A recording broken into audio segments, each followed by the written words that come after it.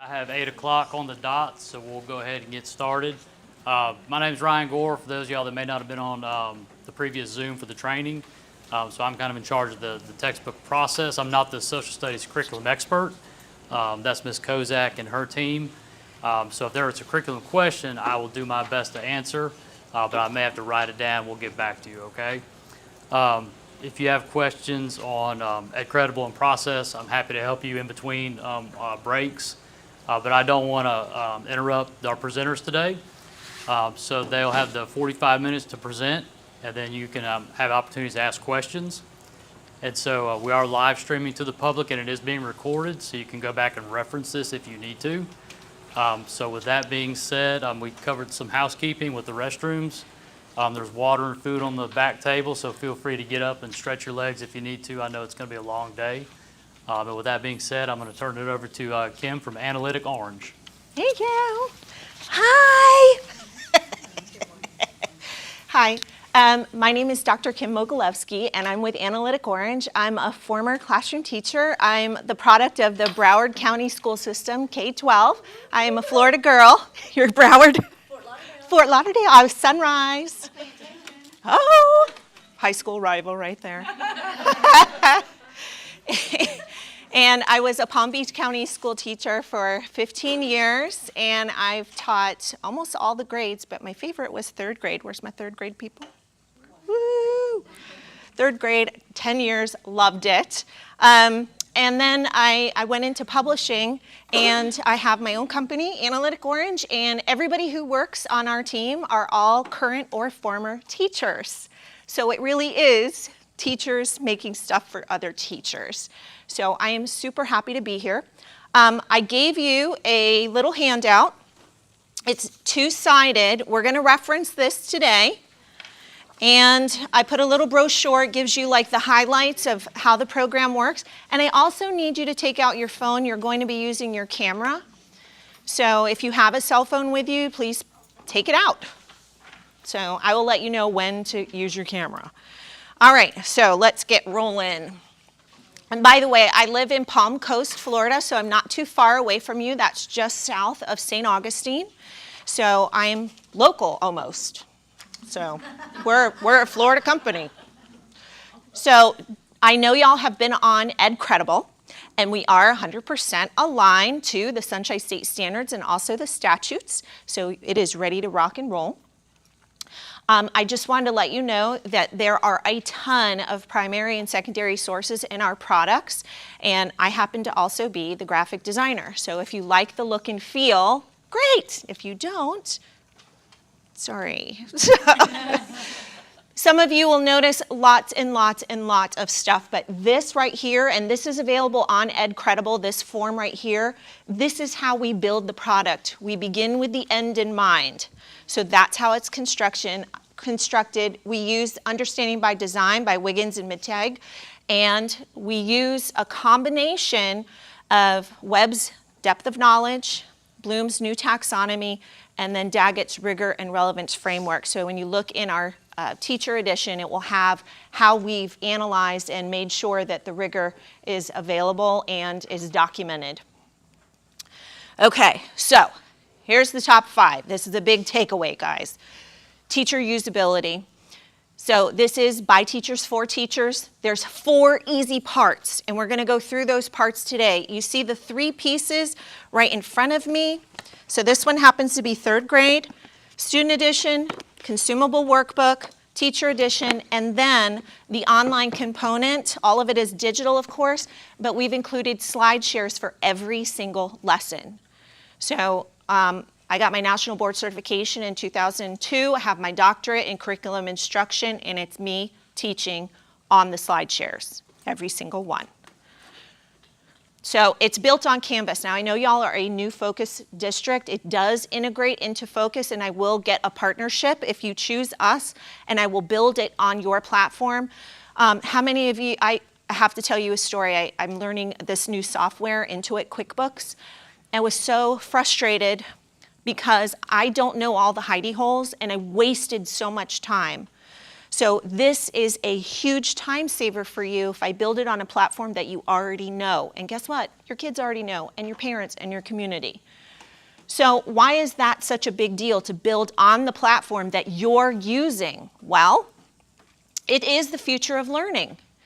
So are you wanting an educational company to provide your educational products, or do you want an ed tech company providing your educational products? There's a difference. Our entire focus is on education. So my research and development dollars, 100% of it goes to content development.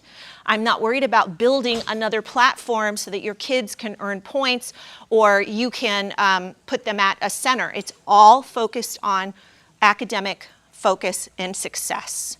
And all of my research and dollars go into that, so guess what kind of quality I have? I'm not focused on anything else. It's just for you and the students. Zero learning curve. If it's built on your platform, do you already know how to use it? Yep. Guess what your professional development won't have? Where the hidey holes are. It's going to be about using great techniques and how to use the process and literacy worksheets and techniques that we have. If you choose me, I'll be coming in with my team of authors, and I brought one of the authors with me. She's in the back, wave your hand. This is Stephanie Mahler. She is our author for our kindergarten products. She's a 30-year retired kindergarten teacher in the Broward County school system, and when she retired, she decided that wasn't enough. She went back to school as a professor and taught pre-service teachers at Barry University and Florida Atlantic University. Yeah. So this is a huge time saver. You're not going to have to worry about where stuff is. You already know. And guess what? It's data secure. So what I do is I go online and I build the product and I put it in a folder. Then I take that folder and I give it to your district and I don't touch it anymore. Why is that significant? I'm not collecting any student data. I am not touching your personal data at all. You're going to trust me with providing great products. I'm going to trust you that you're not going to violate copyright law. And your students and you will have privacy and security. I don't collect any data. Your district gets it all. So that's another bonus. Student usability, if you look at our books, you'll see that it's engaging and it's colorful. And why? We're competing, Analytic Orange and you are competing not against other publishers or anything else. You're competing against social media, TikTok, and everything else that they're doing that I don't know about. So the publications have to be visually engaging. So if you look at it and you're like, oh, there's a lot on here. Guess what? That's what your kids crave. That's why they're on social media, that constant influx of entertainment to their eyes. Paper quality, it's a big deal. And it's also built on Canvas. So again, you're not going to have to train your students unless you're kindergarten, sorry. So why is paper quality such a big deal? Now, I don't know about you, but when I was in the classroom, I had a consumable math textbook, okay? And it had the paper that's kind of waxy, and it would drive me to the brink because the pencil doesn't show up and the pencil tears and the paper is thin and the erasers erase right through, and the kids who don't want to do the work tear it out and hide it, and then I have to figure out how to get another one, or they lose it completely. This, and if you want to check it out, I'm leaving these samples here. Color on it, highlight it, cut it out. There's another reason why I have designed it like this. Do you notice anything about the paper? Besides that it's colorful and gorgeous and it's 50 weight, there's no perforations. There's no perforations. You know why? Because I want them to put their information in and serve as a portfolio. So when you go to your next IEP meeting, here you go. Oh, if they're in kindergarten, they couldn't cut stuff out. Let's talk about their fine motor skills. If they're not forming their letters right, maybe it's time for an occupational therapist. But this is a portfolio for their work. You'll see very little tear out. Most of it is put in, and the paper quality is awesome. So I'd love for you to try it. So here's that student portfolio, and you have as evidence. Guess what? You can erase. So your kids who love to erase, you can erase. And guess what? You can highlight and use markers, and it doesn't bleed through. So, and I say no tears equals no tears. Objectivity, factual, and unbiased. We followed those state standards and state statutes to the letter. We still included lots and lots of primary sources that are non-scary, non-threatening. And we have an easy 4-point format. Do you guys remember what it is? Student textbook, student workbook / portfolio, your teacher edition, and the best part, slide shares for every single lesson. And then you can't beat this. Data security and privacy, and what's that worth? It's priceless. The thieves are out there and they're targeting our students. This is a great way to prevent data leaks and identity theft. So we're going to go through this rather quickly because I love to talk about our product. So everything is age appropriate. There's a lot of information on every page. We're not wasting your time. And you can cover the content in the allotted time, and I'm going to show you how.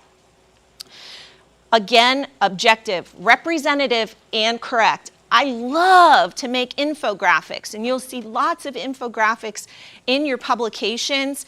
A picture's worth 1,000 words, an infographic's worth 1,000,000. So if I'm a kid, I want to look at an infographic instead of a bunch of text. So here's some examples.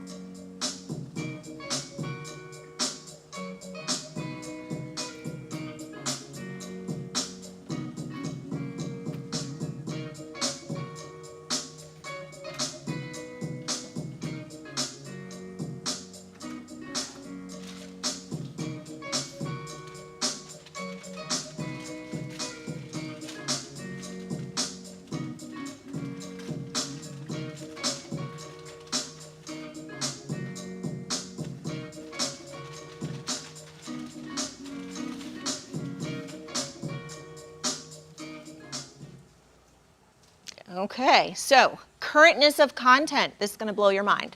All right, all of our copyright dates, that's not the part that's going to blow your mind. 2021, 2022, these are all first editions, and we're talking about keeping it up to date. So any of the political images you might see in here are required by state law. So it's not my choice or someone else's choice, but it's required. I want you to focus your attention on this circle right here.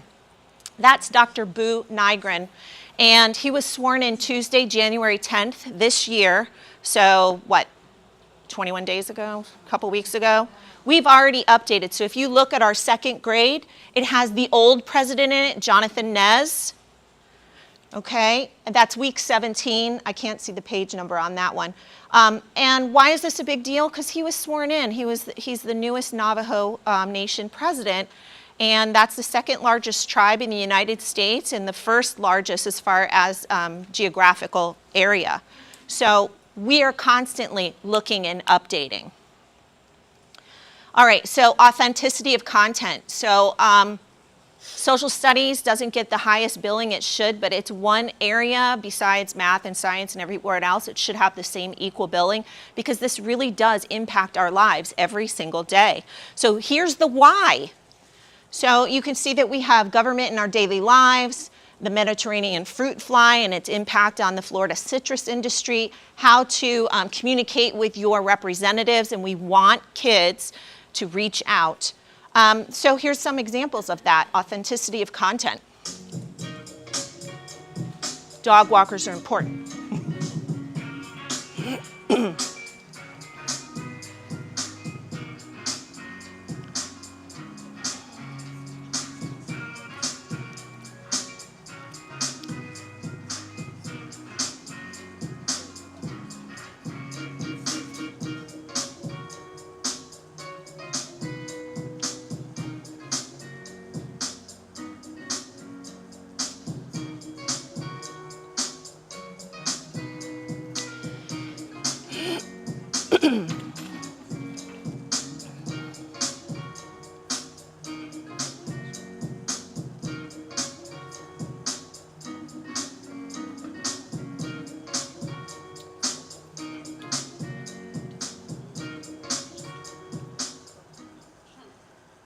Okay, multicultural representation. We have included all walks of life. Our North Star at Analytic Orange is to never shame any one group, and we want to make sure that every student sees themselves reflected in the publication in a positive way. It's important for all kids to see that, and you're going to see that there's a lot of information out there, and we've done the research, we've done the digging, and here's some examples of our multicultural representation.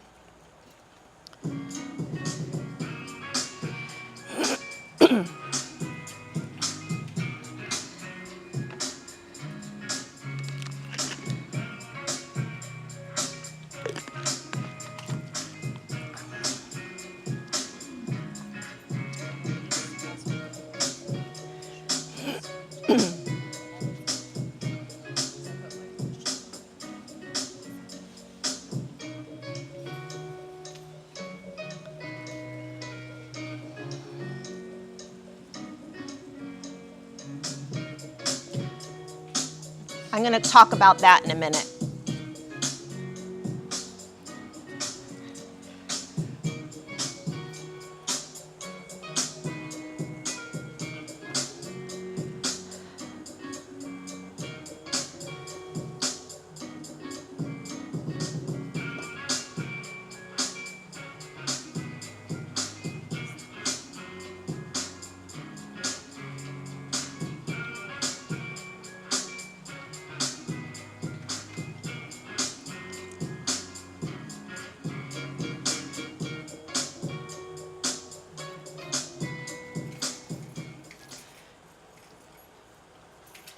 So the one piece that I had pointed out to you, that took a lot of digging. There's not a whole lot of primary sources about African American Florida pioneers from the late 1800s, but we have them to show that everybody had been coming to Florida. So that's in there. So we call this the I see me and I see you difference that parents and teachers are looking for. We've also included children with different physical disabilities or abilities. So in your teacher edition, there's a page that's dedicated to talking about students that have different kinds of physical abilities. It's in every single one of your teacher editions. And the reason why I included it, according to IDEA, 4% of our U.S. population of children 0 to 18 have some sort of physical disability or various. So we included them in our book because we need to make sure that all students are included. So I have two daughters, and the youngest one has ADHD, and she said, "Where's me in here?" And I said, "I'm not adding a kid with a pill bottle." So, so I'm sorry, she is not in there. So, but these other kids are, and so when your students see them, it could be an opportunity for you to talk about them. I've had students like this in my classroom, and it just made the classroom experience that much more of a tight family. So I always welcome those kids. And I wanted to make sure that they saw themselves in the publication as well.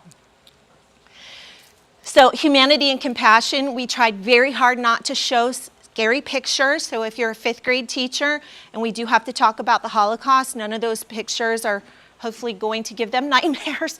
And I was very selective in that. But you're going to see people caring for other people and people caring for animals in our world. And that's really important, and it's all age appropriate. So are you guys ready? We're going to watch a little movie, so take out your invisible popcorn. We're going to be eating it. And I want to show you some of our hands-on materials and interactives, and this video goes fast. So if you like what you see, go online and check out our student workbooks.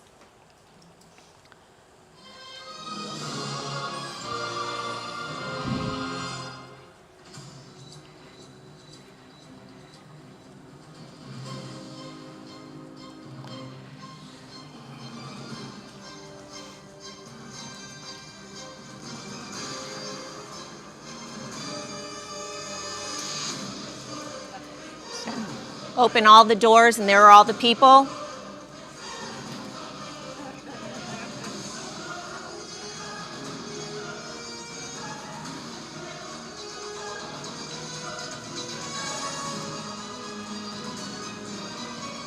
Sybil Luddington. That's kindergarten, compare and contrast.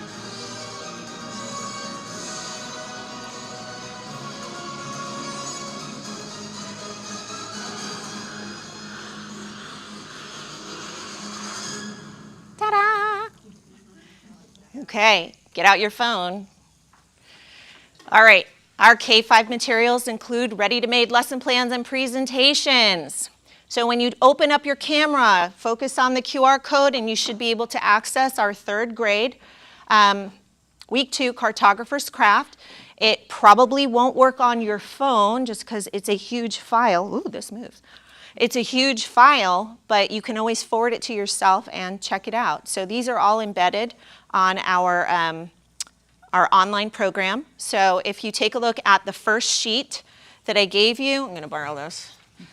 On the side that has our award sticker, because not only is our kindergarten author here, she's an award-winning published author for our kindergarten, you can go online and access our Canvas course online so you can see how it's laid out, and we will build the same thing for you in Focus, and you can check out all the grade levels as a student.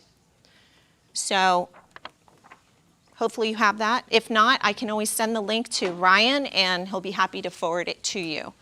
So it's me teaching. You can use this as a literacy center.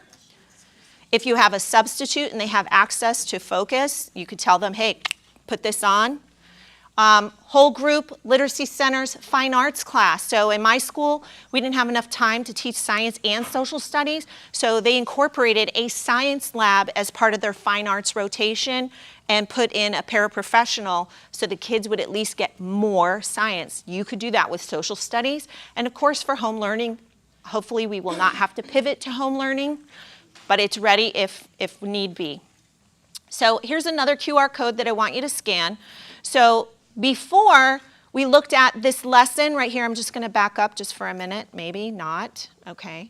That was the week 2 lesson for 3rd grade. Now I'm asking you to go to the teacher edition and look up week 2 in the teacher edition and see how that translates to the lesson presentation so you can see all the inner workings behind it. So I'm just saying go to week 2 and it starts on page 35. So, and that'll take you to Hazing, and that's where I keep all my flip books. All right. All right, formative and summative assessments. We've got them. Okay. All of our answer keys, if you look in the teacher edition, have the rigor and relevance framework, so you can cherry pick the questions that you want your students to answer. And you know that any activity you give them can be a formative assessment. In the teacher edition, you'll see a little FA and SA on a clipboard. That's your little, cue to say, oh, we could use this as a formative assessment, or if this is a summative assessment. Where were these? I'm sorry. Where were the assessments? They're in the teacher edition and also built in Canvas and Google Classroom, Google Forms, everything. But all of them are in the teacher edition. I would have put it in the student workbook, but we all know what they would have done with it. Yeah. It's in the teacher edition. And you will get a PDF copy of the teacher edition so that copies are super easy to make. You don't have to drag that to the copy machine. All right, here's my awesome music.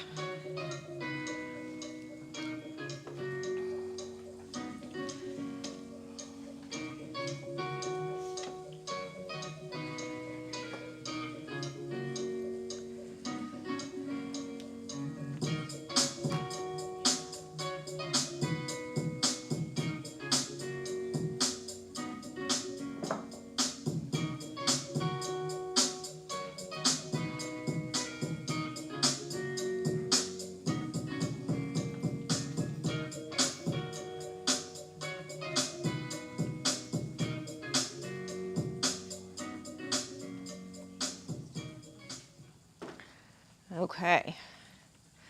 So I have another video, so you need your invisible popcorn again, and this is about our formative and summative assessments, and of course you can take a much slower and closer look when you go on to EdCredible.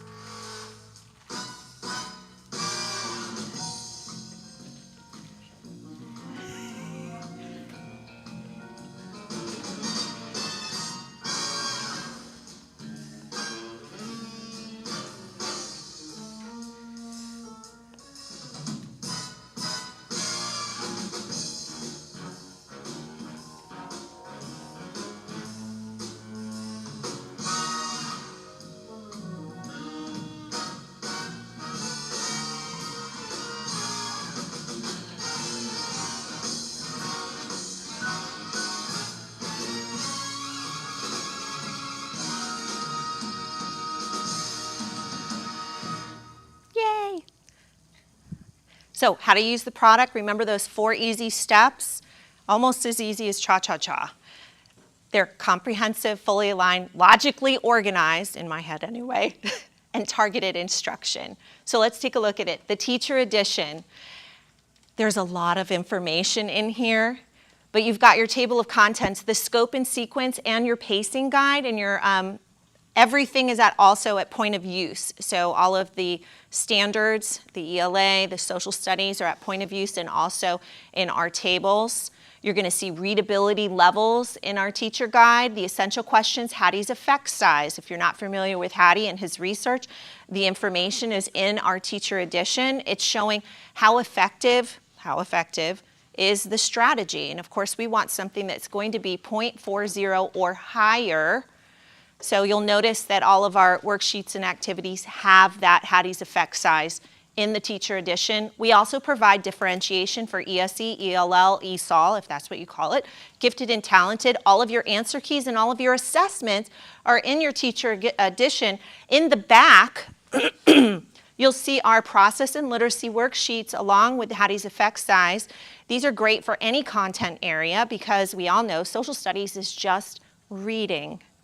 It's reading, writing, listening, processing, and thinking.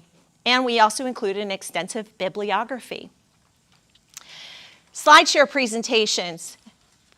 We have one for every single week. Now, the one that you scanned, that 3rd grade one, has 54 slides. That's the entire week's worth of lessons. Can you break it up into chunks? Absolutely, because it follows a pattern. It does the pre-questioning, setting up the lesson. It is the lesson, where they're acquiring information, the read aloud, listening to the stories and articles, and then the application, the doing of it, and then it repeats. So there's 3 lessons for every single week, but you can combine it however you want. We can also provide you with the original copies so that you can customize it for your particular students and needs. Your student edition textbook, that's going to be a traditional hardcover. Every grade has the units. In kinder, there's 3 units. In 4th grade, there's 13 units. Everything is 36 weeks. Brain breaks are in there. If you look in your teacher edition, there's research on brain breaks. And it's non-consumable, so you get it, and that's what you use for the life of the adoption. The last step is the consumable. So this is the workbook that we've talked about. It's really a portfolio, and there's lots of opportunities for your kids to practice thinking about their thinking, their metacognition. So we're not here to tell them what to think, we're telling them how to think, and we want them to practice doing that and analyzing. There's a variety of learning modalities, and again, that quality paper is going to make a difference, and it's full color, and it's gorgeous. So here's my content, and I'm suggesting these numbers. Your school district will let you know what is appropriate for your students, but I chose a bite-sized, just right chunks according to grade level. So you can see kindergarten, 15 minutes, 2 to 3 times per week, depending on your kids, all the way up to 35 to 45 minutes per lesson for 5th grade. All of your teacher editions have that scope and sequence and pacing guide at the very front. Core content formats, we've got it. Yes, yes, yes, yes, yes, yes, yes, yes, yes, yes, yes. So I just wanted to point this out. These are select examples from each grade level, and I just wanted you to note that we use extensive primary sources. We have done our homework. So you're going to see gorgeous primary sources, original, mixed media art. Flo's Diner, anyone? Mel's Diner? Remember her? I just dated myself, but whatever. Chunked and numbered text. Put your finger on number 1. 3rd grade, bold-faced terms, sentences, and highlighted domain-specific vocabulary. In 4th grade, and this is for all grade levels, I'm just picking out samples, we show visual cause and effect. So how did the Adams-Onis Treaty impact our first governor in welcoming people to our state? So you can see the cause and the effect right there. And then we take complex ideas and put them into bite-sized, student-friendly information with cute text. Can you see the 3 branches of government? You see George? a law book and a gavel. Hopefully that will help them remember. All right, learner motivation and informative feedback. For second grade and up, we have our pre and post tests. Use the pre-test as a diagnostic.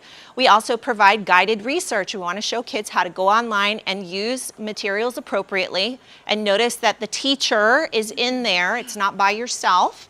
And then we also give students an opportunity to measure their own academic growth. So if you're looking at this, I know it's hard to see, but it has a hypothesis. So they write down their hypothesis at the beginning of the unit. At the beginning of the unit, they evaluate their own knowledge on domain-specific terminology. At the end of the unit, they come back and they do a reread of the hypothesis.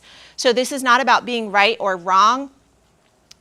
It says, what text-based evidence can you provide that either supports or does not support your hypothesis? And here's the most important question.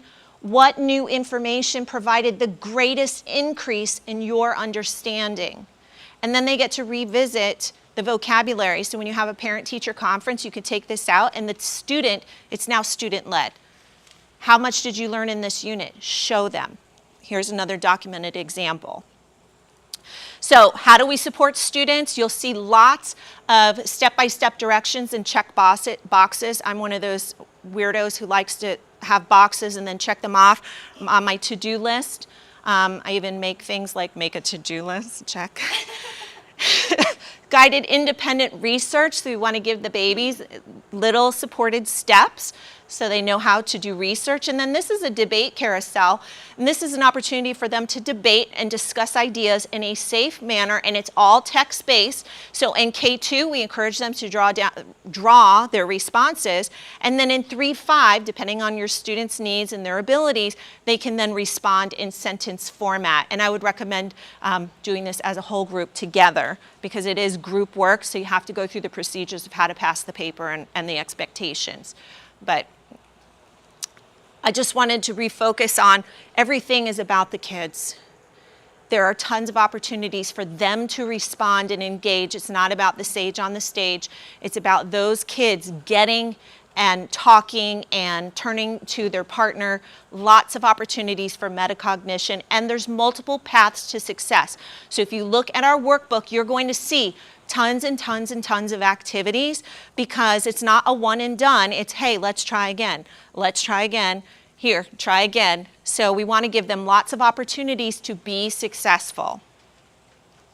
We build on your platform, and so you have your little focus software right there, and I will build it on your platform, and it has all of the benefits. Ease of implementation, you already know where all the hidey holes are. Your students are learning where the hidey holes are this year. It's secure.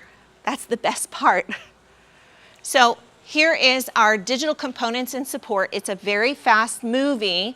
This one happens to go with Canvas. And remember, you can access a student Canvas account right here where it has the kindergarten award. Just log in and take a look. Maybe. Okay, that didn't play. All right, let's pretend it played. Our vocabulary flashcards. How many of you have a word wall in your classroom, or you're planning on having a word wall one day? Okay. How many make flashcards? So these would be great. So you need to take out your phone, and I'm giving you access to our Florida 4th grade English and Haitian Creole. Believe it or not, Haitian Creole is the 3rd most popular language in the state of Florida. That's why I chose it. We do have Spanish as well, and we can make more upon request. And you'll notice that these are really robust. It's not just 2 or 3 pages, it's everything. So what I did with my students, and maybe you want to do the same thing, write their information, their own definition in their own words. A definition is provided, including part of speech and pronunciation. And have them write it in their home language if English is not their first language, and add a picture to help them remember. You can also blow these up and put them on your word wall. It's done. They're in alphabetical order, not by unit, just so you know. So these are included free with purchase. So I think you guys are going to be completely jazzed to use this because it's easy implementation, it's robust, there's not a whole lot of pieces to it, and the presentations are already done and ready for you, and your students are going to love it. Your parents and your administrators are going to love our positive, patriotic content, the data security, and the easy ongoing maintenance. It's so easy. So here's my top 5. This is my review, just like a teacher, before you leave. We're going to do exit tickets. No, I'm just kidding. The teacher usability, remember those 4 steps. Student usability, this is very student friendly. Objectivity, just the facts, ma'am. 4-part format, try saying that 12 times fast. And then data security and privacy. However, I do have to let you know that there is a downside. You didn't have it last year. But you have an opportunity to get it this coming school year, and I really hope you choose Analytic Orange. And our trainers are the authors, and we'd love the opportunity to spend time with y'all. So thank you so much. We look forward to answering your questions and serving you in the future. So that is my presentation, and I'm ready for your questions. Yes? Okay, she said, she have a very soft voice. Oh, sorry. You're fine, you're fine. What other districts have used our product? This is brand new. I can tell you that I presented in other districts and we're in the process of being acquired, but I can't share that information yet. But this is a brand new product. I built a 4th grade product for Utah, and the Utah State School of the Blind and Deaf purchased our products. So that is like our biggest customer to date, but this is new, small company. Yes, sir. So you showed us the student workbook, and you may have addressed this, and I may have missed it, but Fine, ask. about the no perforations. For those schools that have a high mobility rate, with us being a military area, and we have students who come in and out, and for a student that comes in and is given a workbook to work in, and in the past, if for some schools, if that student were to leave, perhaps abruptly or whatever, a teacher may just tear out those pages that were used by that student for the moment, and then give the remainder of that book to a new student that comes in, in an effort to save money, because there's not, they Right. don't have Right. flower bushes. What solution is there so that, what cost-effective solution is there so that we're not looking at a high cost of additional workbooks for those students? Okay, well, first of all, you're going to get the workbook as a PDF downloadable, so you can make copies as you need them. Okay. The other thing is, I would use the technique that I've used in the past, which take a really sharp scissor and go and take out those pages. And we're happy to provide additional copies as needed. If you guys need them, we want your students to have them. We think it's really important. So if you have pricing or packaging questions, send them to Ryan, and I'll be happy to respond. That way it's, he's got it, Ryan's got it. He's Yep, giving me, 5 I have 5 minutes, not the he's got it, it's the 5 minutes. But I do have it, yes. Yes. And I have one more question. Yeah. Thank you. I'm not asking this stuff from my... No. I know, you're a representative. Got it. You said something about choosing the photos for certain topics so as not to invoke nightmares. Yes. And I get that. But in the spirit of not, for lack of a better term, sugarcoating a topic, so as, because we don't want to miseducate our Right, students right. about sensitive topics like the Holocaust, slavery, those photos that are a part of the civil rights movement, like the beatings at Selma, Okay. and those types of things. Okay, those types of photos, that is part of educating them. So how is that sensitivity handled in choosing the photos? Yes. That you choose, Thank you. that they need to be aware of? Okay, so keeping in mind who our students are. They're still babies, and probably up until 3rd grade, they believe in Santa Claus and the Tooth Fairy. Okay, so we want to tell them the truth, but in an age-appropriate way, and we can do that with primary source photos that don't sugarcoat or whitewash history. We want to be able to tell the truth in an age-appropriate way that's not going to terrorize them. And remember, our North Star is to never shame any group. This is just unbiased, objective. So we can take a look at the water fountains and the difference between the 2 water fountains. This is 4th grade, Unit 11, Week 26, and it has posters and information. So I can put in mug shots. Why were they arrested? That's a great topic for you guys to explore. It talks about people did experience violence, but I can still tell the story without showing, people getting beaten or starved to death. So we wanted to make sure that we use primary sources to tell history, but they're age appropriate. So they're still babies, at least in my mind they are. So I would encourage you, so when we talk about the Moors, the civil rights pioneer, we do talk about that they were murdered by the KKK. That's a fact. So we didn't say how they were, just gave them the facts. And that's a place that they can go and visit the historical place in Mims, which is not too far from me. So there's lots of primary sources in there. Yes, and it has, for ghettos and concentration camps, we looked at the maps so you can see how widespread it was in Europe, but we don't need to show them all the horrific pictures. Just the first page in our 5th grade, Unit 8. Your Holocaust one is great. Thank you. This first picture, this gives me nightmares, but hopefully it's not too scary, but they can still see the conditions. There's barbed wire.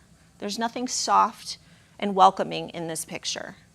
And so that's how we tell history to students. Using primary sources, we don't want to scare them, but we want to tell them the truth, even when it's a really hard and ugly truth. So, any other questions? Okay, so I am leaving these here with y'all.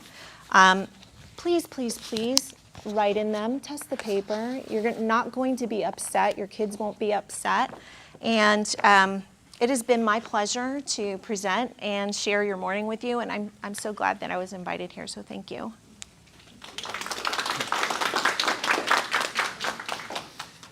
Thank All right. you. And I'm returning all of the stuff. That's right. Let's get all the tech.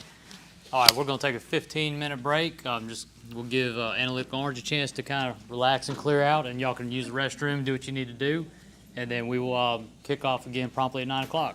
So. Thank you. All right, thank you.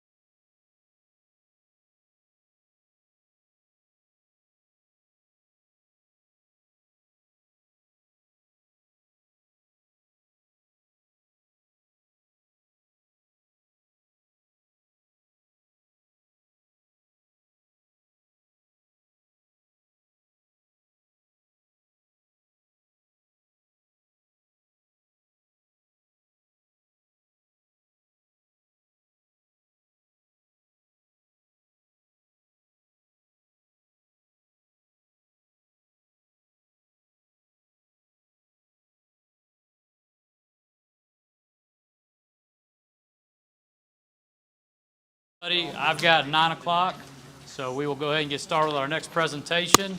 Now we have Studies Weekly, so I'm going to turn it over to them, and we'll get started. Just like anywhere on me? Okay. All right.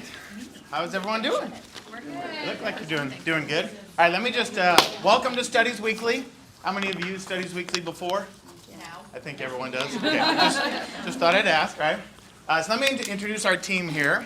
Most importantly, we got Betsy Glisson right here. She is our curriculum director for Florida and / PD training expert. We have Kirby Weaver right here. My name is Tim Hellbush. Don't call me Hellbush. You can, but anyway. So Tim, Kirby, Betsy. We also have Vanessa and Darla that work in our corporate office that handle Florida as well. So we got a team here to help you, and it sounds like you've had experience working with our team over the years. All right, so we're going to dive in. The first thing I want to say, you have a couple handouts. We'll kind of raise one up and tell you, all right, look at this with us now. We looked at your indicators, your rubric, your evaluation tool, whatever you want to call it. And yes, we do all of these things. The problem is we got 44 minutes now, right? We can't go through line by line and show you, hey, here's how we do this and this and this. So we do all of these. Some of today will be showing all of you where to get access to everything that we've done for this adoption. So you can actually look at it for yourself and see, okay, yeah, check, they did that, all right, we got it covered. But yes, we did all of these things. As people that have used Studies Weekly, how many of you are wondering, hey, what's new? What'd you guys do that's new? What'd you change? All right, so we're definitely going to spend some time on that. How many of you use the online portion right now? Okay, so about half of you. I'm just wondering how many minutes to spend showing you things in there and not, if you already use it. All right, so here's what I want to do. Between Kirby and I, we have visited over 1,000 schools, individual schools, in the year 2022, in one calendar year, over 1,000 schools that use Studies Weekly. And when we walk up, when Kirby walks up, when Betsy walks up, Vanessa, Darla walk up, we got our little Studies Weekly, right? The reaction is the same. You walk up to the school, you pass part of a playground, kids see your shirt, and they go, hey, it's the Studies Weekly guy, right? And the reason they do that, well, why do they do that? They recognize it? The logo, they recognize it. They love the Studies Weekly time of their day. They love when they get their chance to grab an actual piece of paper that opens up. It's a newspaper, it's a magazine, it's not a textbook, it's a little bit different than other things they're doing. They love their Studies Weekly time. And they're engaged with it because they love their Studies Weekly time. Teachers have the same reaction. They love the Studies Weekly because their students are engaged in Studies Weekly. I have 6 kids. I'm not just talking about school experience, I'm talking about my own house experience as well. By the way, I have 5 daughters. That's why I got gray hair. Kirby's got 6 daughters, all his hair left. Right. Just joking, he doesn't have 6 I got daughters. one daughter, she's killing me. I couldn't handle 5. Just messing. All right, so students love Studies Weekly. It's unique in its way it's designed and delivered. The print is unique. Students are engaged, teachers love it. That's all great, but with the new adoption, does it cover all the standards, right? We got to cover all the standards. That's what matters the most, right? So I want to show you a couple things just to show you, yes, we cover all of the standards. If you grab this thing, everyone should have one of these in their area. If not, we can throw one at you. So we cover 100%. If you need one, raise your hand. Next generation Sunshine State standards. The first sheet in here talks about the new civics and government standards that have been added in the CG strand. So it just kind of briefly, now, if you want to read much, much longer about how we cover those strands, you can go to our Florida website and you can read pages and pages of it, right? If you turn the page, it talks about the Holocaust standard. So who's our 5th graders? 5th grade teachers? So we have a new standard for the Holocaust in 5th grade. But here's what we did. We want to make sure the 5th graders are ready, so in the grades before that, we've started introducing the appropriate vocabulary so that they can understand 5th grade Holocaust when they get there. Now, we'll talk about how we cover that exactly a little bit later in this presentation. Next page, it says Florida Best Correlations, ELA, ELD, Math, Health. So if you go to our Florida website, how many of you have been to this website? Does it look familiar? All right, that's okay. So you see the website along the top. We have the different correlations that we were required to submit to the state. So if you want to read how we cover all the standards, this one's only 103 pages long. Standard by standard, showing you here's how we cover it, right? If you want to read about how we have aligned with the best standards for ELA and math, that one's 176 pages. But here's the good news. You guys don't need to read any of that as teachers. You might need to look at it as committee members, but as teachers, you don't need to read any of that. You just follow the teacher's edition. You follow the lesson, right? The articles. All right, so we have all these resources I wanted to point out to you. You'll see there's QR codes if you want to know more about that. Betsy will talk about teacher support. That's our next handout in there. Customized PD training for you that will be part of that. All right, so that's that standard, that handout right there. All 32 weeks are available in Spanish also, as well. The online and the print are available in Spanish. Kirby, all you. Purpose consumption. As you all know, we're just a printout. This is a little bit different. But what you have is you get a yearly supply up front. But what's different?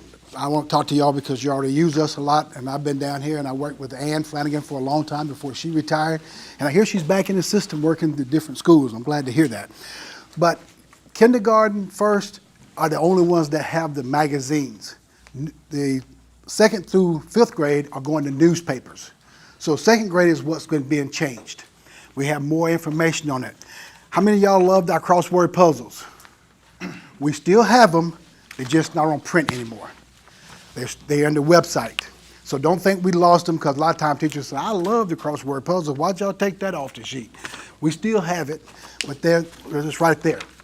So that's the big difference. We have bigger print, bold, colorful letters. Everything now is well organized in the literacy component. It's how we do left to right, top to bottom. So everything, used to we had like articles like turn at an angle, and you see kids kind of turn it to the angle of the paper. We don't do that anymore. Everything is kind of left to right, top to bottom. And we follow the literacy component of this, doing this, okay?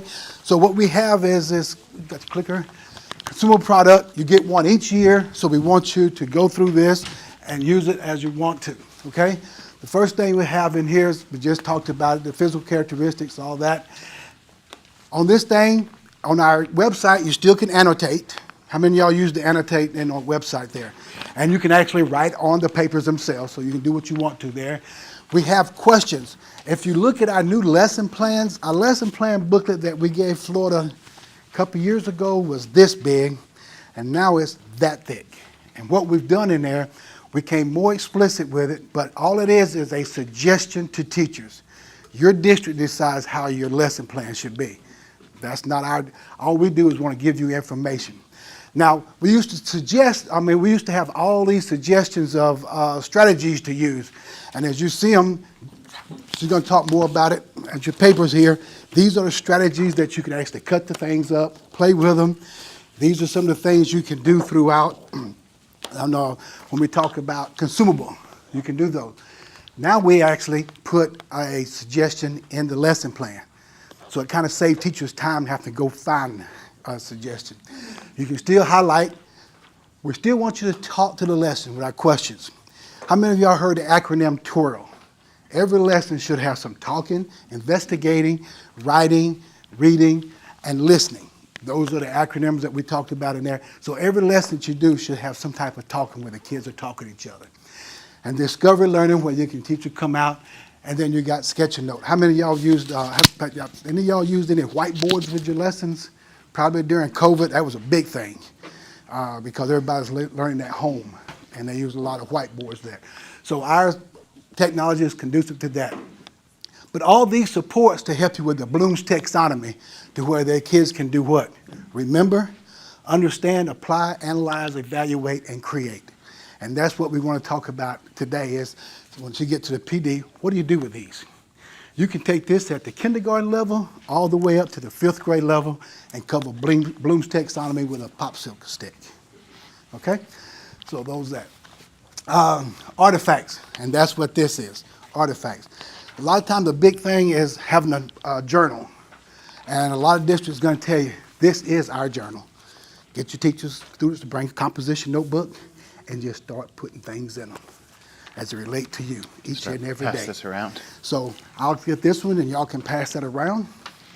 And so that's our journal notebook that we want you to use to that there. Here's some strategies that all of these are grade appropriate. They're going to be one at kindergarten level. This is what they're going to tell them to do. And it's mostly this circle thing. Then we go over to the 4th and 5th grade, where we want them to do more writing aspect. We have a writing prompt over on this left-hand side. Just have a little bit, yep. Have a writing prompt over here. They can answer questions and help you each day with your lessons. Now, how many of y'all have 45 minutes to spend on social studies? Raise your hand. I ain't think nobody hand go.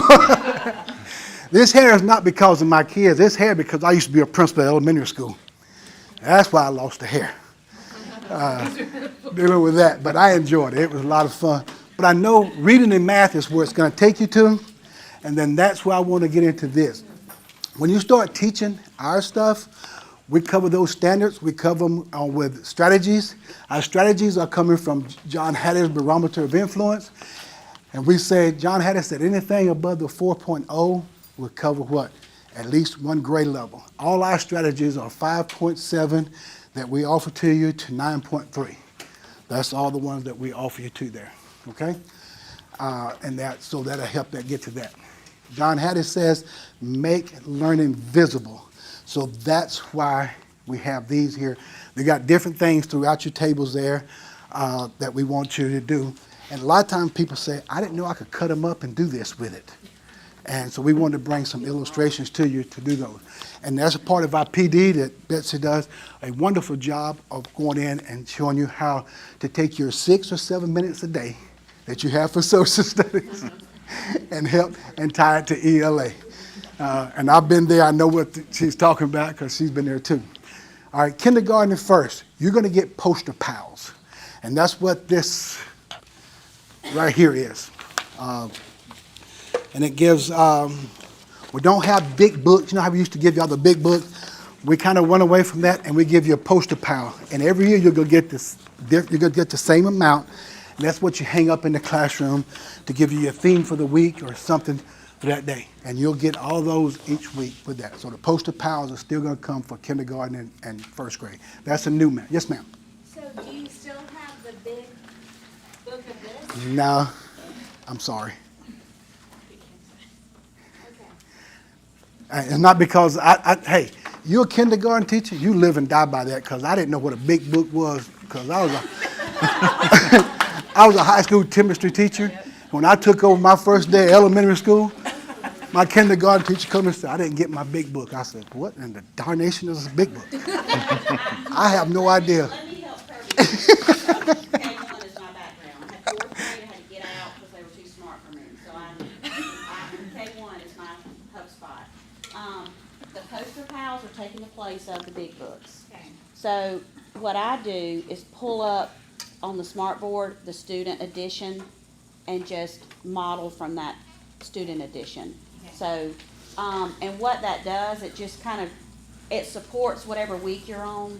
So if we're doing What's a Good Citizen, it's gonna be all about citizenship, and then it kind of helps you with, it's like a big anchor chart, basically. I got you. So Thank you. that's the way I look at it. And sorry about that. But I know how passionate y'all are about the big books. So this is the poster pile, what it looked like, and going like she said, it's a big anchor chart. And I know anchor charts are a big thing too. All right. Another thing we're going to talk about, most of your stuff in our textbooks are Florida oriented. We're going to talk about the state bird, which is the mockingbird. There'll be a URL address in there because kids say, okay, what is our state bird? They might want to know what it sounds like. So they click on that website, it will give them the bird and actually give them a sound that the bird makes so they can be able to become distinctively. We also cover all the symbols in the state. We talked about the history of the Florida, going through this. When we use illustrations or we use maps, most of them will come from the state of Florida. Now, we're not saying we're just going to exclude it to Florida because Florida doesn't have any mountains. So we have to go other places to show those things, okay? So we'll talk about that, all right? Now, as Tim talked about, you can go through those documents and read up about the ELA. We cover the ELA standards along with math thinking standards. And those standards will be written in your lesson plans. And they'll tell you which one we covered that week specifically. If you look at your Florida math connections, the thinking part of this is two-dimensional. So as you talk about two-dimensional, we'll talk about the flag. The flag is also what? What shape is this? Rectangle? And what's these lines doing? Intersecting, dissecting, or we have a not dissecting, but perpendicular lines. We also, these are all the things that you can talk about in math. And what do we have in the middle of it? A shape of a what? Circle. So all this is part of it. And we can take the corner tips and say this is a what? A triangle at the tips of it, okay? So these are things that's two-dimensional that in second grade is a standard in what? Math that you can talk about as you're going through this. All right, also maps and charts. We also need to know the population of the state, where mostly were. So these high purples are mostly densely possible population of the state. And so these are there. But another thing, how to read it. These are math concepts of how to read this. So as you're teaching this, you're teaching math concepts along with the social studies concepts. Any questions on that? How many of y'all seen the rows there? Okay, you gotta have that. And then you have this what scale here to dictate how many miles. So they can take this and determine how far is it across and how far is it from north to south of Florida using what? This chart right here, okay? So these are other things. We also use Florida residents to show things that's going on. These are people that actually live in Florida, the history of Florida. And then we talked about different parts of the cities that also is influenced by this. So we talk about the cities in Florida and how they originated, how they come to be in existence based on their environment, what happened there. We try to go into it. How many of y'all know what a primary source is? I didn't know what a primary source was until I started working with Studies Weekly. I mean, I was a chemistry major. We didn't talk about primary sources. I did not know what primary sources was from that artifact, from that time period, or somebody who witnessed it. So when we talk about primary sources, make sure you can understand primary sources and that they actually see that. So we go through and we have a lot of primary sources that's Florida oriented, okay? So you'll see that the students become familiar with the original documents and that they learn from the text from the primary sources, and then they can analyze the primary sources and work it out to that, okay? So you're unpacking all this stuff as we go through this. We go back to Constitution of Florida. It's been written, how it was written back then, the impact upon how we utilize it today. Now, how many of y'all got into the financial literacy? In history now, we got to teach what? Financial literacy, along with social studies. So we cover that. I didn't know, how many of y'all taken Dave Ramsey? I took Dave Ramsey, and boy, it made a miracle for me and my wife. Y'all did the envelopes? Boy, that's a backbreaker there. I had to make sure you know where you spend your money at. About financial literacy, kids need to learn how to make a budget, talking about changing things, and how to create this throughout. And the risk and the rewards of what? Spending too much money that they don't have. Credit cards, how those things are real bad for them. So they need to go through this. So they go through this, and they talked about it. We talk about the immigrations, how they impacted Florida.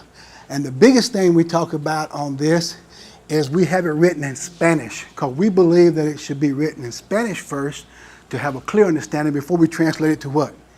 English. Because you know a lot of vocabulary words are lost when you do what? Translations. And what was really meant in Spanish, sometimes there's not an English word for it, so we substitute. And that happens all the time. So that's why we go deeply. And now we don't only have it online, we're going to have it online and print this time around. Okay? Let Tim talk to you about Holocaust. All right. So I like to say, for those that you've all used it before, we're all currently using it, the word I like to use is we've Floridized it. Now, I don't think that's a word. I know that's not a word. but we'll just say it's a word. So like Kirby pointed out on the screen, there's a bunch of different topics that you could use anything across the country to teach that standard. But what we've done is we've Floridized the Florida edition. So we're using Florida cities or Florida immigration or Florida whatever. Financial literacy, you notice the pictures in that were Florida pictures, right? So that your students go, hey, I know where that is. That's over here. I've been to that beach or whatever, right? So we've Floridized the whole content.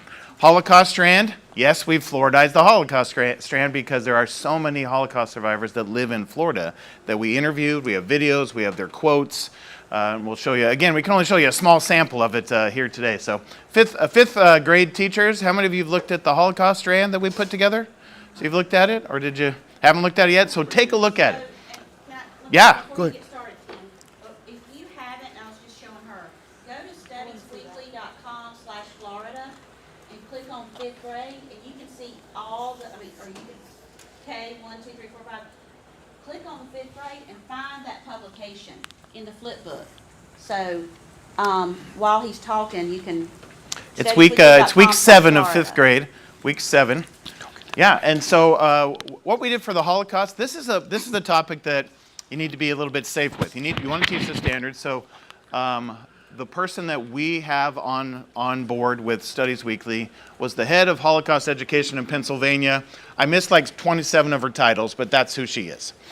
And so we brought her on, and the theory is, the concept is, that you teach students to get safely into a topic, and then you bring them safely out. So you don't teach them about the Holocaust, and then the bell rings, and they go home going, what the, right? You bring them safely back out of the Holocaust. And some of the ways we did that, first of all, it's a timeline. So this is our Holocaust week. Let me make a little bit of that bigger so you can see a little better. Timeline of the events. How did it go from the government, everyone having rights, to suddenly the government's killing everyone, right? Not everyone, but you know what I'm saying.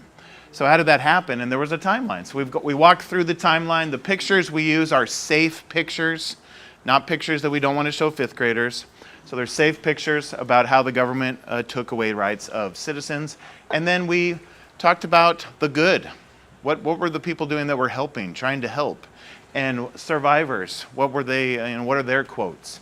And I want to show you a video. And I didn't check the sound, so hopefully the sound works on the thing here. Whenever you're using someone else's computer, you never know. The message that I give to the young generation is they should experience, I'll say the 2 words, tolerance is one, love, and tolerance. When they see not to be quiet standbys, the kids, when they see that they're picked on another student, bully other children, just don't stand aside and watch it and make sure that it doesn't happen in the schools, because we all deserve the best, regardless of our race, our beliefs, anything we're here meant to be for one another. Fantastic. So that's just. Let's skip through that. So that's a sample of our videos. We'll take a peek at where you can access those videos on our online. But the Florida resident, Alan Smalls, the quotes are from Florida people. So a Holocaust, important strand to teach. So let's take a moment and jump online. And so let's, again, using someone else's computer. So hopefully everything goes well here. Let's find our Google Chrome. Okay, so when you log in to the demo that you have access to, does everyone know how to do that? All right, we'll make sure we put that on the board. First thing it asks you is if you want a tour. It's like 2 minutes, so I would say yes. I'm going to say no, but say yes, and then it shows you over here is where you get all your support anytime you're logged in. Now, you guys use Studies Weekly, so make sure you use this support. You have that? All right, so the first thing you're going to see is your grades, your class. So I have all K to 5th, right? When you log into yours, you're just going to have your one class, your one grade. And then I saved a little time by logging into a couple things. So if we click on 1st grade, it takes us to 1st grade. And here's our 1st grade. Here's all 32 weeks. Now, a couple features that we have in our online access. You can change this up. You can turn weeks on and off over here. So if you don't want your students, whatever you are showing them, that's what they're seeing. If you only want them to see the week you're on, you turn off all the other weeks. If you want them to see, the week before and the current week and the next week, whatever you want to do, you have full flexibility to control that. You can also drag them. You can take this and say, hey, let's take this. Again, it's not my computer. Apparently drag and drop works differently. You got to grab the arrow over there. Yeah. Yeah, that just closes it, but that doesn't drag it. So anyway, on a Mac, you just click on it and drag it. Someone else's computer, you'll have to learn how to drag it. So you can drag them to where you want to be. Simple as drag and drop and move them around. I'm going to dive into week 7 here. So the first thing you'll notice is when you open up week 7, it has all the articles.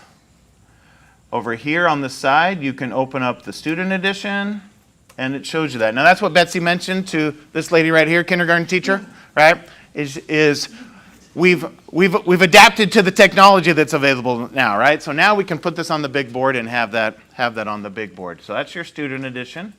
You can open up your teacher edition as well for each week. It's just right here. Teacher edition opens up the teacher edition. Of course, you will get a print copy of the teacher edition, all of you, for your grade. All right, so let's dive into a little bit of week 7. So when I click on an article, it has the exact same article that we see the students have in the print, right? There's the same picture, there's the same words. There's article number 1. What is a citizen? But let's show you this. Before that first article, there's additional resources. So we have an intro video, and we'll watch like 10 seconds of this. So this is our K to 2nd video series, specifically for those younger grades. This is Gary and Frank.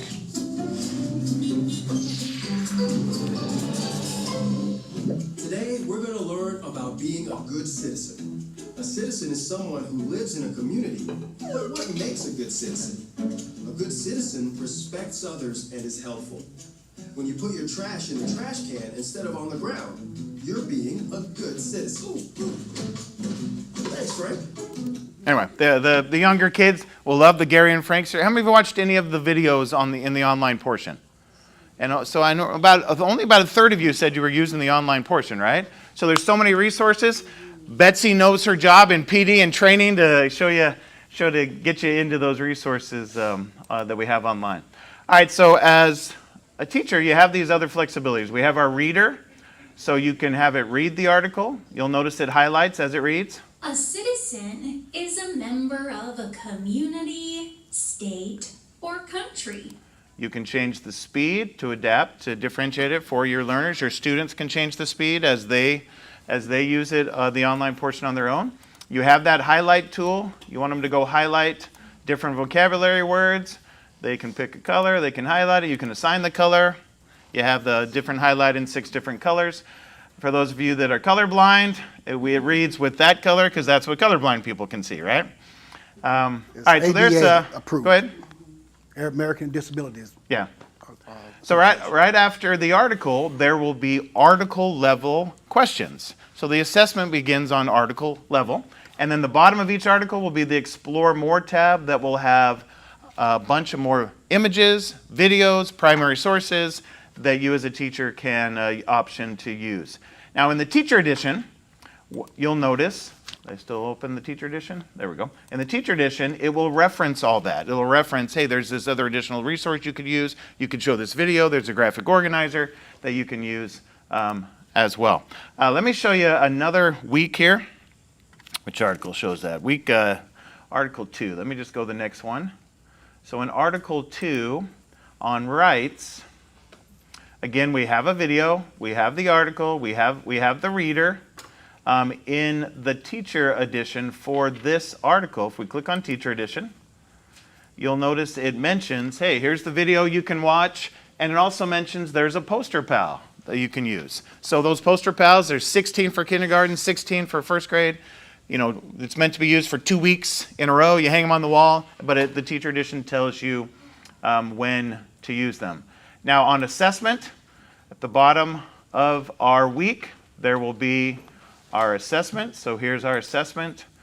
You have full flexibility to edit that. You can customize it. You can make your own. You can take our questions, move them around, however it is you you want to do.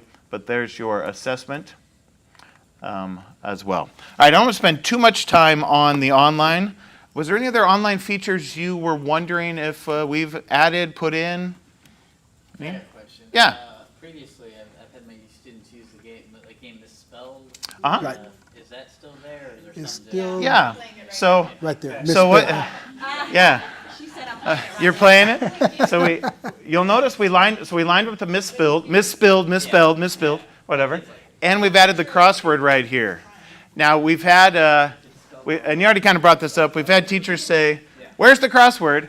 The kids are naturally, they want it online anyway. The kids want the And crossword one additional online. thing you do about the crossword is great for ELA. If you have a vocabulary that you cover and all that, you can create your own crossword with your ELA vocabulary. Super editable now, that's a new feature, and the misspelled words game is editable. So, as a K1 teacher, I'm gonna add some phonics words in there, I'm gonna add some sight words in there, just to kind of help, if you're teaching adverbs that week, add some adverbs in there. So, it's super easy to edit either one. All right, Betsy, let's have, I wanted to, let me hit play again, and then I just want to give you just a little bit of the teacher edition, so it'll show you the standards that you're covering. It'll show you the best standards you're covering. It'll start out with what's the background knowledge. Again, as a teacher, you could just walk through this step by step with the teacher edition. It walks you through, here's our lesson for this article. And it uses we handed out this handout. I know you haven't had time to look at every single thing we threw you, right? But this handout talks about 10 high-impact teaching strategies that we have designed this whole system with, like collaboration and different things. You can read through those 10 different strategies that we put in, and each article will have which ones we are using. It'll have the graphic organizers that'll go through it. It'll have, hey, get out the artifacts. Make an artifact with this. The artifacts we passed around, it'll suggest, hey, here's one to do that. Here's one you can do. Have your students do that. This is 4th grade, the native tribes of Florida, the 5 tribes that we cover in the standards. It has a nice project for that. So these are the types of things, just as an example, we've put in. Betsy? All right, let's have fun. Hi, I'm Betsy.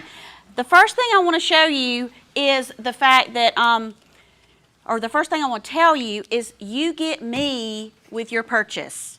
I am your PD person. I have been, sorry. No, thank you.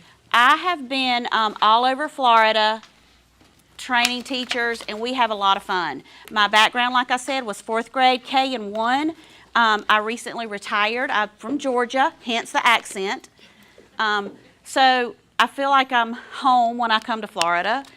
So the biggest thing I want to talk to you about is the fact that PD is crucial. And like a lot of you have already been using Studies Weekly, but I've heard a lot of people say, oh my gosh, I didn't think about cutting it up. So that's where I come in, and that's where you come in as experts thinking, oh my gosh, how can I start a interactive notebook? How can I use like my analysis tools to bridge with DBQ? How can I make a station rotation with my ELA rotations in K1-2? So this PD is going to be crucial for y'all. It's right. Do I just tell you? Yeah, you just keep. Okay. You just keep going. So, of course, we're going to work with your district. Oh, sorry. And y'all, we don't use these in the classroom. I can click when you tell me. Okay. No big deal. I mean, I know how to do it, but I'd rather not. Of course, we're going to work with your district and say, look, what do you want for PD? What is it that your teachers want? Then we're going to call your schools and say, hey, let's set it up. What do you want? What is it that your teachers want? Sometimes K2 looks a lot different than 3-5, and y'all know that. A lot of times 5th grade teachers are sitting there thinking, are you kidding me? And kindergarten teachers are sitting there going, are you kidding me? So it looks a lot different, and we've got to customize that. That's the beautiful thing about our PD, is it's customizable. And then teachers.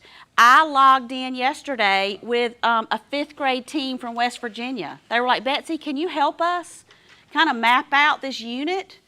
I'm like, yeah, let's do it. That gives me excitement to meet with some teachers. So I am available grade level wise. I mean, even if you email me and say, Betsy, I need help. We're doing westward movement. Can you help me? So I love the fact that you've got a person that you can call or email. Let's keep going. 24/7. I don't sleep, y'all. That's why I have these bags under my eyes, and I have great concealer. Y'all let me know if you need to know what I'm wearing. District support as well. Keep going. School support, I think I've already talked about that. And teacher support. Those of you that I was going to say, those of you that are already logged in, a lot of people don't know to go to this training and resources tab. How many of you have used the training and resources tab? Yes, so a couple. Good.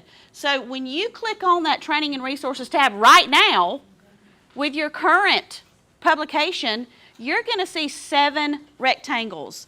These interviews, like Tim said, for 5th grade, the Holocaust, that is an excellent way to bridge your ELA biography unit with some social studies standards, with those first-hand accounts. We've got first-hand account interviews from people from the Great Depression all the way up. So fantastic interviews. We've got project time, which are science. It's Discovery Dan with some science. So you've got some freebies with some science things. You've got virtual field trips. We have tons of virtual field trips from Florida. I think our video team lived down here last summer.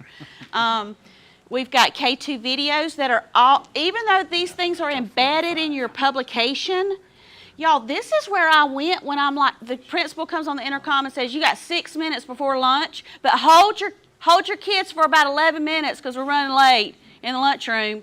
And you're like, and then the assistant principal walks in with her clipboard. And you're like, oh. So this is where I would go every single time, is this thing. And I'm like, okay, I need 12 minutes and 11 seconds of good stuff. So I'd say, all right, I'm going to go to this K2 videos compilation because I was K1, and they're listed by alphabetical order. Let's just say I'm doing national symbols, so I'm going to look up national symbols. We're going to show it, we're going to talk about it, and draw it out for 11 minutes and 12 seconds. This resources tab, y'all, I don't know any other way but to be transparent because that's the way it is, and y'all know it. Resources, this is where I lived too. This is where our primary and secondary source analysis tools are, which are fantastic when you're looking at videos, artwork, anything. We have graphic organizers, we've got analysis tools, we have tons and tons of examples of student learning artifacts. We add to this every day. We have lots and lots of instructional strategies there. Our training is kind of like the YouTube the YouTube station of Studies Weekly. That's what I call it. It's kind of a how-to little videos here. And then for K2, we've got some leveled readers that are above, beyond, and on target. So I love that training and resources. Y'all take a look at it now because you can use it. I mean, it's available now with your publication. I think that's... So any questions about, and y'all, we left a lot of student learning artifacts on your tables. So feel free to take a look at them. I want to leave a few minutes for questions. Just want to show you a couple what you get. By the way, I've never been to the dried Tortugas off the coast of southern Florida, but I've watched a video all about it, so I feel like I have.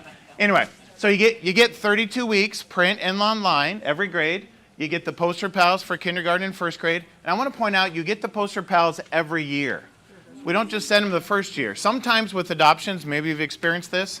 You got a 5-year adoption. The first year you get these fancy other things, and the second year your principal says, we can't afford to buy that because it wasn't included. So we don't do it that way. Some companies have a notebook you get the first year, and then you don't have it the rest of the time, right? So we do our notebook. You guys are passing it around, right? You do it that way, our interactive notebook. But the poster pals, we ship you a new fresh batch every single year. We want you to consume them. and of course the print. Teacher edition, shipping's included, professional development, you get Betsy, that's what I just like to say. We integrate with all your various things, ClassLink, Clever, Canvas, all the things that you might use. And then here's the price, it's $49.75 for the whole 5 years, so $9.95 a year. If you look at it that way. All right, what questions do you have? I know we don't have a huge amount of time for questions. 5 minutes left. But Are we still getting that packet that has everything already printed for us? the teacher edition, Well, it'll be, we always get like something that we can just put in a free reminder. that has- we'll get- Yeah, that's Yeah, teacher edition. that's the It's teacher gonna be a lot edition. thicker now because it's got more explicit stuff. I'm gonna be honest about that too. We were talking about this earlier. Traditional teachers editions, when I first got that 3-ring binder, I'm like, what is this? I mean, yuck. You know, I need a Easier to notebook. make copies of. However, I love the fact that you can put, like if I start with citizenship, but it doesn't start with citizenship, I can pull what I need and put it in order to match my curriculum pacing guide. yeah. So I had to change my attitude a little bit. And this gentleman said easier to make copies that way too. And it's super easier to make copies. Yeah. Oh my God. It's like, yeah. I saw some more question hands. What's the copyright? How up to date is it? Copyright of, Of the curriculum? Like how up to date? How new is it? Like It's we'll just leave that for Beth. It's just done this year. 2022. Yeah. 2022. Whatever the standards were this year is Yeah. what we write them to. The new edition. Yeah. Online currently, things changed, okay, so I teach 4th grade, so in the past, there would be a video or two, and like the one you showed, it projected large on the thing. But now they've moved the videos to after the article. And when you open it, it's only this big, and the question is there, and there's no way to enlarge. yeah, it's just Have you noticed that? I did. It works okay when I assign it to students to do it on their own computer, but when I'm wanting to teach full front, I It want it. doesn't have Yeah. it doesn't have an expand on it? So here's the difference. If you open it from the student view, it will have the question there because that's what the student sees. If you open it from the teacher edition, it won't have the question and it'll go full screen. Yeah. So There's a hyperlink on that. I hate when my apps change because something's different and I got to figure out how to do it, right? That's all we did. So the teacher edition will be full screen without the question. Glad you asked that. And by the way, it's all there right now too. For the interactive notebooks, with texts that are a little more lengthy, and I know the length will grow as you know in the upper grades. How I'm just wondering how to communicate this back to my teachers at my school with something such as something that comes out of a larger piece of material like this. How is this taken from a larger piece and moved down and condensed to a smaller composition book style? So what I would do is, I totally agree, and I would probably pull that 1-sentence summary instructional out of the resources. And, because y'all know as well as I do, summarizing is a huge best standard. Oh, yeah. And it's hard as mess. So, Mess is hard. yeah, mess is hard. So what I would do is I would try to summarize it while I'm teaching it. And like this little piece right here, what's the most important sentence or phrase or word out of this? And then we're going to write all over the paper first to try to summarize that as best we can. Okay. Then move it to the graphic organizer. So does that make sense? It's hard. So with these hard topics, I keep forgetting there's people. Hi, people at home. But that's what I would do is pick out the phrase, sentence, or word that's the most important. But I would have to just dissect, decode, and encode that big article. So of the clipping and the cutting that we saw in the sample of the interactive journal, what is decided of that? What you're the expert, There you go. so Okay. you're the expert, Yeah. and That's relative to the you classroom. need to really look at your standard and think, what is it that I want students to do and be able to do and know. Okay. But I would just stick to the pictures and then let the students do the writing. Okay. I've seen a lot of teachers that cut out a lot of that text, and you're like, let's. I know so- we've reached our time, but I just want to Sorry, y'all. say, any Sorry, question we you can ask, stay all day and have fun. this is our fifth Florida Social Studies adoption. Any question you ask like that, we're going to know the answer. Like, we've been doing this for 30 years with this style of print, our newspaper magazine style. We've walked down the road before, so we'll have an answer like that for everything. Thank you, Ryan, for Thank y'all. the time. So if y'all think of a question after they're done, you can send it to me or Ms. Kozak, and we'll get it to these guys and get an answer for you, okay? So I know when you walk out, you may think of something else. So I appreciate it. We're going to take a 15-minute break, let them kind of clear out, and we'll get ready for 10 o'clock. If you got any of these stuff that's passed through.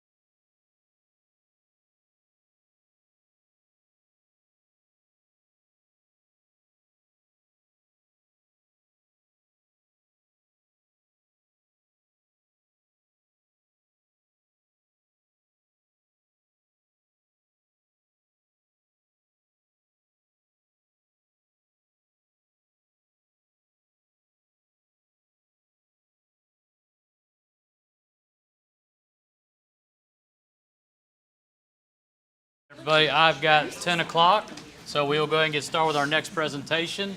And right now we have Teachers Curriculum Institute. We have Ms. Dawn and Mr. Nathan, so I'm going to turn it over to them. Thank you so much, Ryan. Good morning, everyone. We were told, oh, I like it, responsiveness already. We were told this was the advanced class this morning. No pressure. My name is Dawn Smith. I'm a National Account Manager for TCI, but perhaps more importantly to share with you, former classroom teacher, elementary certified, so you are my people. I've got with me today not only a colleague, but very good friend of mine, Nathan Wellborn. Let him tell you a little bit about what he does. Yes, I'm the kind of the content side of things. Like Dawn, I was in the classroom for 10 years, but not elementary. You guys scare me to death. I was secondary. My best friend's a kindergarten teacher, and so we always love comparing notes about how K and 12 wasn't as different as you'd think. But so I help on the content side. So any questions about what's in the grades or what are the different pieces there, we can help with that. And then I also bring back feedback. So if there's something that you see that's missing, let us know so we can kind of work on adding those and adding things in. And I can't stress what he just said enough, and I had a conversation over here at the front table a moment ago. We may be new to you, but we are not new, and you're going to have the proof that I taught right now because you're getting whatever marble rolls to the front, so I'm already jumping ahead in my mind 5 slides from now. But TCI, as Ryan said, stands for Teachers Curriculum Institute. We are a for teachers by teachers company. And I think that really sets us apart because as you give feedback, whether it's during this review process or if I'm fortunate enough to partner with you and you select us for your adoption, it's not a thank you for your PO and we'll see you in another 6 to 10 years. It is a partnership. It's Dawn on speed dial unless you don't like me, and then I'll go ahead and start crying now. But it is truly, what do you need? What do you want to meet the needs of yourself and your students in the classroom? And if I may, I won't ask you to speak, but a conversation came up here just in flipping through the teacher lesson guides that are circulating around the room.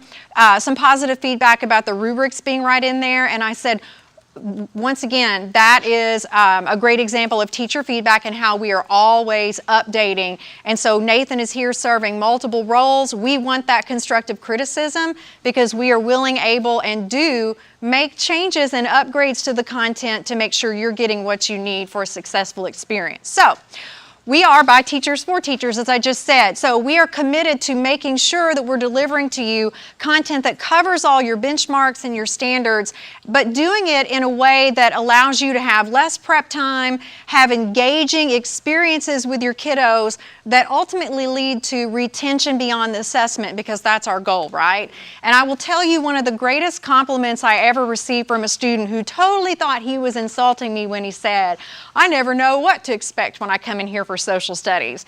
I thought, how awesome is that? That's what our promise to you today is. If you flip through any of the samples and you've accessed the demo access that we provided to you over the last couple of months or however long you've had it, hopefully you've already realized that we beat to a different drum than the traditional, and we're very proud of that. So hopefully we can continue to prove that to you today. Again, we are small, and that is a benefit to you as a social studies teacher. We cover 2 content areas only.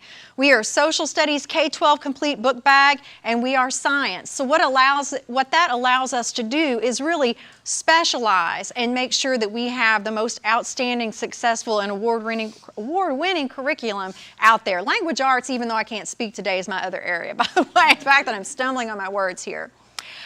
So our purpose is to bring learning alive. So we are C2 Shining C, and we are all over your state as well. I've not had the pleasure of working with you all previously, but many districts in Florida have been using us since the last adoption. So just wanted to let you see that, yes, we've been around for over 30 years and super excited. In a way, you're my favorite audience when you don't know us at all, because I can hopefully just get you excited about something you're not familiar with.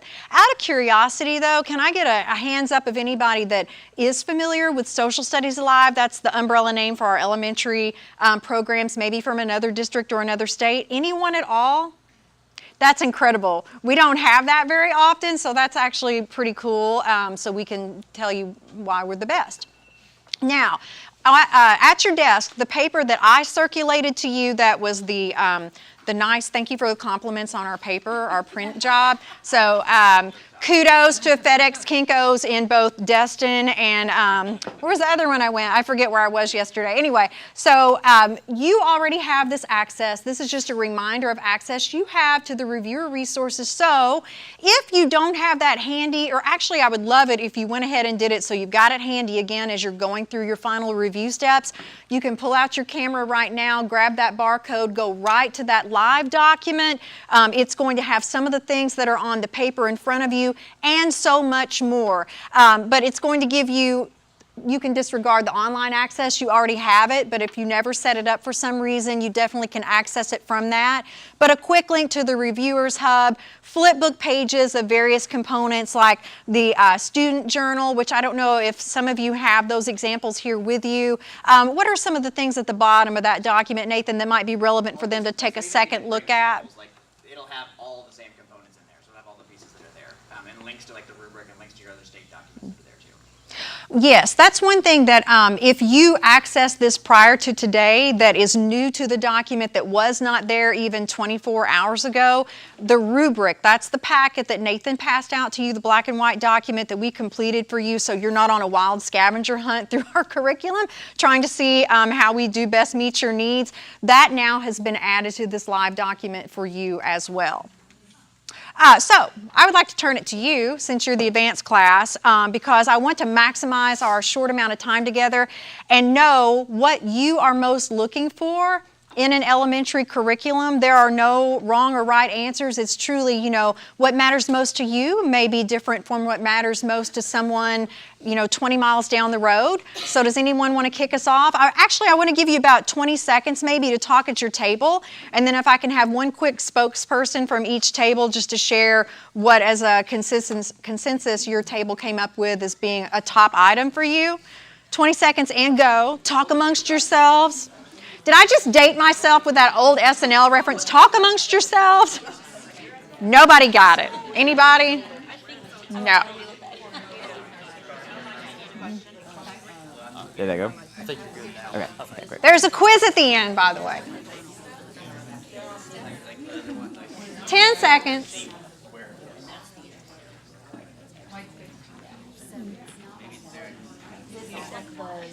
Oh, Nathan, I just found the clock. I was in panic mode, like I'll have no idea when my time is up. And we are, I should have mentioned this already, we welcome your questions at any time. If I'm not interrupted at least 7 times in the next 35 minutes, I won't know how to handle myself because I taught. So don't feel like you've got to wait until the end. If something pops in your mind, please, hey Dawn, hey Nathan. All right, so let's start with this table over here. Did you all have something that you agreed upon you are most interested in seeing or hearing about? Well, we have, one thing that we see a conflict with is, currently and in the past, is time constraints of being able to teach valuable instruction, being meaningful content, and only a short amount of time to do it in. Yep. Even when we make efforts to integrate the subjects, we're trying to integrate it with a subject that already has subject requirements itself. Yes. So we can't just say, well, we're integrating, and then Right. solve the problem. Yes. No, both subjects have requirements. Right. So the old saying, kill 2 birds with 1 stone, as elementary teachers, we feel like we're killing 10 with 1 stone, or half a stone, or with a pebble, right? So a couple of things based on what you said. One, we are integrating language arts. This is really a marriage between the social sciences and the language arts in this curriculum. 2, remember what I said about this being for teachers, by teachers?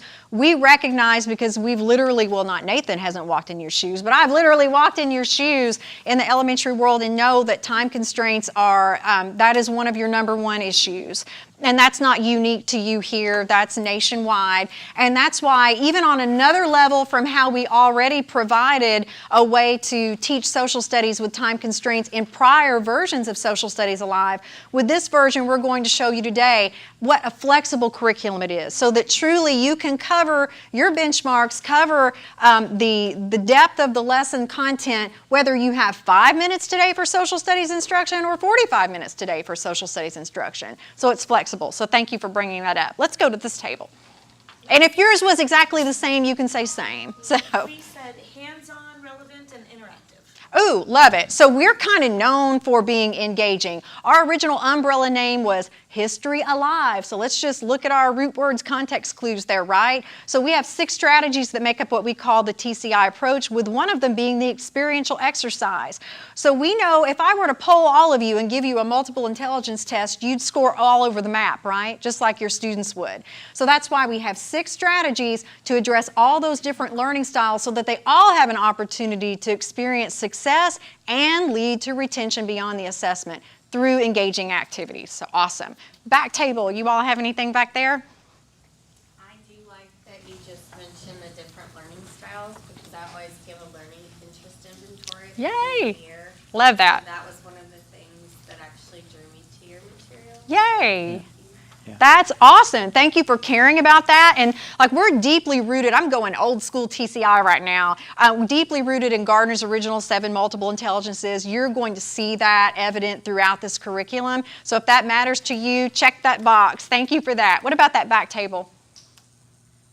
We're looking for ease of use, especially in the lower grade levels, like kinder and first. Yeah. Is it all included? Is there a ton of printing and copying? And Oh. Because that messes with the clarity of the pictures, the quality of the pictures to them. A curriculum that we're currently using, when you print the assessment, it's dark and black, and it's asking who is the person in the picture, and the kid's going, That could be problematic. Good luck and So great a couple of things, yeah. We have felt your pain, and even though I think we did a great job with that even in the previous version, with this one thing you said that struck me that I just want to go ahead and share is we eliminate, like from the last version of this one, and you can speak more to this if you care to, we eliminated the handouts. Now you have these beautiful activity cards, everything's in there in color, and it's ready to go for you. You're not making copies of anything. Anything else you would add to that, Nathan? Oh, he's going to grab those. I'm sorry? The assessments aren't printed out like that. Nathan, what would you say about the print version of the assessments compared to what negative experience you'd say she's had? Yeah, so I mean, most upper L give them online because it all grades automatically for you. And then you can save them to drive or you can print them. So you kind of have a couple different options for the assessments. And this is what Don was talking about. Like, so these activity cards now, like these actually will have cutout lines on them. So you will one time either cut them out, or some of them are like these primary sources that are just at stations, and you just set up the station so they're looking at these primary sources. So in our old versions, like these used to be like handouts or things that you'd have to create or print.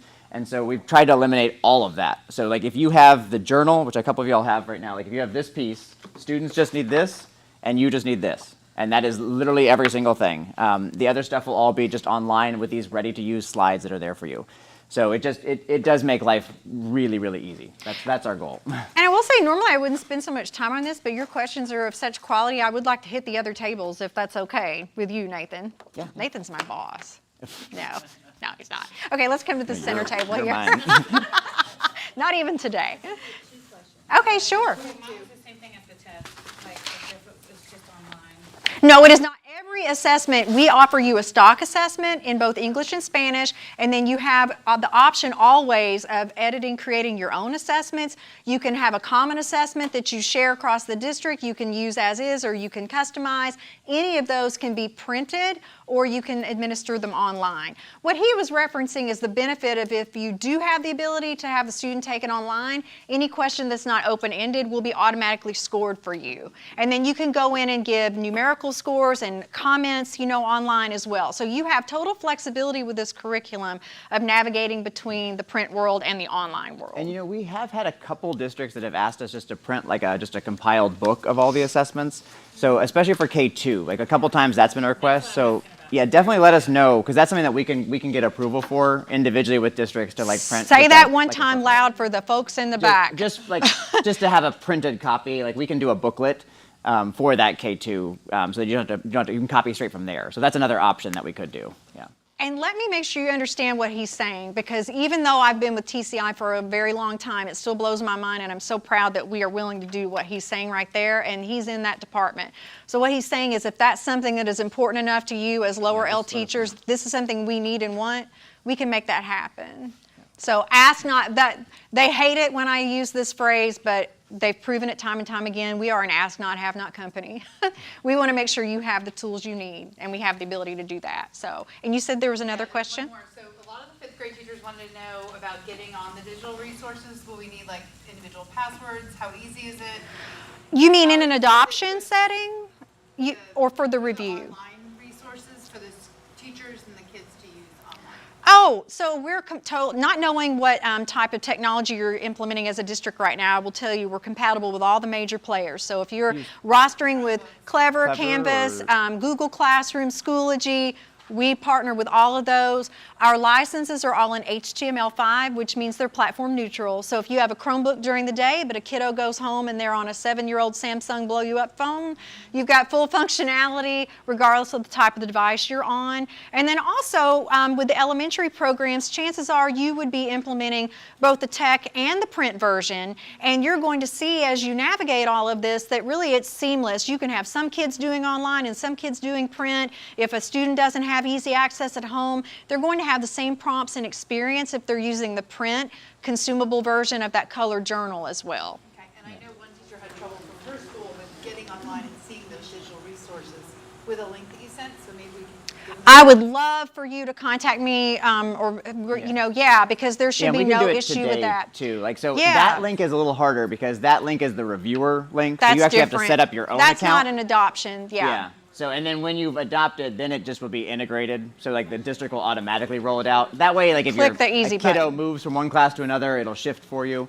Yeah. But for this one, you do have to set up your own, Yeah, so actually, just let definitely. me, I can, like, just kind of catch me too as we're going around. Like if you need to help sign in, that's that first link on that page. Yes, and So see you I have can help with devices with you, so yeah, if you want to follow up with us on Yeah. that, we want to make sure everybody has access. What about this front table?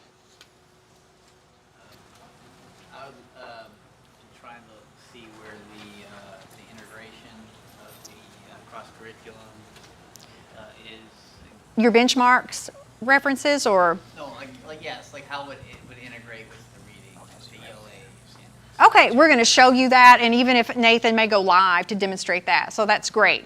And what about this back table over here? No, I'm a fourth grade teacher, so we're all about Florida history. And I'll be quite frank, I was a little disappointed that the student journal and the text are not very Florida centric. They're very like regions of the Southeast, and what social studies people do, and a lot of the pictures and everything did not appear to be, they looked like a national textbook that's been Floridized. Can you speak to the Florida specific grade 4, Nathan? Which I This think is we a- have actually with us here. We have the copy up here too if you want to look through it. Is it the Florida Is this people? what you had? She oh, has okay, it, okay, okay. yeah, the Florida people, yeah. I think that the way it was set up is the first two are big picture. So when we first created, this is the second year that we've been in the adoption with the Florida people, and the first year we only had the kind of the middle chapters that all were the only Florida content, and the feedback we got was like, you needed more of a initial intro to like, I don't know what latitude and longitude are at all, and I've never seen what the US is, so it was only Florida focused. Like we got feedback that we needed to add these first couple chapters. So the first two chapters are actually new on like just the basics of the social sciences. So that's not going to be Florida specific because it's really everybody. So it's just kind of introducing what are the social sciences in Florida. And then there's going to be an intro geography one, and then you'll get into all the specific Florida ones. So that was feedback that we got just from other, like Hillsborough and Tampa and Miami-Dade was using it, and they just wanted kind of like more of a background, like introducing those big picture concepts before we jumped into the Florida-specific lessons. And if you find that you have a specific question about that you're not able to have addressed today, please let Ryan know. He has our contact information so we can follow up on with you on that. And then what about you two at the front table? Anything else? Okay, awesome. Star students. Well, great. Well, thank you for that. Again, that was a little bit of time, but I think that was time well spent because all of you brought up things that were very relevant and important. So the 3 E's, we have engaging activities with ELA integration and perhaps most importantly, easy to use because it doesn't matter if it's for a kindergartner, an 8th grader, or a 12th grader, it's got to be easy to use for you and for the students. So you already are familiar, hopefully, from your review thus far. Here are the programs that we offer at the elementary level with at grade 4, as we were just discussing, Florida and its people being Florida specific. So that is in order K through 5, but that's not news to you.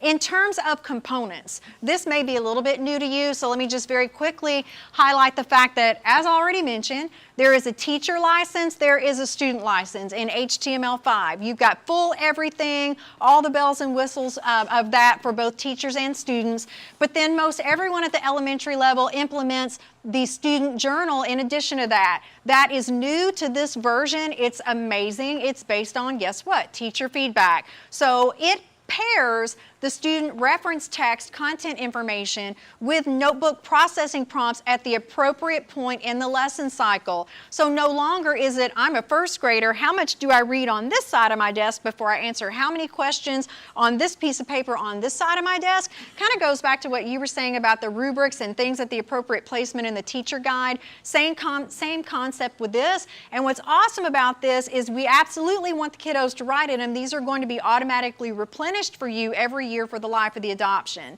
So they're full color and they match up perfectly with the experience of the interactive student journal online. In addition to that, we have, as you see floating around the room, a print teacher's guide.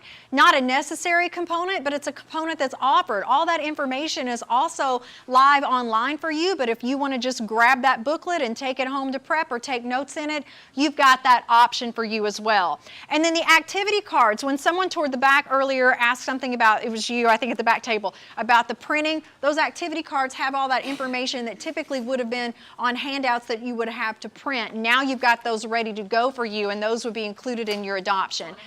Yes, please.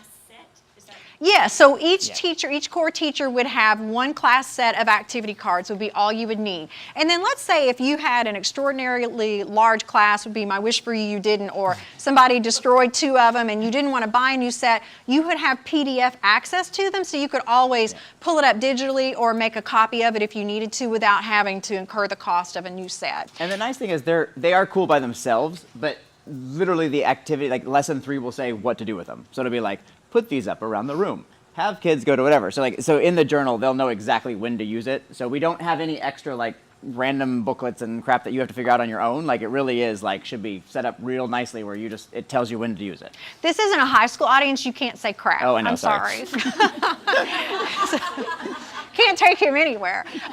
So whether you have one student who needs Spanish or you have 15 students that need Spanish, that journal is available in Spanish as well. So you can see the button up there. He has examples of both of these, which are at the front of the room. Print Teacher's Guide, again, get your hands on one of those as it's circulating. It's got your planning resources. It's got your answer keys and rubrics, additional lesson support, procedural information, all the notes about differentiation, all of which is online for you as well. So this is an option. It's not a necessary component, but a lot of people like it. It includes your social studies and your ELA objectives in there for you, and the benchmark maps, which Nathan is going to speak to a little bit more. And we do have some extras of the guides. If you need a teacher guide, if you want to kind of call out your grade level, we've been passing them around, but there's like a couple we've got extra several up K1 here. in 5th grade.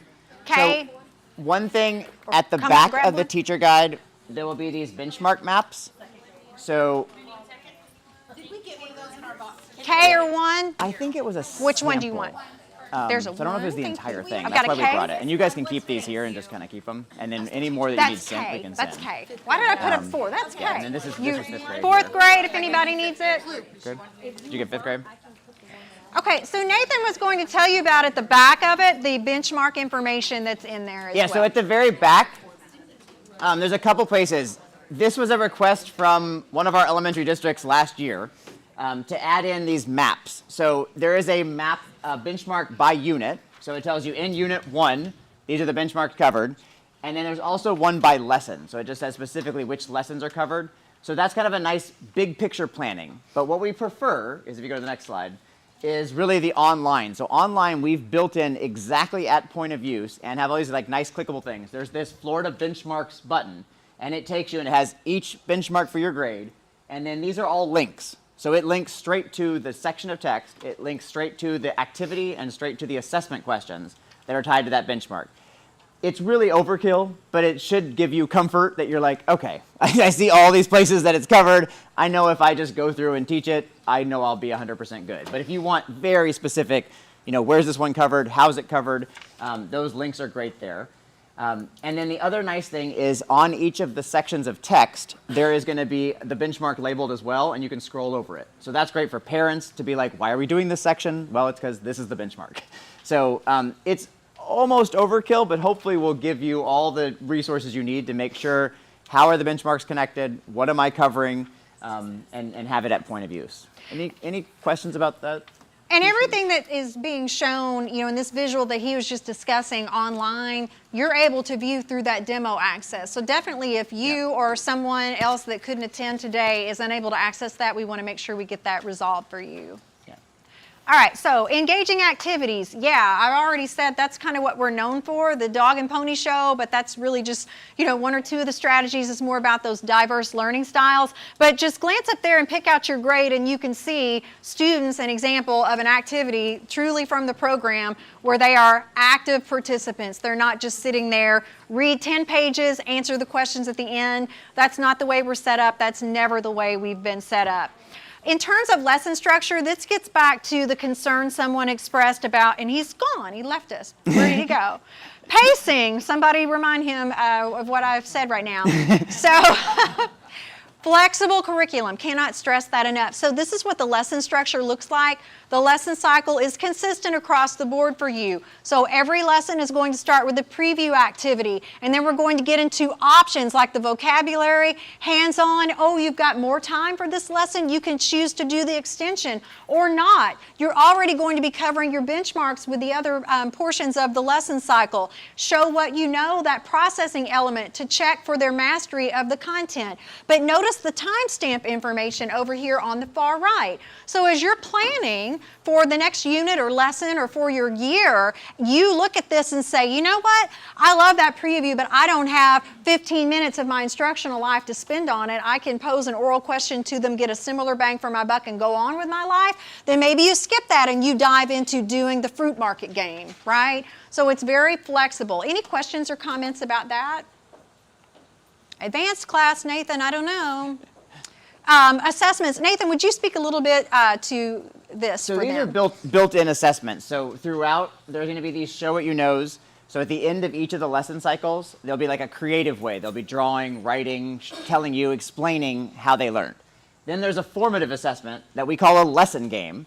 And the reason it's called a lesson game is because they are cute little games where they try to like grow the plant or move the robot or like find the picture underneath. Your secondaries they're coming very out right now. simple games, but the students use them as formative assessment. So you can, in upper grades, kind of track and see, okay, they all got number 1 right, or they all missed number 1, so I should redo that. Typically, how a lot of other teachers use them too is like just a game as a class. So you have like these 5 questions, and you might read out the questions together and do them. So there are formative assessments built in, and then also these summative assessments, and those will be graded automatically for you. So again, you get that same data back that like all the kids did really well on this benchmark.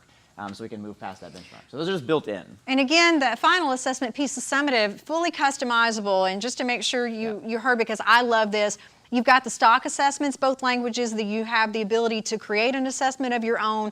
You can choose to share them publicly. You can choose to share them across the district only. So, you know, Nathan, I'll create the assessment for Unit 1 if you'll do Unit 2 instead of everybody reinventing the wheel. You can help each other and have that consistency, whether it's required or you're just wanting to help each other. ELA integration, let's just dive in a little bit and show you how this happens. One, whoops, I clicked too fast. Reading support. So you can see this through your demo access. If you take a look at the little symbols here above the reading passage, you have the ability to change the Lexile level of the reading online. You can set this for the entire class, or you can customize it for individual students. So level A is going to be on grade level. Level B is what percentage are we at now? 25% About lower. 25% lower, and you have the ability to alter that. If you're in your demo account, a lot of times I'll start in a presentation with this and it seems strange, but take a look at the settings sometime at the top left of your purple nav. That's a quick way where you can see some of the controls you have and some of these items I'm referencing right now. Text to speech, so a text to audio reader, which at K through 2 is a full narration. 3 through 5 gives you 2 narration options, kind of the more traditional, K2 gives you both options. 3, 5, kind of the traditional text to audio reader. A main idea finder, that's one of the language arts connections that will, in a different color, bold font, show students what the author has identified as the main components of that passage. Students have the ability to highlight key passages of the text in 6 different colors. Also, you can log in as a student with the click of a button. Now, the goal of that was obviously to model something without them seeing the teacher information or answer key stuff there, but my teacher brain says there's so many other uses for that. Maybe you've told your students, tonight I want you to take notes, paraphrase, summarize passages of the text, do some highlighting of section 1, and you know that Nathan tends to not do it. Click the button, you can log in as him, click on notes and see if he's doing it or not. On the flip side of that, if you are all of you gen ed teachers or any of you special needs resource teachers? Emotional behavior disorder. Perfect. Okay. So you are working with a certain number of students on your caseload that maybe are in my class. So if he wanted to go in and do some highlighting or note taking for any of those students, then he would be able to do that. So you, when you click in as a student, truly can manipulate what is in there for them. Spanish translation also with a click of the button, which again in settings you can control whether or not they have access to that as a whole class or individual students. Reading support vocabulary, so you've got vocabulary embedded with vocabulary cards based on the vocabulary we've identified for the lesson. Then also you're going to see vocabulary activities in the print version of the full color consumable journal, as well as drag and drop and various other vocabulary activities in the online access that students can do individually, or it's embedded in the presentation. You can review that in a whole class setting as well. Throughout the curriculum, there's a lot of media. At K2, you've got all these awesome videos and songs that really teach the content. At 3, 4, and 5, it's more documentary style, so it's appropriate for the level of students that you are working with. And your demo access is complete access, by the way, as if you've purchased it already. Nothing is hidden from you. You're able to view everything we're showcasing. Every single grade level, K5 has a unit inquiry project, and I love these. This particular visual is just showing steps 1 and 2, but there are 5 concluding with taking informed action with an awesome taking action toolkit, which you can view in the support tab. Make yourself a note. The support tab on the purple left nav, support might mean I need help, but there's so much more there, like toolkits for a host of things, so make sure you check that out. But these are in both the online and the print version of the resources for the students, so they're going to look at a visual or they're going to watch a video clip, they're gathering visual evidence, and then goes into developing the compelling question where you visit the storyline and the compelling question and discuss as a class what are some questions we have about it. Step 3, as you go through each of the lessons that make up a particular unit, you're going to circle back to the unit inquiry project. We just completed lesson 1. Now let's revisit our unit inquiry project, talk about what we learned, what additional questions we have, and then it goes on from there into more claim evidence, some optional components you can use or not. But definitely take a peek at the unit inquiry projects. You can quickly get to those on the purple left nav as well. It's easy to use. I can't stress this enough. Some of the ways that it's easy to use, I've already kind of touched on this. You've got seamless transition. You can have some students that are in print and other students that are online. In your settings, you can have it so that if a student is online, it tells them what page number correlates to where they are online in the print version of the student journal. So it makes it very user-friendly, and again, if a student's home and they don't have access or reliable access to the internet, it's fine for them to be using that full-colored journal. The activity cards, again, we've always had this component, but what we did now with this version based on teacher feedback is made it so this eliminates the need for you to stand at the copy machine that's out of toner and jammed. Maybe that was just mine. I have a hunch it wasn't just mine. So we can definitely, if you want to see these, I don't know if you've all had your hands on the activity cards, but we can circulate those visuals if you would like. Sir, I forgive you, but you left the room when I talked about pacing earlier, so I'm coming back to it now, just for you. So this is just for you. So we have built-in sample pacing calendars. We have them in a variety of different ways. One is like kind of a generic lesson 1, here's how many minutes, and my brain doesn't work that way. You might love that one, but this is the one I love, but we give you both options. This one, you're planning out, oh, I'm looking at September. If I teach this lesson exactly as written by TCI, I know, okay, I'm not doing the inquiry project. If I do all of the hands-on activities for lesson 1, how am I going to break it up to to where I've got a total of 75 minutes I'm spending. And do I have time to add on the 10-minute additional extension, or am I going to do the ELA reading track, focus on that only, big picture, thought-provoking reading and note-taking? And then in addition to this, remember at the lesson level, I showed you on the far right side of that visual, we had it broken down even more specifically. Preview, 5 minutes. Hands-on activity number 1, 10 minutes. So that in conjunction with this shows you how flexible it truly is. Nathan, anything else you would add on that from your perspective? This one is also printed in the back of that teacher guide. Yes. And it is, yeah, like Don said, this is for big picture planning. So if you generally like the hands-on, or if you like the inquiry, you kind of pick which pathway you want to do. And so that's kind of your initial pathway. And then, like Don said, when you get to the actual lesson, it'll be broken down 10 minutes, 10 minutes, 15, 10. So you do your daily planning that way. So the combo should be really easy. Differentiated instruction. This is in that print guide. You can see this online as well. We have simple adaptations and suggestions whether you are working with ESL, ELL students, learners with special education needs, those reading and writing below grade level, advanced or gifted learners. So it's not a generic statement. This is customized information for every single lesson throughout the curriculum. Again, you can see that in the teacher guide. You can see it online as well. When you open up a lesson online in your demo access, the first thing you will see is a planning box that's circled in orange. That's where you're going to find things like this differentiated instruction information. It's also where you're going to find enhancing learning, which I love, love, love. I think of this as we've done the homework for you. You don't have to go around searching for all these extensions to enhance the learning. So whether it be additional reading opportunities, and I will tell you, I worked with a school district actually in Wisconsin a couple of years ago. Must have had money growing out behind the central office. Ryan, let us know if that's the situation here. But they bought the reading opportunity literature for every teacher in the district. We don't sell those. That's not a plug, a sales plug. We don't sell them. But what this is you might say, I already have The Girl Who Married the Moon in my classroom or in my media center. Didn't think about how it would pair perfectly with the content and the benchmarks I'm covering here. So we have that list for you.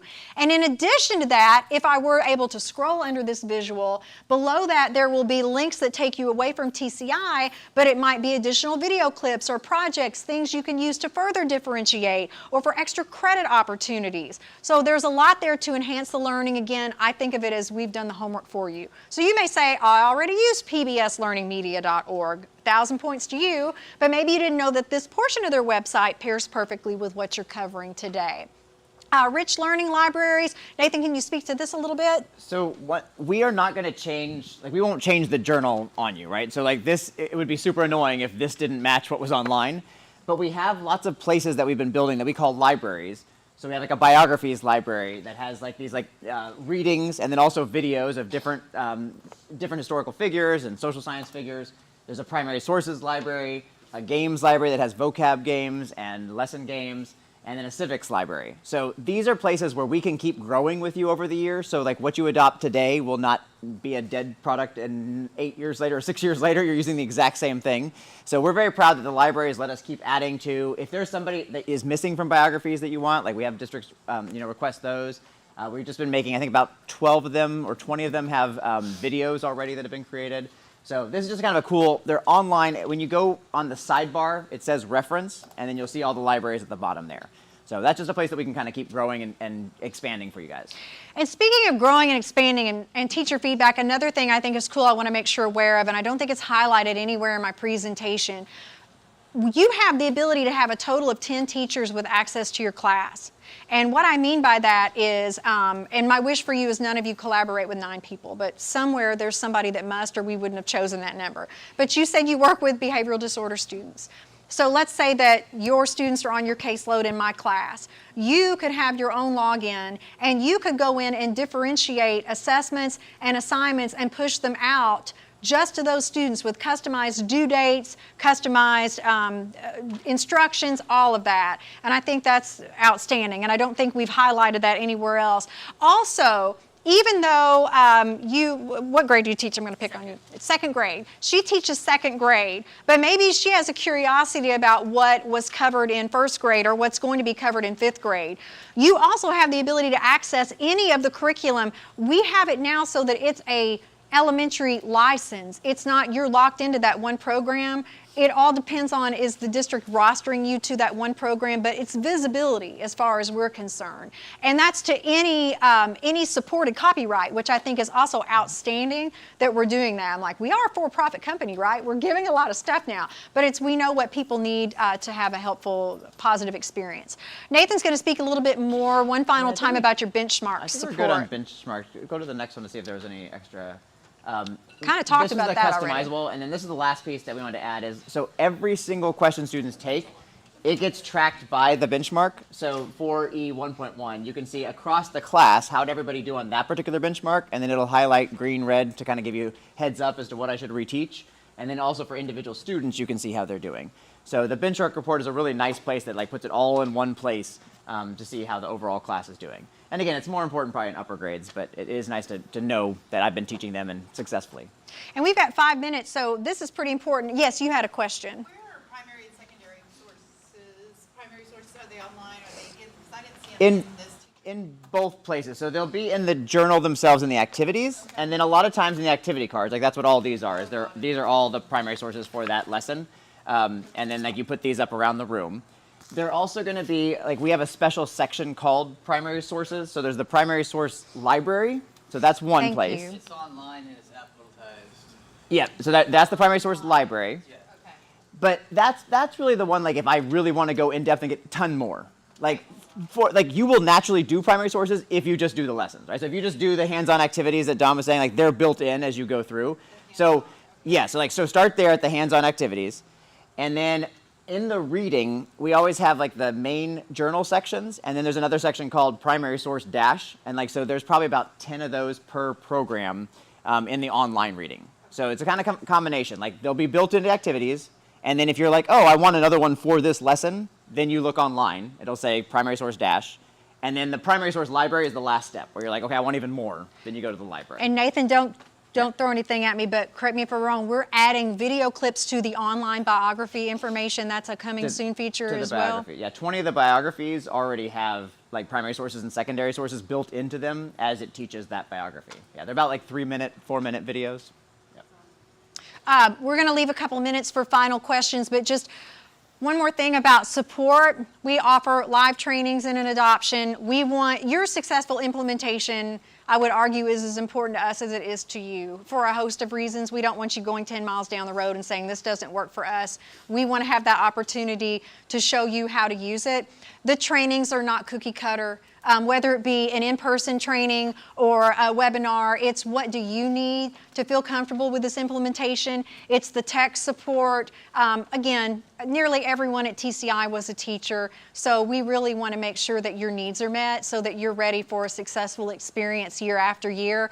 We also have within, which you can actually see in that magic support tab I keep putting a plug in for on the purple left nav, self-paced courses. I believe it's currently labeled Get TCI Certified, but if you dig in a little deeper into that tab, it's a self-paced course. And we are, as we speak, in the process of building additional within the app, if you will, trainings. It just keeps getting better and better. So when I say give us your feedback, I mean even at this stage of your process. At the top right of your login, you'll see a question mark. If you click on that, it says feedback and it says support. If you've got a wish list item, you can send it to Ryan, he can send it to us, or you can enter it right there. We have a very agile process at TCI. You speak, they really do listen, and you have the ability to turn pebbles into rocks. Were you going to say one other thing? You just want to show it live? Yeah, Nathan's going to go ahead and pop live and show you a couple of final things. Well, we just do questions from live. Yes. Yeah, so you want to take questions from them? Any final questions, things that he might need to show live within the license that would be helpful to you with the minute or two we have left? And even if it's just a navigation question, you know, where to start, anything, nothing off limits here. Advanced class, I'm telling you. So as you see, it's organized by unit. Click into the unit. You have the unit inquiry project option, and then once you're in a unit, then you have the lessons that are within that unit. But we believe in positive redundancy, so there are multiple places within the template online where you can access the same information. So whether it be for you, the educator, or the student, that just contributes to the ease of which it can be used. He's on the support tab now. please, oh please, check out these toolkits. We didn't even discuss these, but Map Skills Toolkit, Critical Thinking Skills Toolkit. Never will a lesson say, now use this Venn diagram. No, but it might say if students are struggling with vocabulary, consider using this Solution Master from the Vocabulary Toolkit. Current Events Toolkit, Citizenship Toolkits, Personal Financial Literacy, Civics Library Resources, tons of great stuff, and that's all in that support tab for you. So support is just not I need help. There's lots of stuff there that you might have another resource for in your classroom, but we want you to have as many things there at your fingertips as humanly possible. Parent, family, community resources, letters to families, great things for beginning of the school year. And again, that sample pacing calendar that's in the print teacher guide, it's at the bottom of that list of things under the support tab as well. Ryan's crashing the cymbals on us over here. Hate to cut y'all off. No, that's perfect. Appreciate, great job, we appreciate it. Thank And you. again, if y'all think of any questions for TCI after you walk out of here, feel free to send them to me and I'll pass it on to them and get you that information. Would love the opportunity to partner with all of you all. So thank you so much for your time and the great questions and feedback. Keep it coming and hope to see you again. Thank you so much. Thank you guys very much. Clam Very claps good. for you. We'll take a little 15-minute break and we'll start again at 11 o'clock.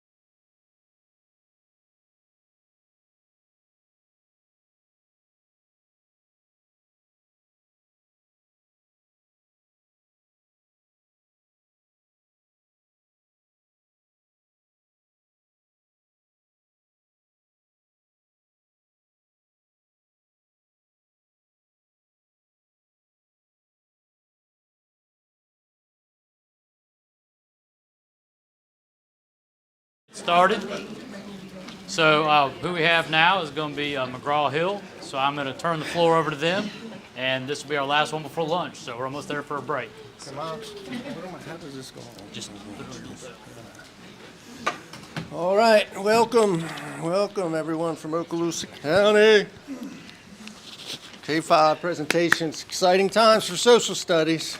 I'm Mike Gallagher. I am your sales rep from Tallahassee, but I cover all the Panhandle. I've been doing this for a long time.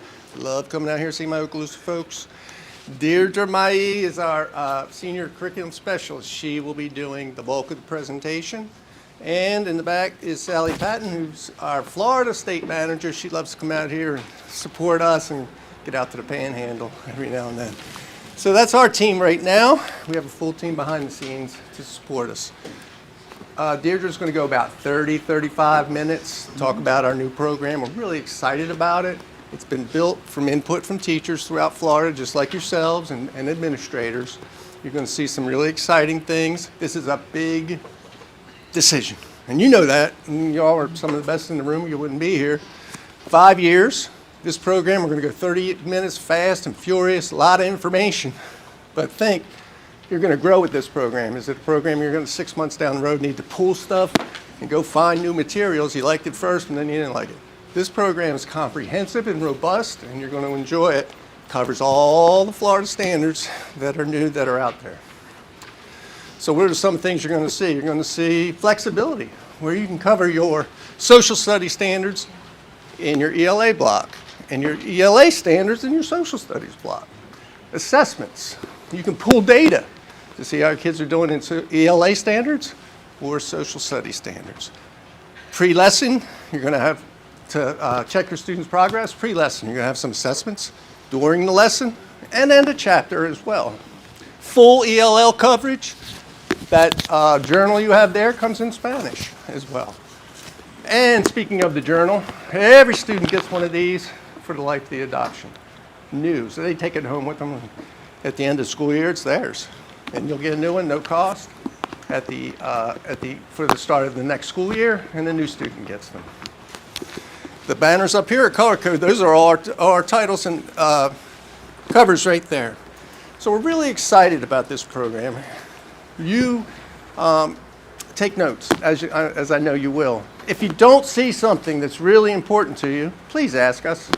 We'll have plenty of time for Q&A at the end. Just because we couldn't cover it doesn't mean we don't have it in the program. So I don't want to steal too much of Deirdre's thunder, so Deirdre, take it away. Thank you. And Mike, do you mind if I take those off of your hands? Absolutely. I appreciate it. Good morning. How is everybody? Wonderful. Now, I know that only I stand between you and lunch, so I will govern myself accordingly.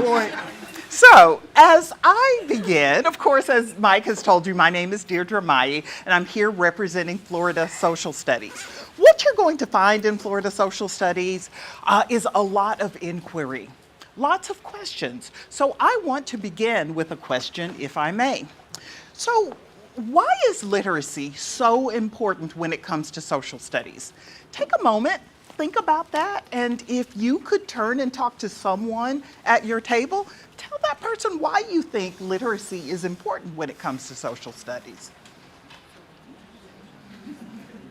I was gonna say.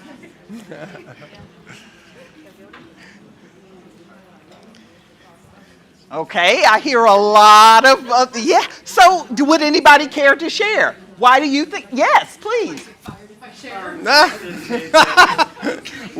Because time is so important that we really have to teach it mainly in our ELA block. Right. Okay. And time, as we know, is the one thing they're not making more of. Right. So, any other reasons why literacy is so important? I'll say it in a nicer way so I don't get fired. So if we don't care for the ELA curriculum, right, we're using the social studies curriculum now a lot more to integrate the literacy because it is reading and text marking, and it does align with our reading curriculum. Okay. Stories, we're like, oh, we're reading a story about that, just to make it a little more interesting. Okay. All right. Excellent. Excellent. Well, Sorry, Deirdre. What is the ELA program you're using right now? Does anybody know? Benchmark. That's it. right, okay. But believe it or not, even though we are McGraw-Hill, we actually do have something that I think might make it a little easier for you to teach benchmark and your social studies. That's a tease. I'll share it with you when we go online. So you've come up with a lot of reasons why reading is so important to social studies. In Florida Social Studies, you're going to see that literacy is going to lead the way every day. And what do I mean when I say that? By that, I mean that students are going to be reading, they're going to be writing, they're going to be working to comprehend, to analyze, to critique. They are going to be writing in response to what they've read, and they will certainly be working to synthesize the social studies content that they are learning. Now, because of the fact that inquiry is so important to Florida Social Studies, while I'll ask this next question, I won't stop for an answer. Question: what's so powerful about questioning and inquiry in social studies? We know for a fact that if students have a why, there's a hook. If you can get them to wonder why, they are hooked. And what Florida Social Studies does is it turns your students into social studies detectives.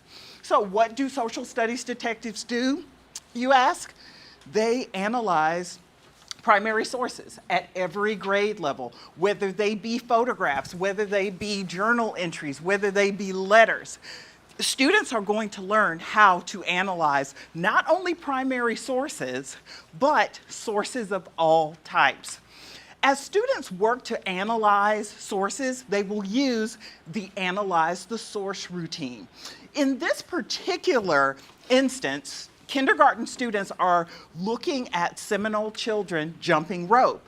We're asking them to first inspect what it is that they see, to find evidence, and then to make connections. And what are they making connections to? Ways that we can be fair. And that's what students are going to be studying in social studies in kindergarten. And they'll see that these students are playing together fairly. Now, what else do social studies detectives do? They explore geography. Now, both through our analyze the source routines and explore the map, students will learn more about the geography that is being presented to them. Now, there are also videos that we'll use. Here is an example of one. Oops. I'm sorry, I've had all kinds of issues this morning. Why not have issues with sound? Don't know where the sound is going, but I'll work on it. So, what else do social studies detectives do? They investigate and explore economics. We want students to understand economics, even the rudimentary elements of financial literacy. So, these are the things that your social studies detectives will do. But very importantly, we don't just want students to investigate and learn. We want to inspire them to lead. And one of the ways that we do so is through citizenship. So our students are going to explore citizenship. They will see all of the ways in which they can make their communities better. So those are the things that we're going to have our students do. Where do students become social studies detectives? Why? That happens in our Streamline student editions. As you can see, they are soft covered and they come in one volume. Students will also have online access for the life of the adoption. And for those of you who are concerned about students not having online access, know that Florida Social Studies can be accessed offline also. Now, when it comes to your teacher materials, you too will have a one-volume spiral-bound teacher's edition that will last for the whole year, along with your online teacher resources. Now, I'd like to go online for just a moment, and please forgive me for sitting. This is a little bit of a different setup than I had expected, but I want to go online and show you what you can expect. Now, as a reviewer, we will want you to go under where it says, where do you want to go? And choose to go to the Reviewer Support Center. In this Reviewer Support Center, you're going to find access to things like program overviews. There's a standards alignment for each grade level. And I mentioned Benchmark. Here's a connection to Benchmark Advance. It will show you how to teach social studies during ELA, or how to bring ELA into your social studies block. So friends, don't miss this. This is here for you. If you're interested in knowing what every primary source is for your grade level, you will see that here along with your access points. Of course, you will see access to your student journal, both in English and Spanish, as well as more professional development about how you can help your students become social studies detectives. So those are just a few of the things that you will see in the reviewers portion. Now, underneath the reviewers portion, you are going to find the Family School Partnership. This is a letter that you can send home with every chapter to help parents understand what it is that their children are going to be learning. This way, parents can chime in and make their opinions and feelings known about all of the things that their children will be learning.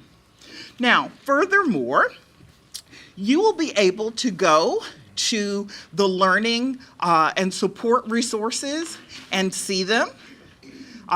There are a number of videos that are here for professional development. But then once you get into each and every chapter, you can choose your chapter.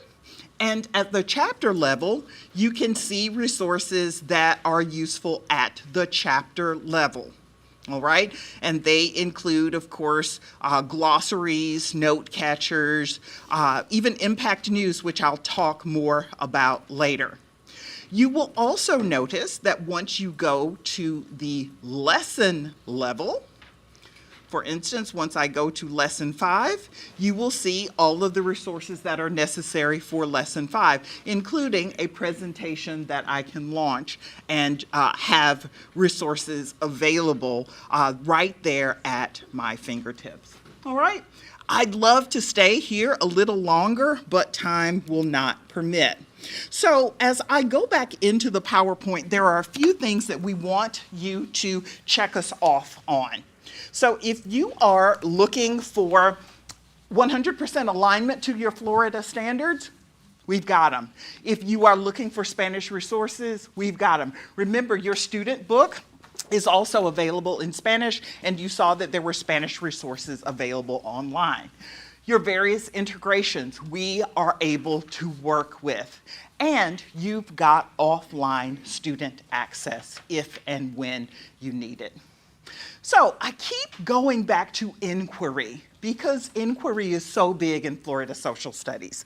At every grade level, there is going to be a course question that sets the stage. At kindergarten, the course question is, how do I live, learn, and work in my classroom, family, and community? Everything that students learn over the course of the year will come back to inform that course question. But I want to focus on 4th grade because that is the grade that I'll be using for this presentation. At 4th grade, the question is, what makes Florida what it is today?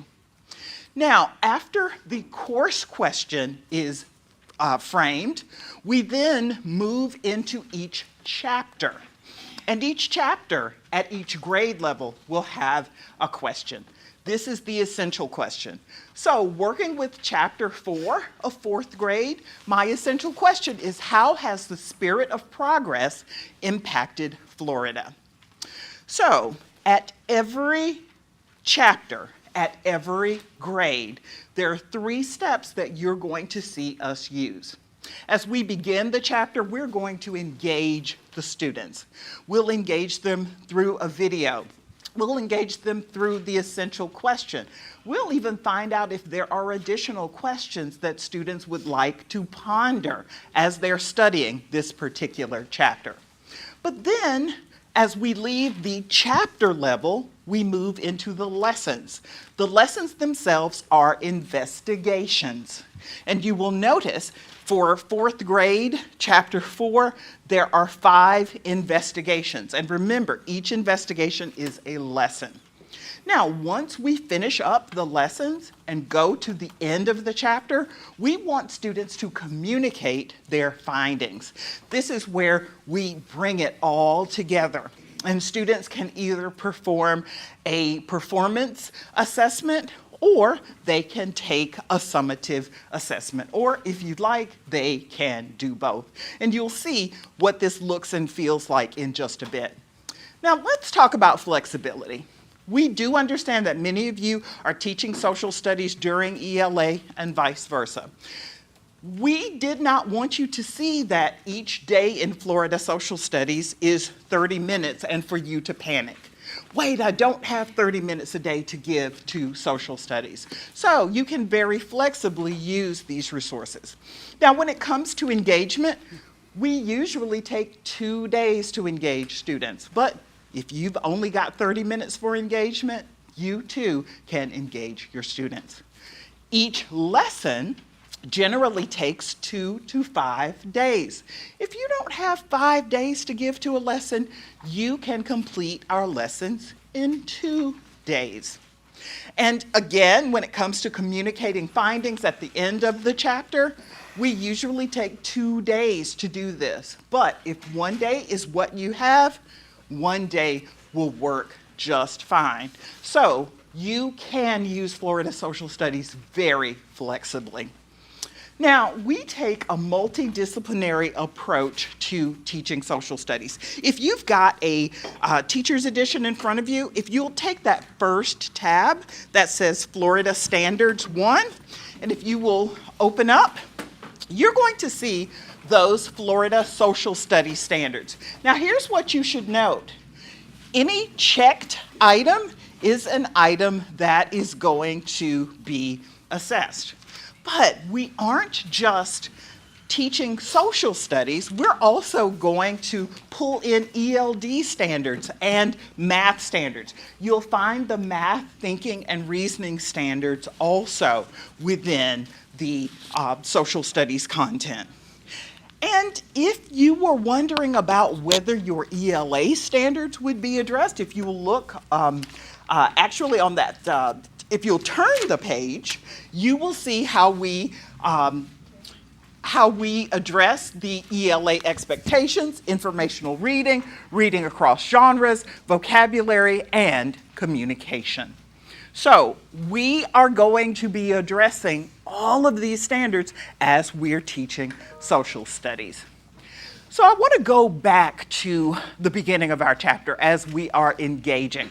Remember, we are looking at how has the spirit of progress impacted Florida. One of the ways that we get students ready is through a video. And that's right. Excuse me, let me try something here. Just bear with. So I'm going to try something else. Sometimes I'm able to, but not today. Okay, all right, so let me narrate. So we have placed the standards for this chapter video on the screen. And during this particular video, students are going to be exposed to Florida entrepreneurs who made a difference to the world.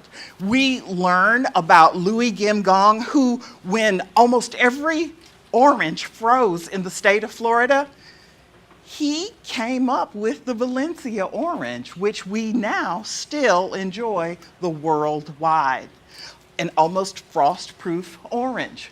We learn about Julia Tuttle, who was in a little outpost called Miami, and she had the nerve to think that it could one day become a big city. Not sure why she thought that, but she did. And along with Henry Flagler, who brought his trains there, Miami did actually become that big city. And so we give the students a little glimpse at some Florida entrepreneurs who changed the world. And then, as we continue to move forward in the engagement, we give our students a Florida story. So if you'll go to the second tab in your teacher's edition, you will see a Florida story. We wanted students to be able to see something Florida related, something that could even be in their own backyard, but something that was related to the chapter that we're opening up. Okay? So this Florida story tells the story of what was the oldest hardware store in the state of Florida.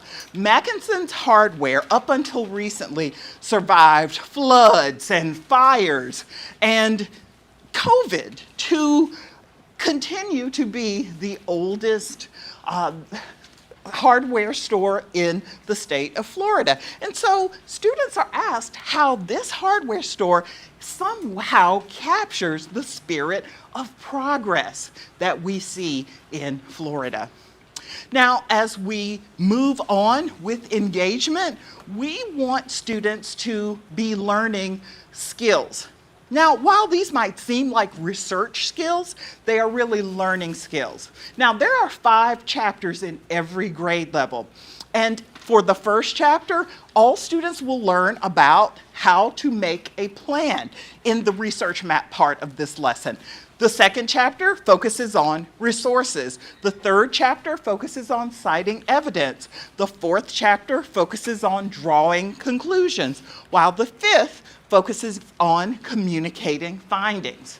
Well, since I'm in chapter 4, we're going to be focusing very intently on the research map. And in fact, if you will turn a page in your teacher's edition, not a tab, but a page turn, you will see that research map. Now, this research map talks about how students will learn to draw conclusions. And then as students read, they are going to be drawing evidence from sources, comparing what they are finding in sources to what they already know, and they are drawing conclusions to inform how the spirit of progress has impacted Florida. So you will see how that research map is used appropriately at each of your grade levels. Now, at grades 2 through 5 only, you will notice that we've added some research goals. So if students at grades 2 through 5 have some additional questions that they want to explore during this chapter, they are able to do so. And students will make a research plan for how they're going to get to the bottom of this question. And they will list people who can help and sources that will help. All right? Now, when it comes to vocabulary at grades 2 through 5, at the chapter level, we're going to explore words by having students read the words and think about whether they know these words or not. As they learn the words, they will return to this chapter page and they will add to this page the things that they've learned about this vocabulary from the lessons where these vocabulary words were found.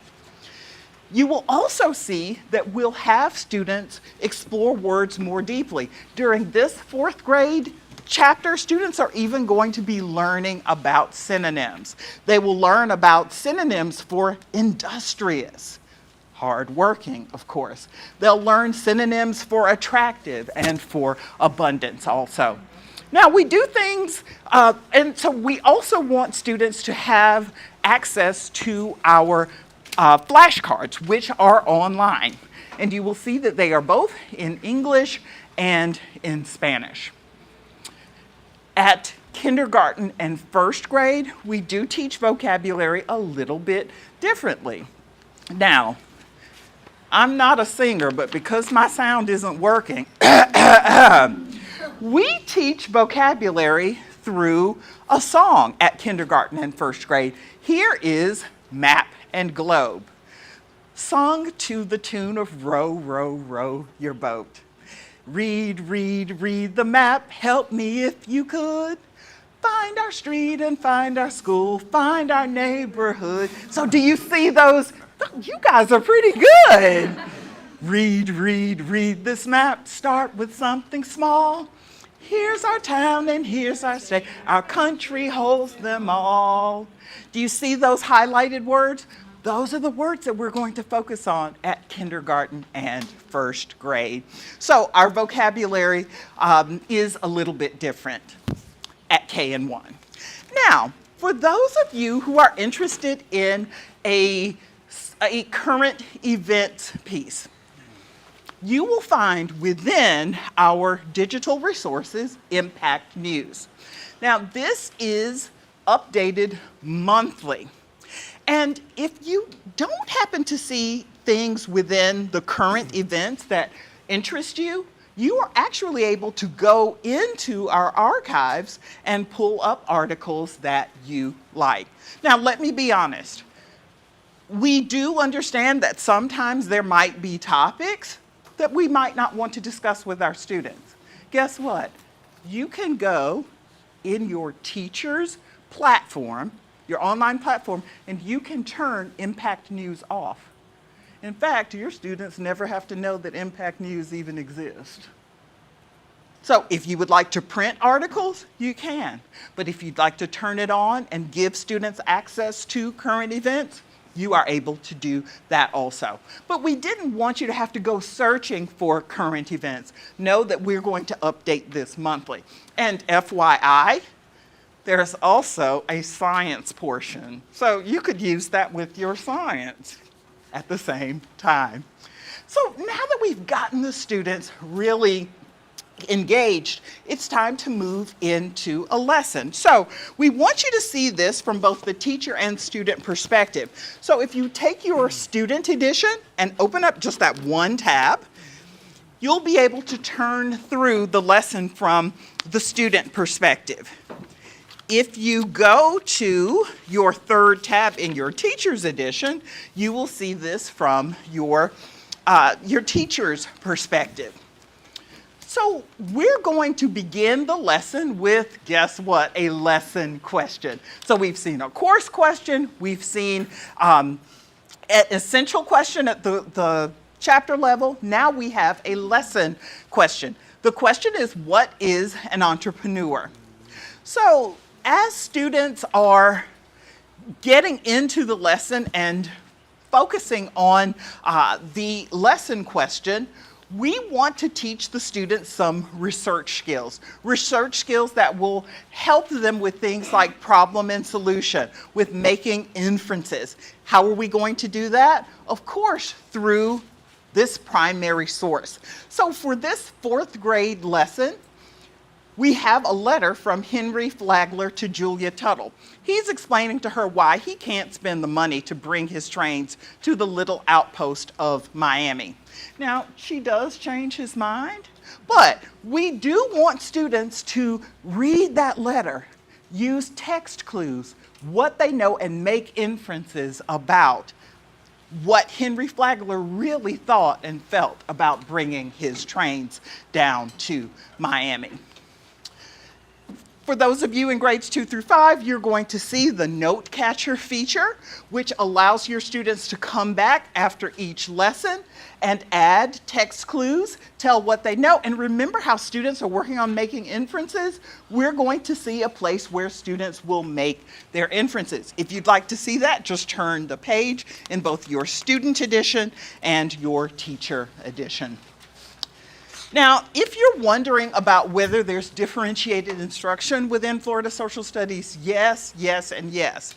Now, if you're looking for ELL support, let me tell you that the ELL support in Florida Social Studies is unlike any that you'll see anywhere else.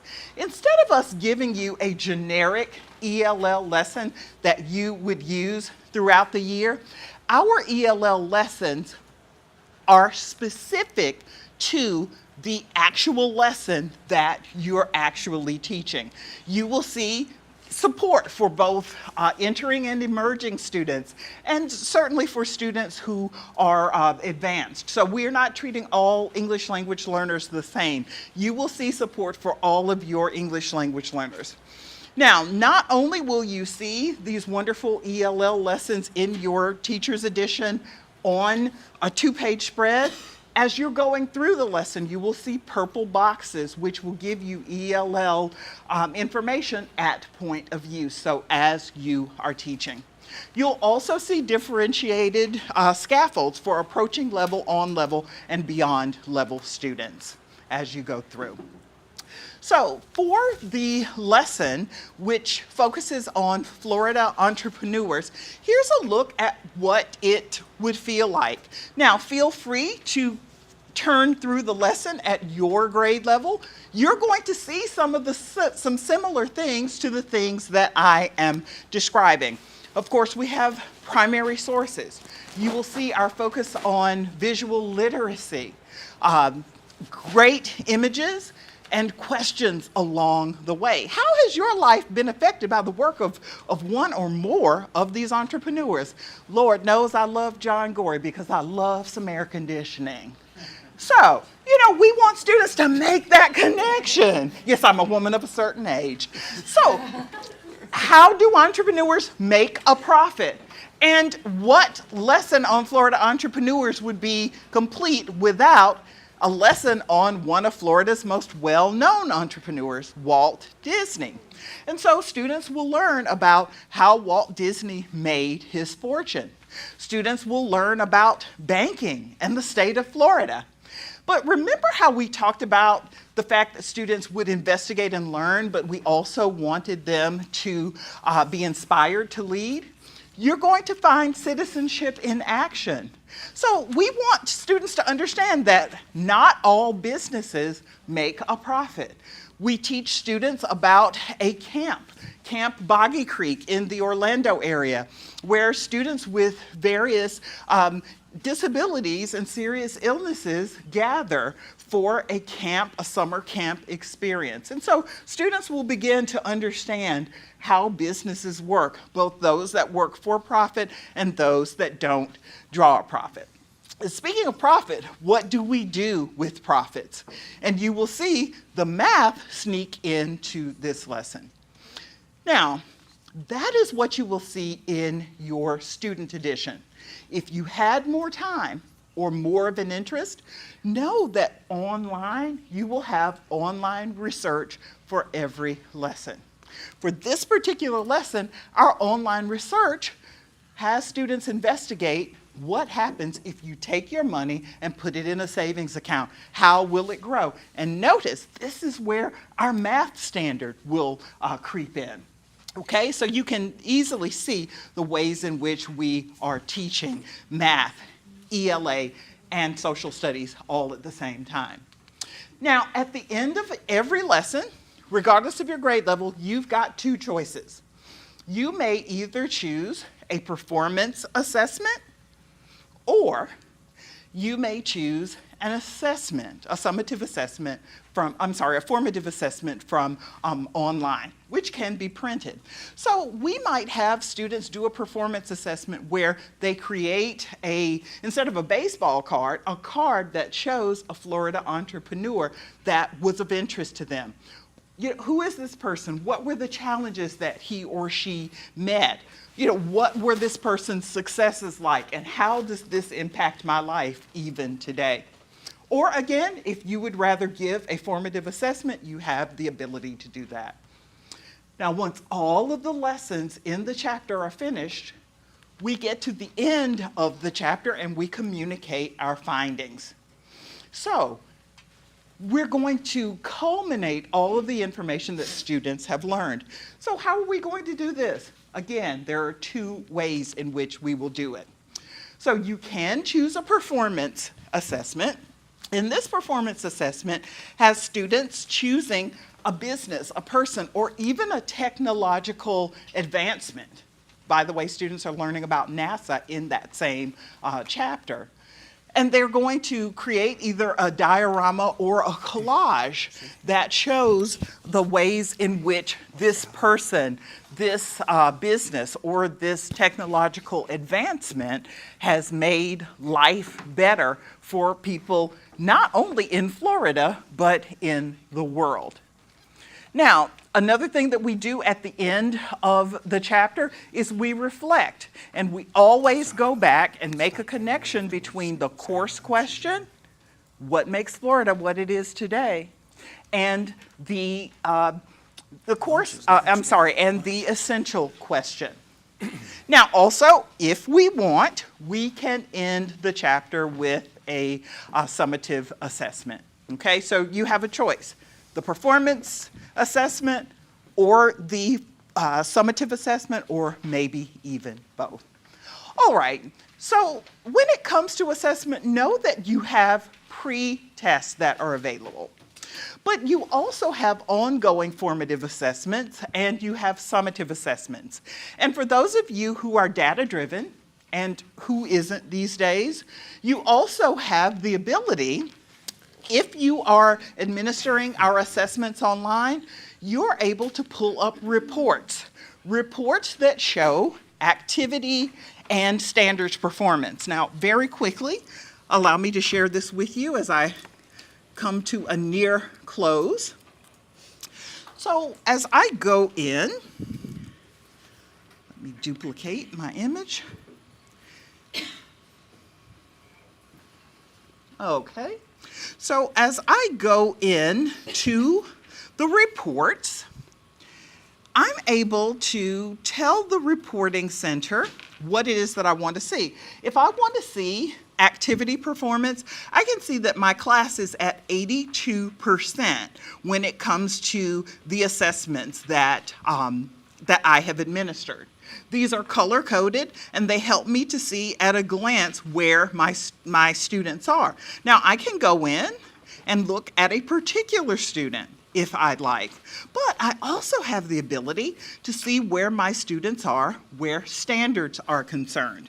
Now, remember, we're not just talking social studies, but we're also talking ELA. So with this drop-down, I can go with this drop-down, I can go to my best standards. I see my various ELA standards. Oops. If I want to dig in more deeply to vocabulary, oops, I am able to get in, and I can see exactly what aspects of vocabulary, finding meaning. My students are at 100%, that's pretty good. And so I can go in and I can either look at students independently or look at my class as a whole. So we think that the reporting that we offer is robust, and we know that it will help you make those data-driven decisions. As I end, we know that Florida Social Studies is a wonderful program, but it will not teach the students. You will do that. The magic is in you. We will make sure that you are adequately prepared, giving you PD in your PJs, as you saw in the reviewer site, but we'll also come and train you. Or if you would rather have it virtually, we will do that also. But know that there's nothing that we take more pleasure and pride in than our professional development. So you will be ready. So as I end, I leave you with a few reasons to choose Florida Social Studies. You've seen the alignment to your Florida standards. You've seen how it's inquiry-driven and really engaging and gives students the chance to explore. You've seen our integrated ELA along with our flexible planning options. You saw Florida through and through.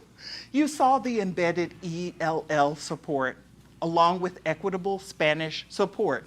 And Mike, he is your local support. He lives locally. He is available at a moment's, well, not a moment's notice. And you got to give a man a little bit of notice, but he's available.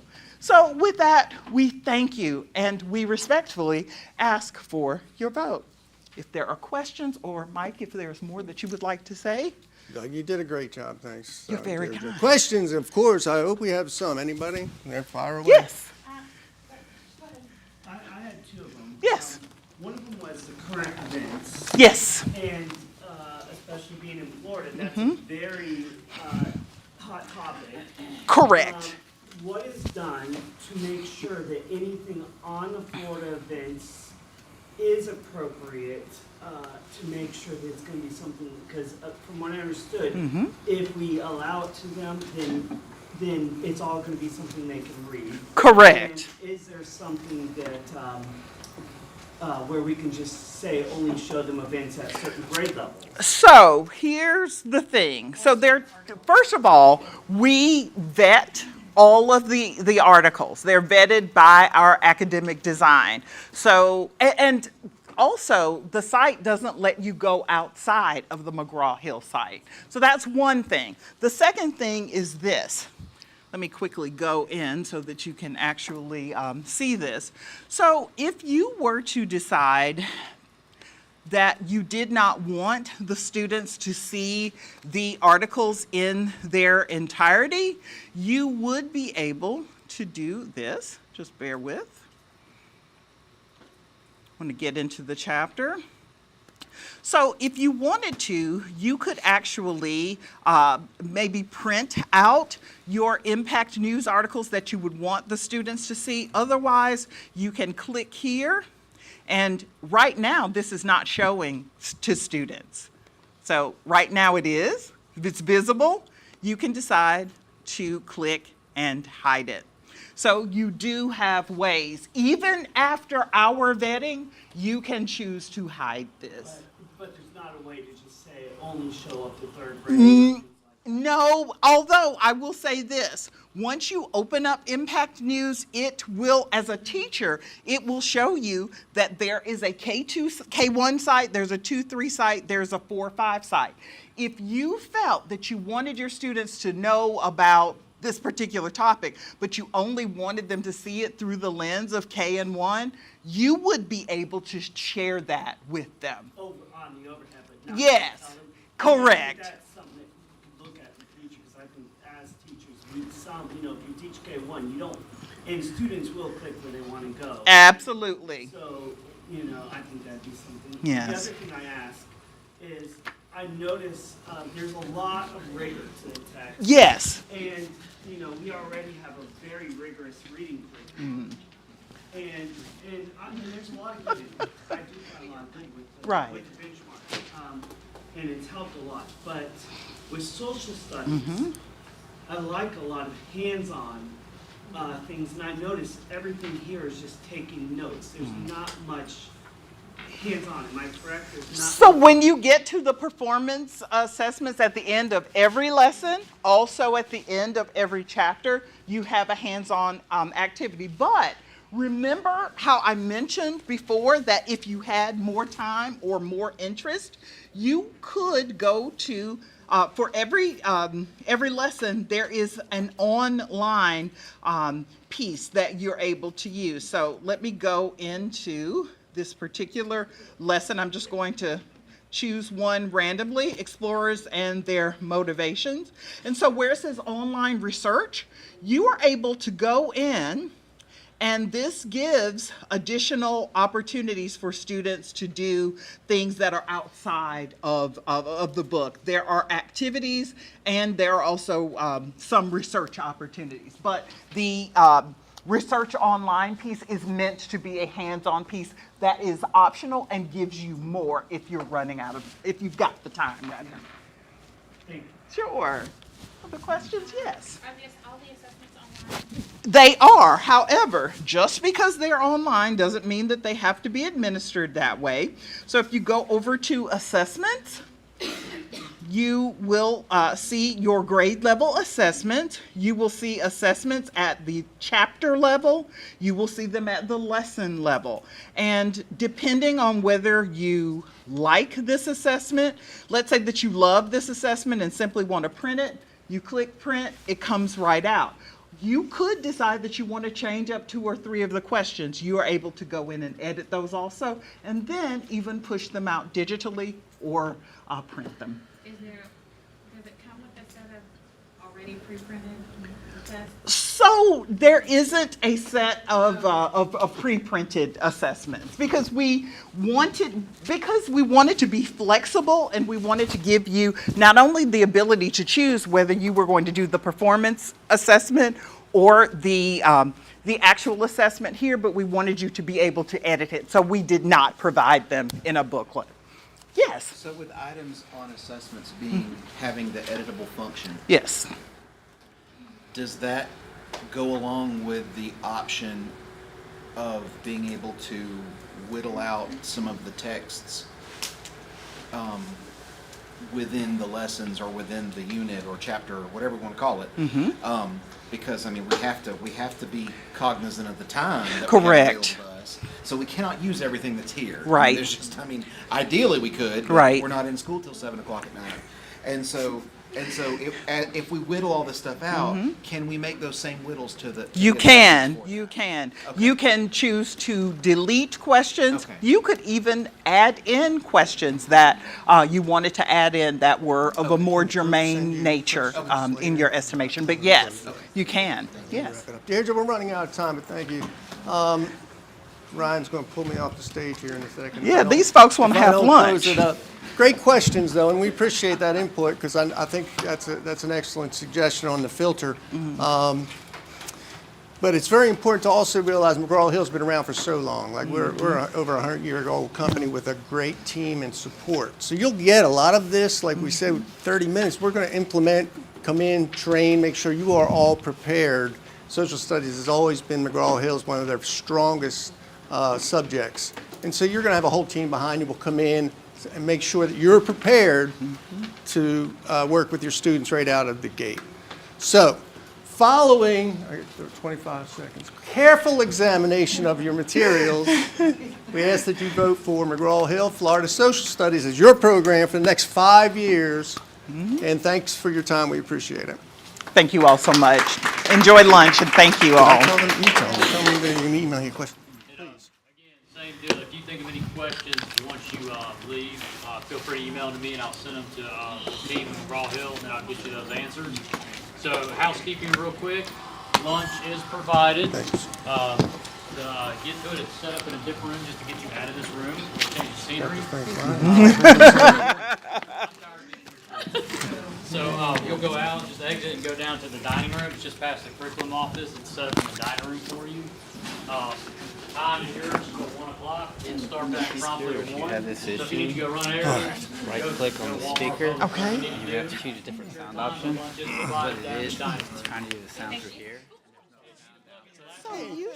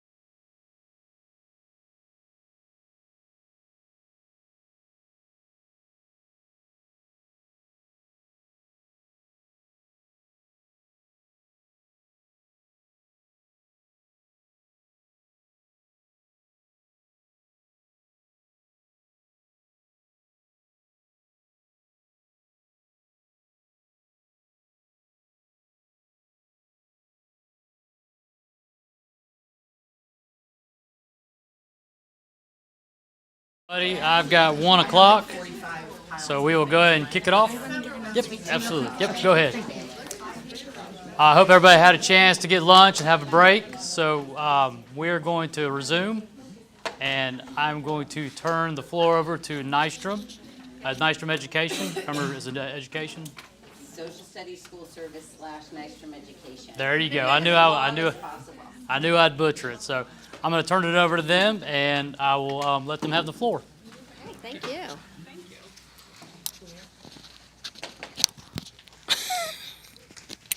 There we go. Yay. Well, welcome. Thank you for having us. My name is Christina Carroll. I'm the curriculum specialist for Florida with Social Studies School Service. And today I have with me Jennifer Carlson and Cindy Gosser, my Vanna Whites for today.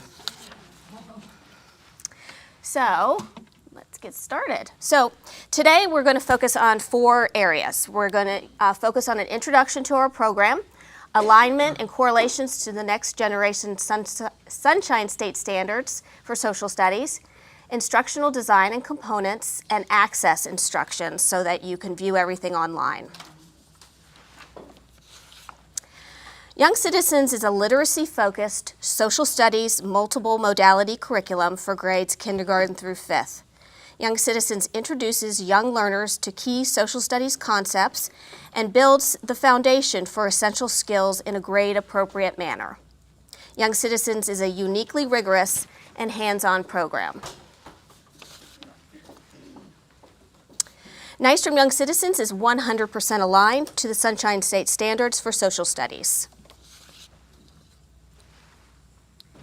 Complete correlations as required for state adoption are available for your review on the web page noted here. You might want to take a picture of this, but we're also going to put it up at the end and go through how to access everything digitally. Young Citizens Instructional Design includes the following framework for you and your teachers. To begin, we start with a pre-assessment so that teachers can assess their students' prior knowledge and then adjust the topic time based on what their students have already mastered. A letter home to include parents and guardians on what will be covered in the upcoming chapter. Objectives in the format of students will be able to. A list of all the components used in the activity for easy implementation and pre-planning purposes. Instructions for getting started and introducing the activity, along with warm-up activities that engage your students' prior knowledge and review earlier and related knowledge. Step-by-step instructions on how to deliver the lesson, whether it be hands-on, whole group, small groups, pairs, or independent work. As you move further along the unit, there'll be a formative assessment so that you and your teachers can review and support areas that haven't yet been fully understood. At the end of each unit, there'll be opportunities for differentiation modifications for students both above and below grade level and English language learners, as well as extension activities if your teachers want to expand an activity or introduce cross-curricular links. The components of Young Citizens and the instructional design work together and are designed to work with the major tools of instruction. They consist only of items necessary to meet the Florida standards and benchmarks. These materials allow for very student-centered instruction. Young Citizens embraces student learning by making students co-creators and partners in their own education, engaging them in decisions about what, when, and how they learn. The group activity cards, hands-on components, and speaking, listening, and writing exercises allow for students to have options on how to learn and how to demonstrate to the teacher what they know and what they want to learn and which tools they want to use in each lesson. Activity cards for group learning and hands-on writable desk maps, unique for each grade level, come with every grade of Young Citizens. The activity cards help young students engage in discussion with their peers as they complete their group task. The maps and globes ground abstract concepts in something tangible and concrete. This hands-on approach is a powerful differentiation tool, including for struggling readers, and provides strong visual support.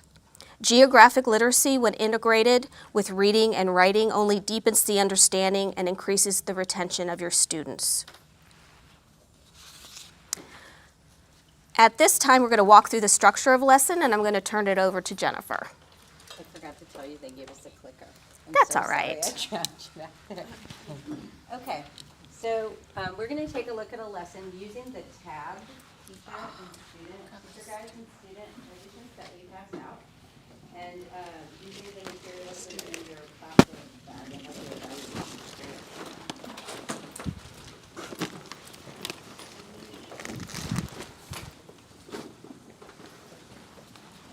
After we're done here, all the samples you're free to keep or to take back to your school. So you have a set to leave there.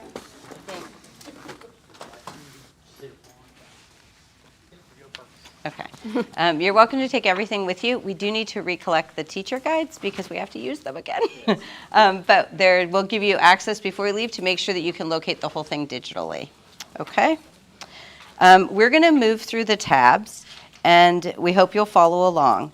You'll be looking at your own grade level that'll show you its structure, design, the materials, the assessment.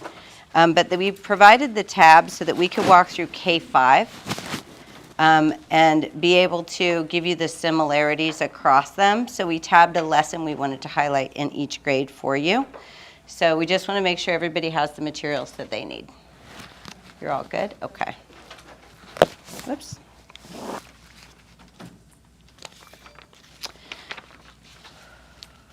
We chose a lesson. The layout and the structure are similar for all the lessons and all the grade levels. K through 3 is very much alike in structure. 4 and 5 is a bit different, but still close.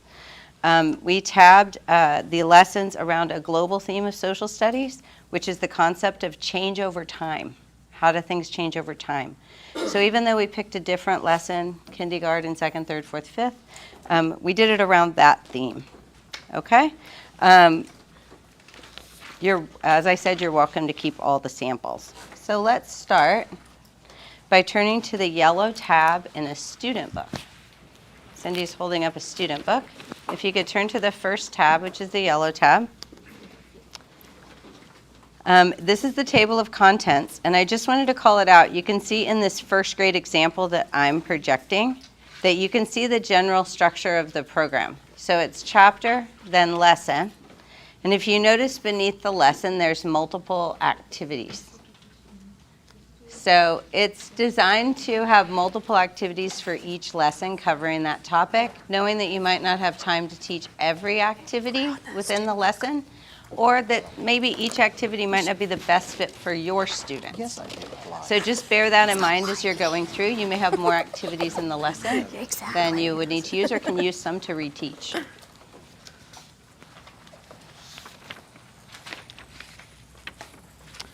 Okay, if you turn to the next tab, it might be helpful now to get your teacher guide and your student book next to each other. It's okay, you're not the only one. We're going to turn to the first tab in your teacher guide now. So the first It's tab in pink. your teacher's guide. Uh-oh, you don't have a pink tab? Can you go to the first tab? Let me tell you, the colors are a little broad in tone and shade, so we might be calling. We'll also say the Hopefully we first tab. Oh, no, that's- Okay. So you should see that we marked where a chapter starts. And all the 47. chapters start with a pre-assessment. Because I have yours. Notice it also references a letter home so that you can engage parents and families and caregivers and what the topics are that are being taught so they can support that at home. Right now. And then I'll tell you the next page. We also marked right there, either on that page or the next page, you'll see that each chapter starts with an introductory activity that introduces the topic. In grade 4 and 5, it's going to look a little bit different than what you see on my screen. In grades 4 and 5, it begins with a description of the custom components. So the custom leveled readers or activity cards. So it's just a little bit of difference in structure, but the overall idea is the same. This is what the 4th and 5th should look like if you guys are in the same place as us. Oh, sorry. Flip to the next tab in your teacher guide. It should be yellow.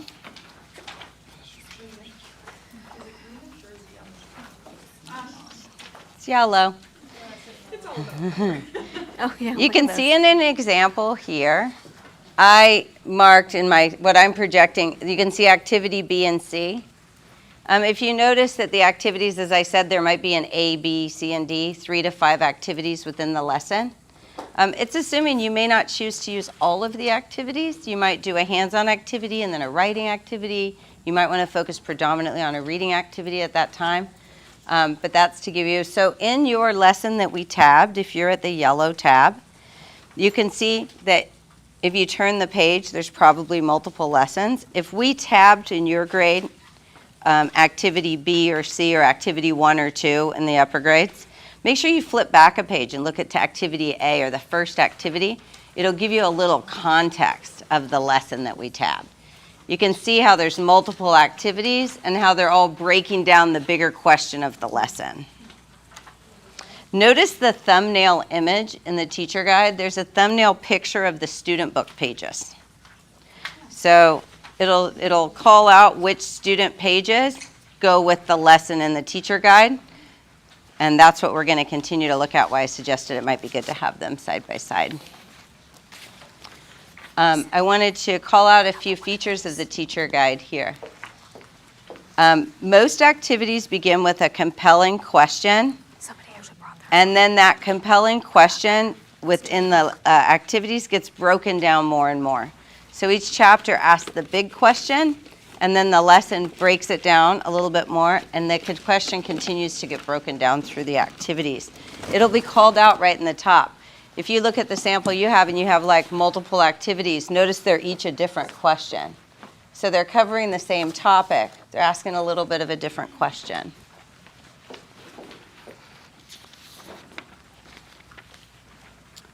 Notice the icons at the top of the page. I don't know how many instructional minutes a week you have available to you to teach social studies. Young Citizens has enough content for a full school year, even if you were teaching every day. I don't think that that's the case in most elementary schools. Am I right? Okay, good. So these icons can help. So these are curriculum skills and topics. They indicate which curriculum topic and which skills will be addressed in that activity. So since every activity will address 1 to 3 academic disciplines and different skills. So if you don't have time, like I said, for the activities, you might look up here and go, oh, I really wanted the reading. Like I really wanted the activity that was reading. Or most of the hands-on say critical thinking. Like it might say geography and critical thinking. But it'll help you kind of frame as you're glancing through the activities, which ones might be the best fit in that moment for you and your students. The other thing is, the great thing is that I like that there's multiple activities, because if you're checking in with students and you can tell that most of your kids didn't get it, like everybody didn't understand it, you can use the other activities to reteach. Because they don't come at the topic exactly the same way, it gives you an opportunity to change your angle and come at the same information in a different manner. So it's also good for that purpose. We know that an early introduction to a wide variety of words is a predictor of later success in school, and how important vocabulary is. We know that vocabulary development, including in the social studies arena specifically, where there's a lot of vocabulary that's introduced for the first time and students may not have seen it, that it really improves their reading comprehension across the board and increases their fluency. When appropriate in the lessons, you'll see this vocabulary, if there's new vocabulary or review vocabulary, included in the lesson. The focus section provides suggestions for students to interact with the vocabulary. The Getting Started session really gets students thinking about new words. And these activities reinforce the meaning and pronunciation. Notice there's a material list. In your plastic bags with the blue trim, If you want to look at the activity we tabbed for you, see if you can find the components that are listed in the materials. So this is how, if you were planning a lesson, like what would I need to do to plan the lesson? So I could go to the activity and I could say I need a student book, I need the leveled student reader, I need an image of a construction project. It's got a symbol there that you're going to download that. And a think book.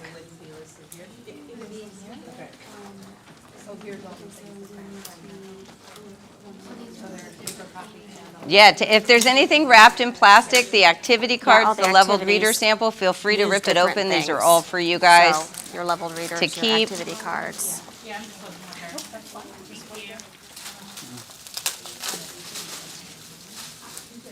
There's also a marker in your bag. Notice that all the maps and globes are writable.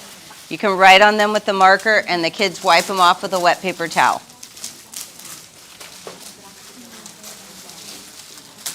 So every activity will have a materials list that'll tell you what you need for that activity. No. No. The maps and globes. You need a reader, a writer, and a presenter. So in this example, those are if the my roles. activity said these Because they're were meant to be the collaborative. materials that I needed, Three, four, it would five. say you need the globe, you need the community desk map, and you need the student book. I would know to pull those materials to do that activity. You might see a reference to a think book. A think book is just it's just paper. It's if you're already stapling paper together for students to do something, or they use the spiral notebook, whatever. The think book is designed as a space where your students can think about, and we recommend that it not be graded, that it be an opportunity for the student to build their own chapter review that aligns to the chapter review. But that's what we mean when we say think book.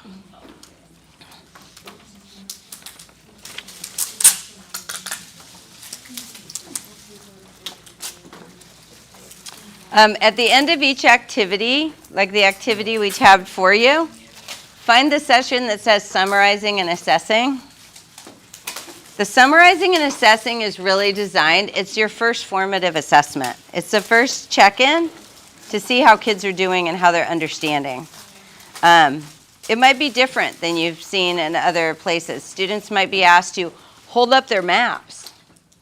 Might be a way for you to check in and see if they were understanding, were able to follow. It might be that you're going to go back and look at something in the leveled reader that was used for the lesson and ask students a question about this. In this example, it says have students refer to the leveled student reader and record 2 or more things that are different from their lives today. So it's the first check-in. It's the first chance to check in. It's supposed to be an easy spot for you to stop, check in with students, and see how it's going. There's many additional opportunities built in for assessment, and I'm going to cover them.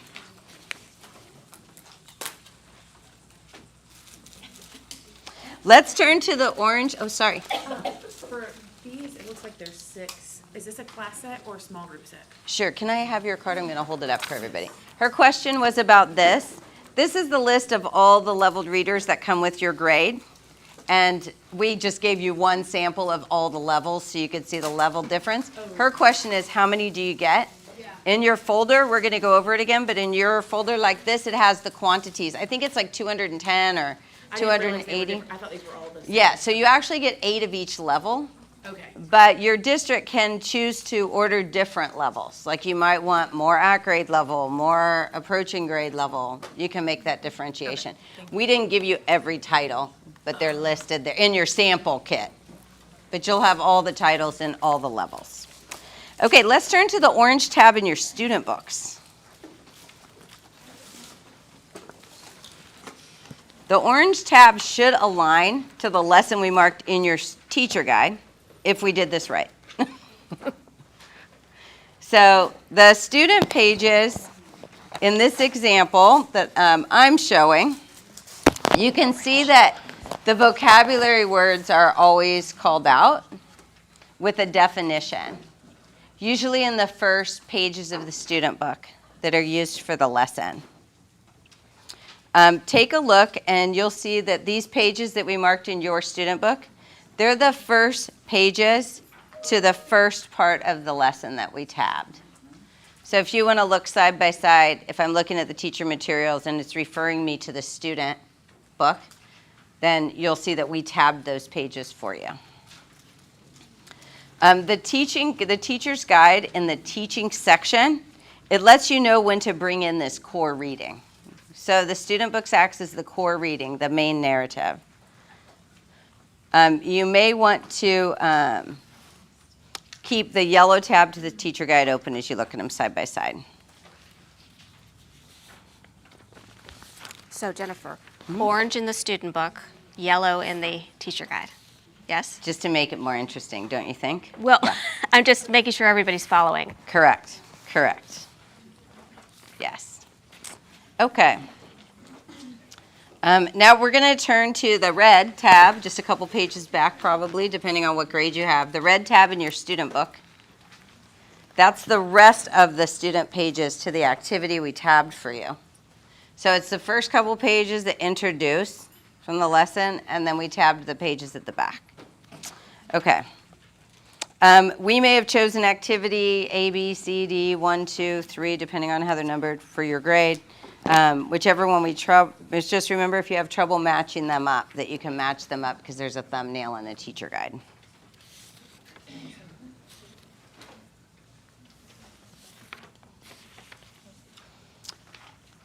Oops. In your teacher guide for that activity, make sure you're able to locate the summarizing and assessing. And then below it, you'll see modifications for differentiation.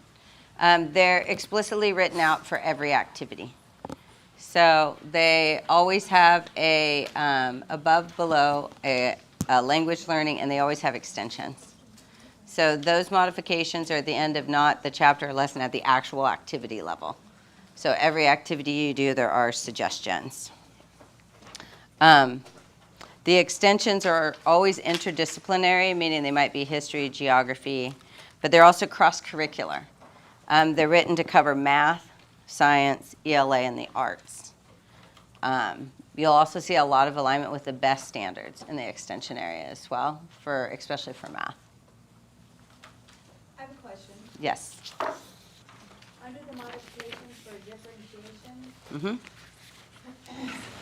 and I might have just answered my own question, you have above, below, ELL. You don't have on. So is on what's expected? Yes. So the main lesson would be like your tier 1 grade level instruction. The modifications are if you need to make modifications for a student, either approaching grade level, not there yet.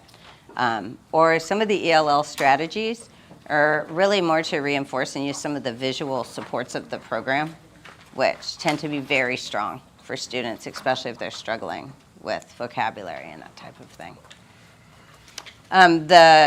Now if you turn to the purple tab, last one in your teacher guide. Last one, yeah, to follow in the teacher guide. If you turn to the purple tab,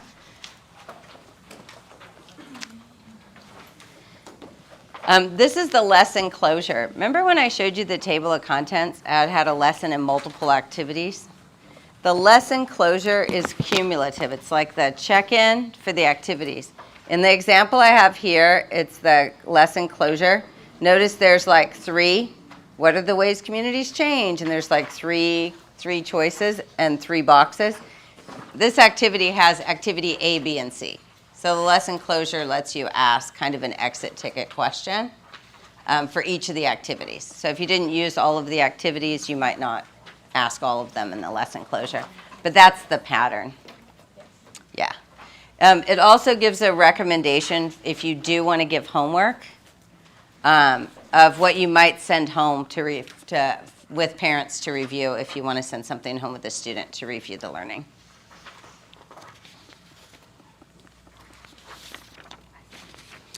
If you turn to the next page in the teacher guide, you should see a chapter review. It should just be 1 page past the tab you were at, the purple tab. If not, you might have to turn 2. But it's the chapter review. This is the whole chapter. So it's all the vocabulary. It's everything they learned in the lessons for that chapter. And at the bottom, it gives directions on where to go to do the chapter test. with the students. So this is the review.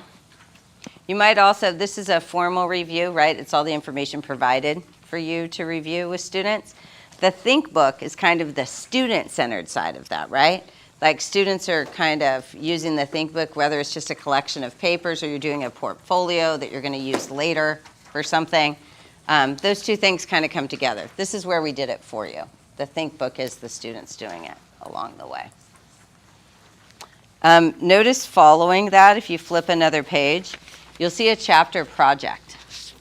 The assessment offers this other option. If you don't want to do kind of the classic chapter test, there are these projects. They're a wonderful way to wrap up and end a chapter. They don't take place in one day. They take place over multiple days. They have complete teacher notes and a student checklist. They even have a little rubric for students, even the really young students, about how they're participating in the project. Like, did I say something for my group? Did I draw a picture of form with my group? Like, what part did I? It really is a nice project setup, but it's just an option. If you want to assess this way in a more project-based way, you can. And if you keep turning past the project, you know how I showed the chapter review? If you want the more traditional assessment, you can do it right there. The project goes, and then after the project is the chapter test. So if you keep flipping through the page, you'll see the chapter test. So basically there's 3 options for the assessment at the end. And I wrapped them up here just in writing, which is just the same thing you just flipped through. This is just in a condensed version. There's a chapter review, there's a traditional chapter test, and then there's the chapter project, if you choose to go that route for your assessment. We know there's no way you're going to use all of those, but we gave you the options to choose which one you thought would work best for you.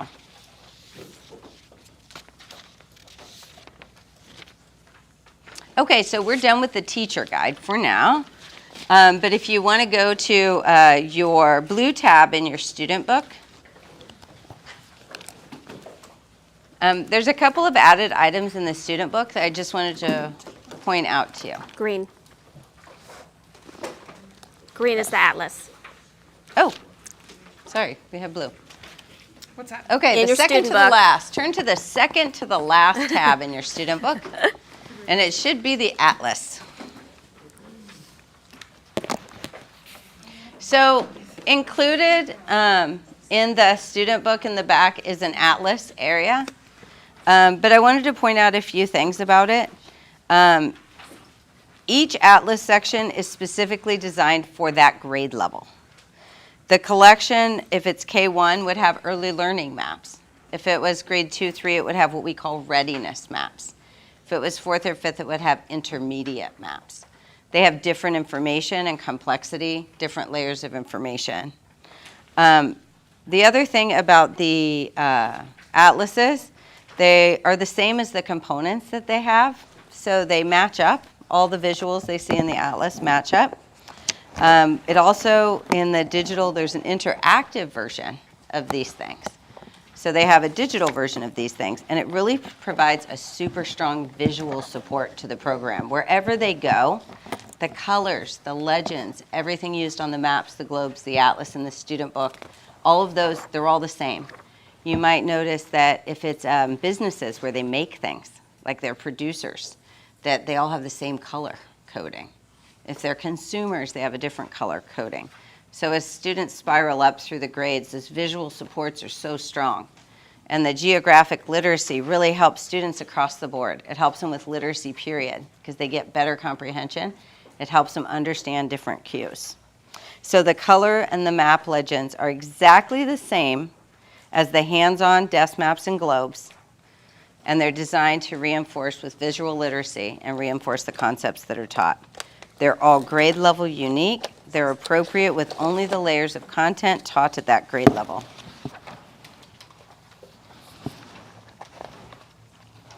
If you turn to the last tab, which we think is green, or blue, or blue, or blue. The last tab in the student book, for grades K through 4, you'll see it's the Patriots Handbook, and for grade 5, it's called the Founding Documents.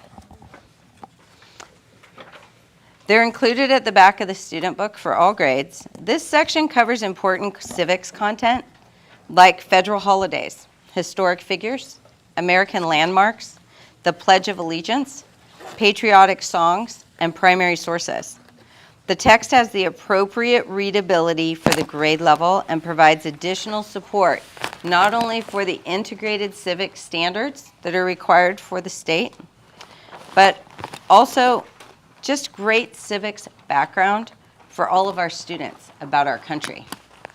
It covers a lot of content that while you may be celebrating a federal holiday or there may be an election or something happening that may not be covered in your grade level, you do have this resource because we all celebrate those things, right? We all, whether even if it's not, if it's that day, we're gonna note it and teach a little about it. Okay, so we finished going through all the tabs in the teacher guide and the student book. Now we're going to review the lesson design pieces, the features, and we're going to go through each component. And I'm going to pass that over to Christina, and she's going to review all of the components. Thank you.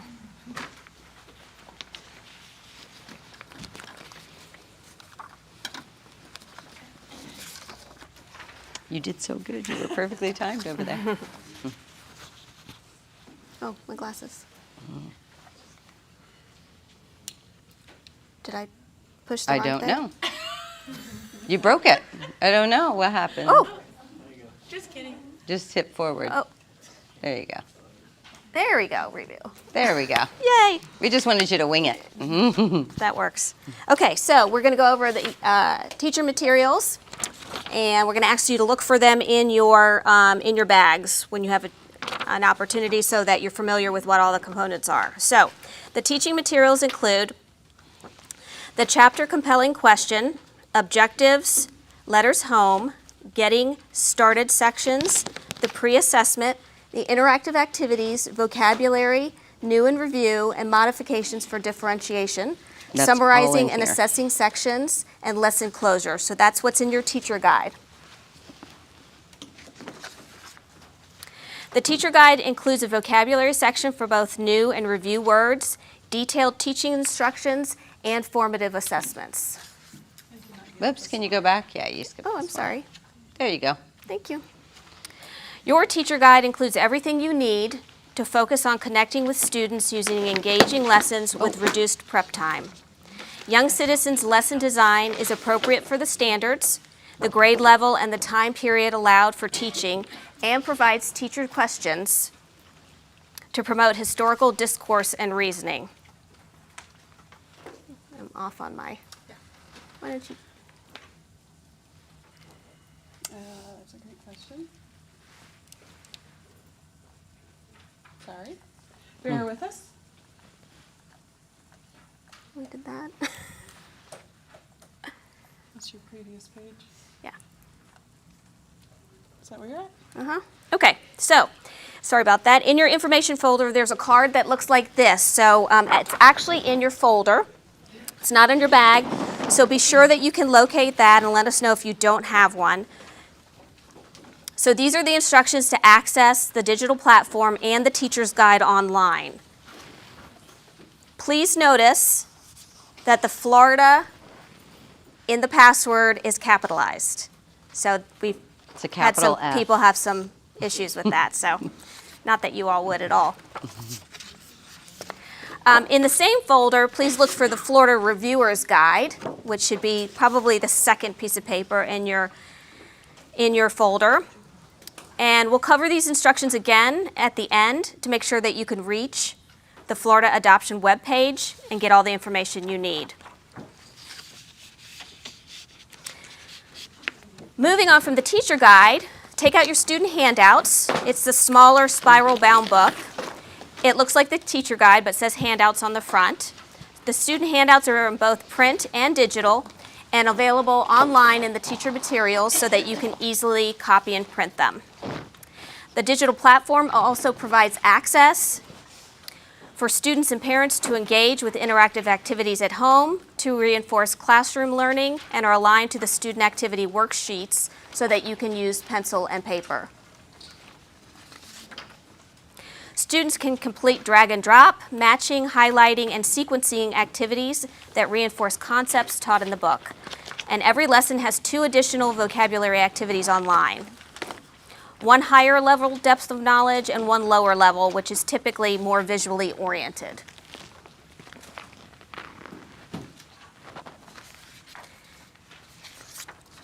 Our student books are provided in a print textbook and digitally. They include core readings to support the narrative.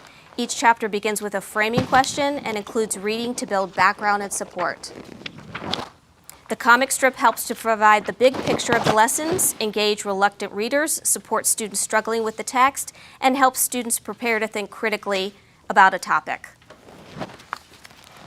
Find your activity cards. I think you all have gone through those.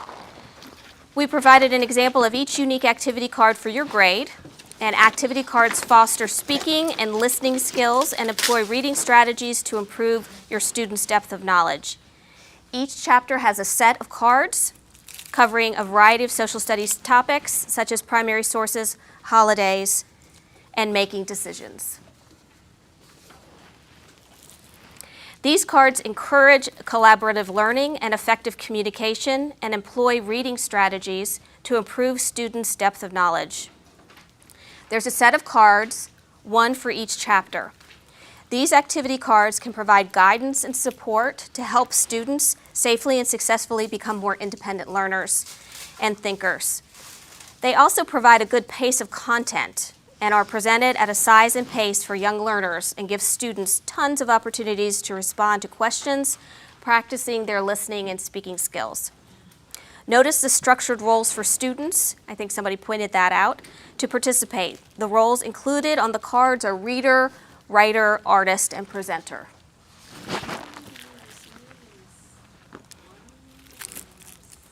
How many? They come in a set like the globes. So you get, I think it's 6 cards. It's actually in your folder on the component breakdown. I think it's 6 of each card. So sometime, like it'll be, like if you guys were the groups in the classroom, I would give each, it might be I give each group the same card and you're all working through the same activity. If it's about something, it might be, say we're studying a holiday or landforms. We may give you this kind of landform and you this and you this and you this. So they're set up 2 ways in that way, but they're designed to be used for a group. They're not for each single student. Here you can see that all of our teacher materials, including the activity cards, are also online. So I think you've also probably pulled out your leveled readers. Jennifer will show them to you now. A sample of one reader for your grade is provided with a card listing all the titles included for your grade.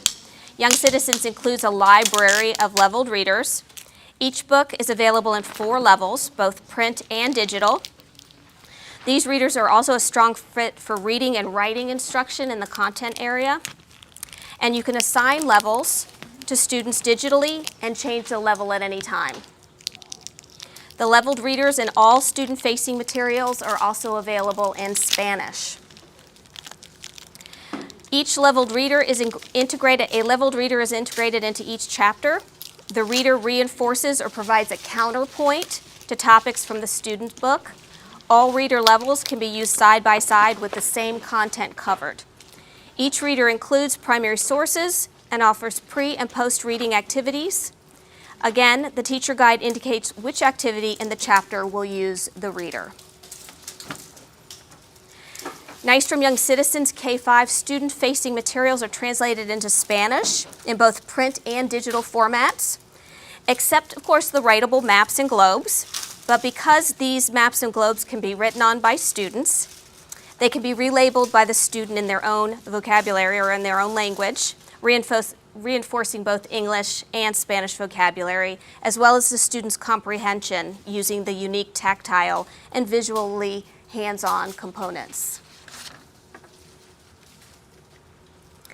Again, all materials are available in both print and online, and this is what the digital student view looks like.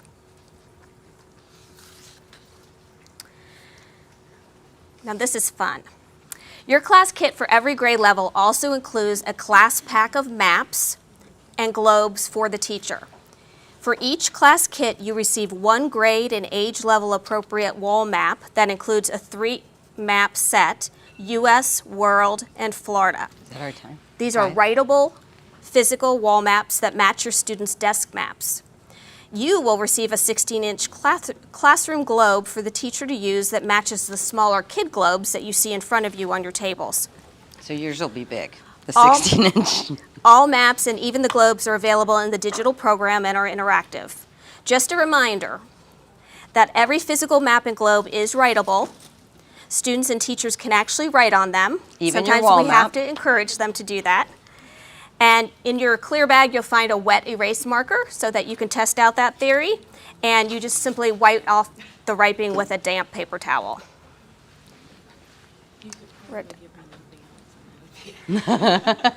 Now we'll just quickly go through the components of each program.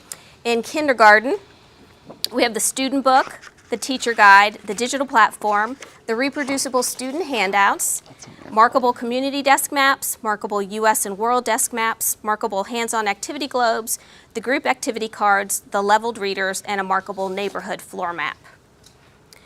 Moving on to first grade, we find the same components in a grade-appropriate manner.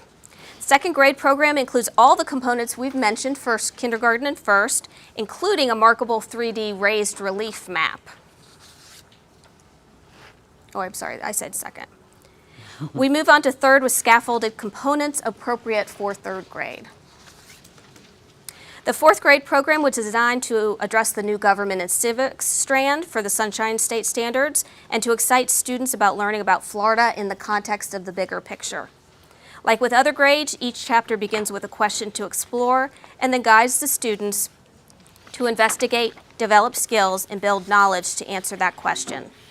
And we round out fifth grade with fifth grade, and these components, along with the founding documents located at the end of the student book. So very quickly, because I think we're running out of time, we want to walk you through how to get to this, how to get to our Florida webpage. So again, this is where you might take a picture of this.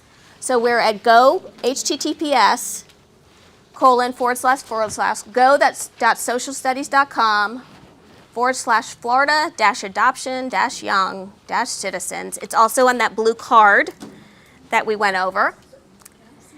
And there you're going to find a video, the downloadable Universal Design for Learning questionnaire with a detailed description of assistive supports, the Florida Reviewer's Guide, digital access, PDFs of major tools, PDFs or images of all the components and the correlations.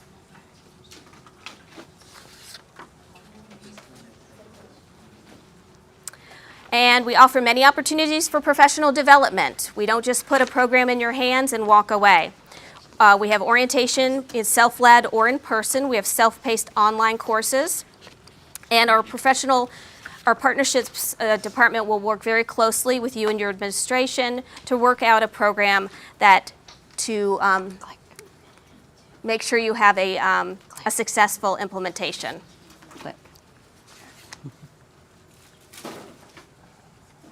Are your digital platform, does it include online assessments? And then they're editable, and do they have text-to-speech for the do stuff? Yeah, so it has read aloud. All the activities are auto-grading in there, yeah. So we're just going to reading, writing, 2 minutes. speaking, and listening Yeah. are essential skills in social studies and ELA. There's lots of opportunities for primary sources. Your students will learn how to recognize them, how to recognize secondary sources as well, and to judge sources against each other. Yeah, questions? Yeah, go ahead. Go. Is what's in the 5th grade, is this what's going to be for next year? Or for like when it rolls out? Or? When you, that is the actual book. Yeah, okay. I was just wondering, because I was a little confused, because in the other one I'd seen stuff about the Holocaust, and I didn't see that in here, so. It's only in the printed, it's like a few readable like copy things, so it's like 3 things. It's in that workbook thing. So since we're at the very end, and I know you're using a rubric, are there any questions that anything we didn't cover that you need an answer to? Yes, sir. Where are the, the standards?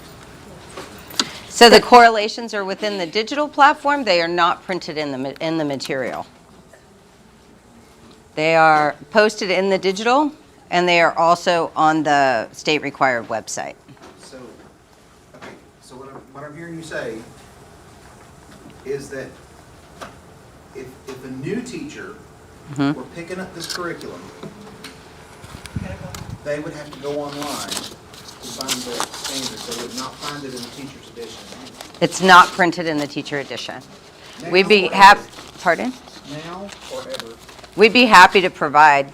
We've done that for other districts where we give you like a pamphlet or some, a short little that is we add an insert to the teacher guide that gives you the crosswalk. So you could say, I want to teach this standard, and it would take you to that lesson. Mm-hmm. In regards to teacher prep time and materials, I've noticed it's a lot of copying. And I know you said that we can print it offline, so are the assessments able to where we can print it 2 per page? For instance, in this book, a first grade assessment is like 4 to 5 pages. 4 to 5 pages for 19 students, that's a lot of my money. So Yeah. can we shrink it down to 2 to 4 pages, or is it edible in that aspect? Yeah, they are editable in that way. We could also, on those print materials, like all the student handout book, if you wanted it formatted differently, we could return it to the district like that, in a print file like that. It's totally doable. That's no trouble to do that, yeah. And they're PDF files, so you could print them to a page. Just That's like Yeah. what you I'm can asking. But it's we a would, PDF yeah, file. yeah. But we can set them up exactly the way. Yeah. I hate to be the bad guy and cut it off. Yep. That's my role today. Again, if you guys think of any other questions, some great questions, I'm happy to pass that on to the team here, and then we can get that information back to you. So I'm gonna have some of the materials they needed returned. So Just the only the teacher guides. Just the teacher guides. Only the teacher guides. We'll be on a break, and we'll start again at 2 o'clock.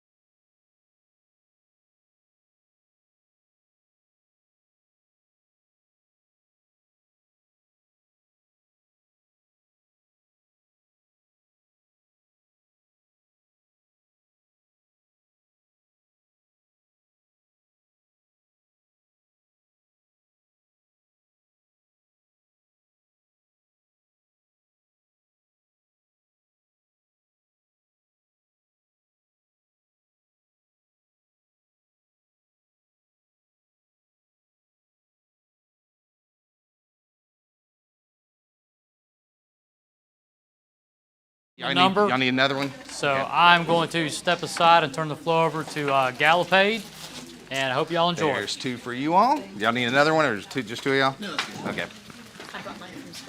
Oh, gotcha. Oh, well, yeah. Did we send the same thing out? This is a little different. This is the rubric itself, I think. Oh, okay. Yeah, that's the evaluation kit. This is the actual rubric. The evaluation kit gives you details. The rubric kind of goes into each of those elements. We like to show that we cover everything.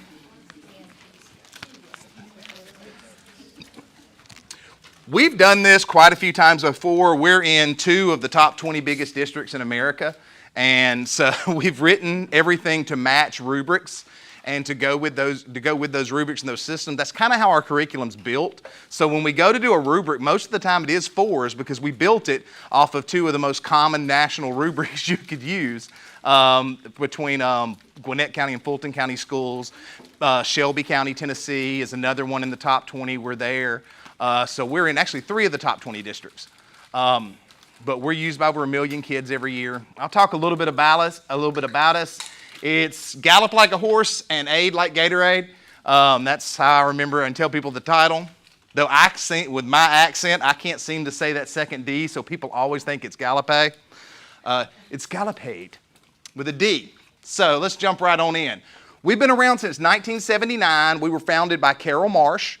She is an author. She loved writing social studies-based children's books. She's written about 250 books now. She only writes like 2 or 3 books a year now, but she's written about 250 total, lots of different series. You've probably used them or taught with some of them. We make over 10,000 curriculum and instruction materials. We do not put our name on almost any of them. So that means that, or almost all of them, we leave without our name on it. So you probably got Galipade stuff and don't even know it's Galipade because you bought it at Really Good Stuff or something like that through one of our resellers. But we support over 1 million daily students, users that are in our digital system, our digital platform. We're going to look at that. Hopefully I'm going to get enough time to start previewing and getting more into the digital platform. A little bit about me. I taught with Galipade for 10 years, 7 of those years completely legally. And our president hates that joke. I said, yeah, I did. That's how I got to using Galipade the first year. I went to our media center, and I was a new teacher, and I was so excited, and I was like, where are my social studies books? They're like, you're going to love this. It's 2008. We got the presidential election special in here, and I'm like, yes. And I open it up, and it's about that handsome up-and-comer from Arkansas, Bill Clinton, and how he might really become president. That was the book and the curriculum we had in 2008. I did learn with textbooks the best thing you can do with them if you get cling wrap. If you're in elementary grades, you do them 20 high and you cling wrap them together. Go to Lowe's, get those little plastic buttons if you have carpet, hammer 1 in each corner, and they make really good stools. So that's about as good as you can have with most textbooks. That's what I honestly did that with mine until one of the school board members came in and saw what I had done with a lot of money, and I was like, you weren't even in office when they bought these books. Why would you care? That's what I did with most of them because I like an interactive curriculum. I like an engaging curriculum. That's why I like Galipade. I used it for 10 years. I started off with it in my classroom. Then the grade wanted it. Then the school wanted it. Then the district wanted it. Then I changed systems. I go to a new system, social studies again. I start off with my classroom. Halfway through the year, the grade wanted it. And then I moved to work for Galipade the following year, and the district adopted it. For all the grades. So I'm kind of Johnny Galipade seed. So at that point, after I had already gotten 2 different districts to buy, I drove over to the office and said, I don't know what I want to do here, but I want to work here. And I got hired the next week. Just fortuitous. So, like I said, we support over 1 million students. You might recognize some of these things. We do timelines and map stuff and all that too. You might have seen some of that stuff. It is 100% aligned to the next generation Sunshine State Standards for Social Studies. Say that 3 times real fast. I did that on a recording last week for a system, and it took me like 9 takes. But we are 100% aligned. When we write our curriculum, we start with all of the standards and state laws sitting right here, and on this side right here, it is the full alignment to what teachers want and need, and we build our curriculum from that.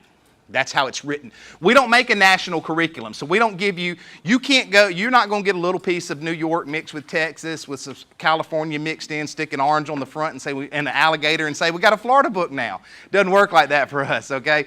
We start with blank pages and we write specifically for the state of Florida to be aligned to the state of Florida. You're not going to get filler in there. You're not going to get stuff that doesn't match your standards in there. That's how we write it. It's flexible. You with Gallup curriculum can be all tech, high tech, low tech, or no tech. It's your choice. You decide what fits you. And odds are what fits you may not fit the teacher across the hall, or what fits the kids this year may not fit the kids next year. I had a group one year, we did so much digital, I was all digital with everything I could do. The next year, I had a kid that just kept eating the face off his computer and his Chromebook, and I mean, he literally was eating the face off of it. He would nibble all the way around the edges till it fell off. I had 2 of them I caught playing Frisbee by the bus stop with them. They busted into 1,000,000 pieces. We did a lot paper that year. That was also which was really hard because that was the stabbiest group I ever had, so we couldn't do a lot of the cut activities either. So if you've ever had a stabby group of kids, you know what I'm talking about. Yes. Hey, I have had kids I didn't get.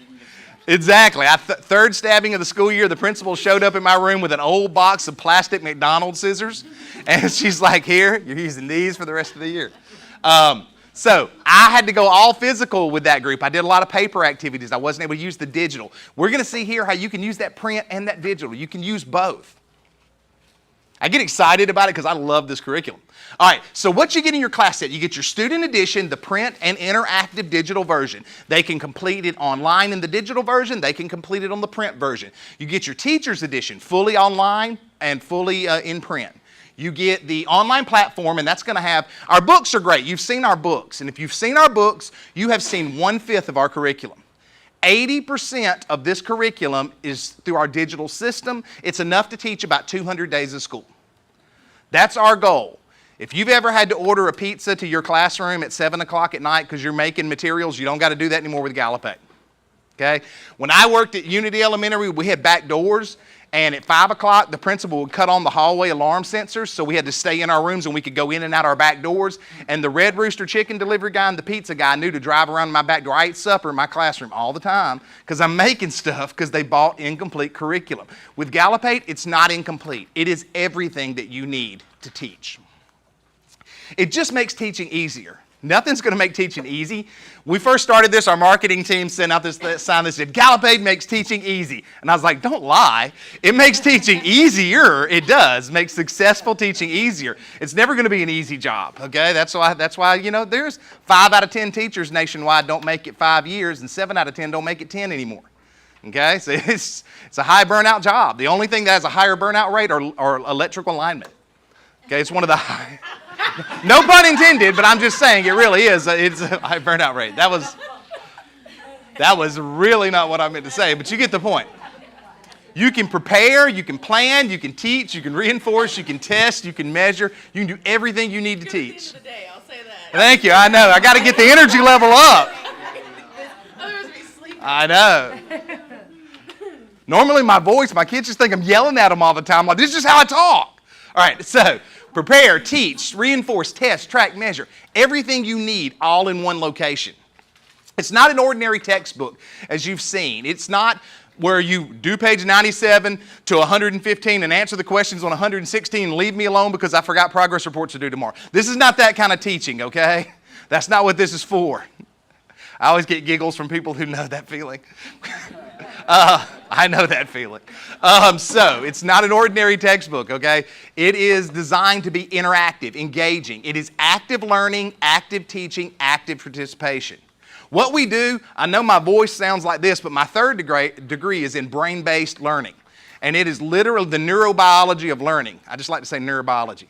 And that's what it is. It's the neurobiology of learning. And we look at how kids biologically learn. I hear people all the time go, kids just don't learn like they used to. And I'm like, oh my God, you're so right. I have a degree in that. They really, literally do not. Because of the increased volume of input that comes into their brain every day, okay? Digital media, social media, music, television, video games, and that the world around them. Look at how many different kind of snacks I was able to bring today. Go try to buy a bag of potato chips for 10 people and make everybody happy. Okay? That's taste input. Believe it or not, it's in our brains. All of these things are in our brains. There's 10 times more input entering our heads every day than it was even 15 years ago. And then you go back 15 years more and it's even many times more input. But our brains have not gotten bigger. I mean, I've got a big head, but for the most part, people's heads have not gotten bigger, okay? So what that means is the brain, if it's taking in 10 times as much, it has to delete 10 times faster of all that input coming in. That's why you see this huge rise in ADHD. Both my kids are on meds. Okay, that's why you see this, because the kids' brains are literally adapting to a different digital biological world. So they're not going to learn the way they used to. They need active engagement. Think about how many times you've been driving down the road and all of a sudden you don't remember like the last 15 miles. Now, every day. Unless you need to talk with someone privately after this meeting about something. Yeah. It happens all the time. What happens is when you don't get new input that is valid and useful, your brain, after so many minutes, your brain will go into autopilot and it will only save things for 3 to 5 seconds. It's called working memory. It lasts 3 to 5 seconds. Everybody here saw what 3 cars were parked next to them, but if I asked you the make, model, and color, you couldn't tell me. But you saw them. Your brain took in that data. It wasn't useful. It was deleted. That's why you get kids sometimes when you're teaching them, you get mad at them. They're not finding it useful. So it's not their fault. Their brain is deleting something useless. You know, like what color the lunch lady's shoes were they? They don't remember that either any more than they remember, you know, what year America was founded, because they didn't find it useful. If you don't use it, it goes away. And that's what we do. So what we do is we give them a chunk of information and then we engage. A chunk of information and then we engage all the way through the books. Kids can stay focused for about as many paragraphs as 1 to 2 times the grade they're in. That means a 5th grader can only stay focused without breaking away for 5 to 10 paragraphs. A 2nd grader can make it 2 to 4 paragraphs. A kindergartner is like a goldfish. All right. You've got to engage quickly. Last time, anybody here in kindergarten, you see how short our kindergarten pages are. We try to do that. My wife uses Galopate as her literacy center. Her kindergarten parapro actually runs Galopate as her literacy center. And any additional teaching tools are her extended and refining for her higher students to push forward. And then you're going to see with the translation tools, she also uses them for her kids that don't speak English. So there's the ways that can be taught. I got lots of ways you can teach with it because I talk with teachers all the time. I love sharing ideas and teaching strategies, but it's not an ordinary book. You're going to see that it's so many reinforcement activities, analyzing charts and graphs, engaging with students, assessing understanding, interpreting historical sources, looking at fact and opinion, determining fact and opinion. We're going to see here in a minute about our critical thinking skills, but that's what we want to do. We want to focus on that. With that small bites approach, they get a piece of information and then they engage. It's active learning, it's active engagement. Okay? It's interactive. You're going to see through questioning, exploring, we have ways to dig deeper. We have ways to remediate. You're going to see in the digital online system, we have all these different ways for you to be able to hit every single student. It is standards-based and it is written to be age-appropriate. Critical thinking skills. It's not so much important to teach kids what to think as it is to teach them how to think. Because whether you like this or not, and I know that my wife doesn't, nor does my mom, kids are going to walk around with a digital brain in their pocket the rest of their lives, everywhere they go. Who did not Google something this week? Okay? Nobody. We can't get mad at kids for doing it. That's how they're learning to think. That's one of the ways the world is changing and kids are learning to change. So we need to focus on these critical thinking skills. We need to see that they can read and understand information. They can classify it. They can express their opinion. They can tell the difference between facts and opinions. That's really hard for people between like 8 and 85. To be able to understand the difference in facts and opinions. All right? It's looking at point of view, primary sources, problem solution, decision-making skills. One day, your life is going to be on the line, and you're probably going to look up into the eyes of one of your former students. You want to make sure that you've taught them good thinking skills on their feet. You want to make sure, it doesn't even matter what subject you taught them, it's teaching these critical thinking skills, making good decisions. Our congressman, I'll go ahead and tell you, his name's Bob Trammell. He went to our elementary school where I taught, and his former social studies teacher was in there, and she goes, man, I hope he got better because he failed 3rd, 4th, and 5th grade social studies, and he writes laws for America now. It is true. He is a congressman, all right? it doesn't matter necessarily, and this is another thing I talk about, is looking at expressing their opinion, talking. Kids nowadays are horrible communicators. My son had this little girl, and he's gaming with her, and they're playing, they're having a good time. They have killed thousands of people together. I mean, really a good thing going. And so they're texting and all of this. They got their headset, go around the corner, and they're meeting in some burnout post-apocalyptic town online and talking. And then dance comes up, and he's like, she's going to be at the dance. And I was like, yeah, man, y'all going to talk. He's like, oh, yeah. And he comes back that night. I was like, did you talk to her? He goes, yeah. I said, what happened? I said, hey. And I said, what else? He goes, and then we left. And I was like, are you serious? And then he goes, we got to go, though. And he's back in his room talking to her again. Put the headset on. I can hear him talking to her again on the headset. They can't look in eyeballs and talk. So we have things like projects for them to present their findings. We have writing prompts. We have activities to engage. Because you can be, and I tell you, no matter where you are politically, I think we can all agree, you can be the biggest idiot in the world and run this place. As long as you look and communicate with people's eyeballs. Okay, that's all you got to do. So make your smart kids do that. Because believe it or not, smart kids are the shy ones.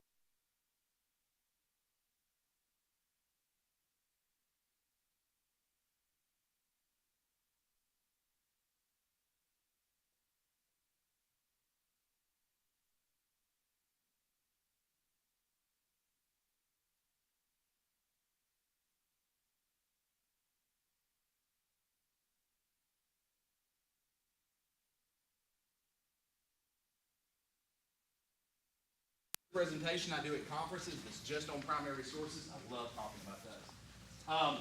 In the student ebook, you're going to see here, it's identical to the print edition. They go dead on me? Yeah. Okay. Thanks, sir. And that's what I think about the people online. No, I'm kidding, guys. Whoever's listening, I'm just joking. My mic went dead. All right, so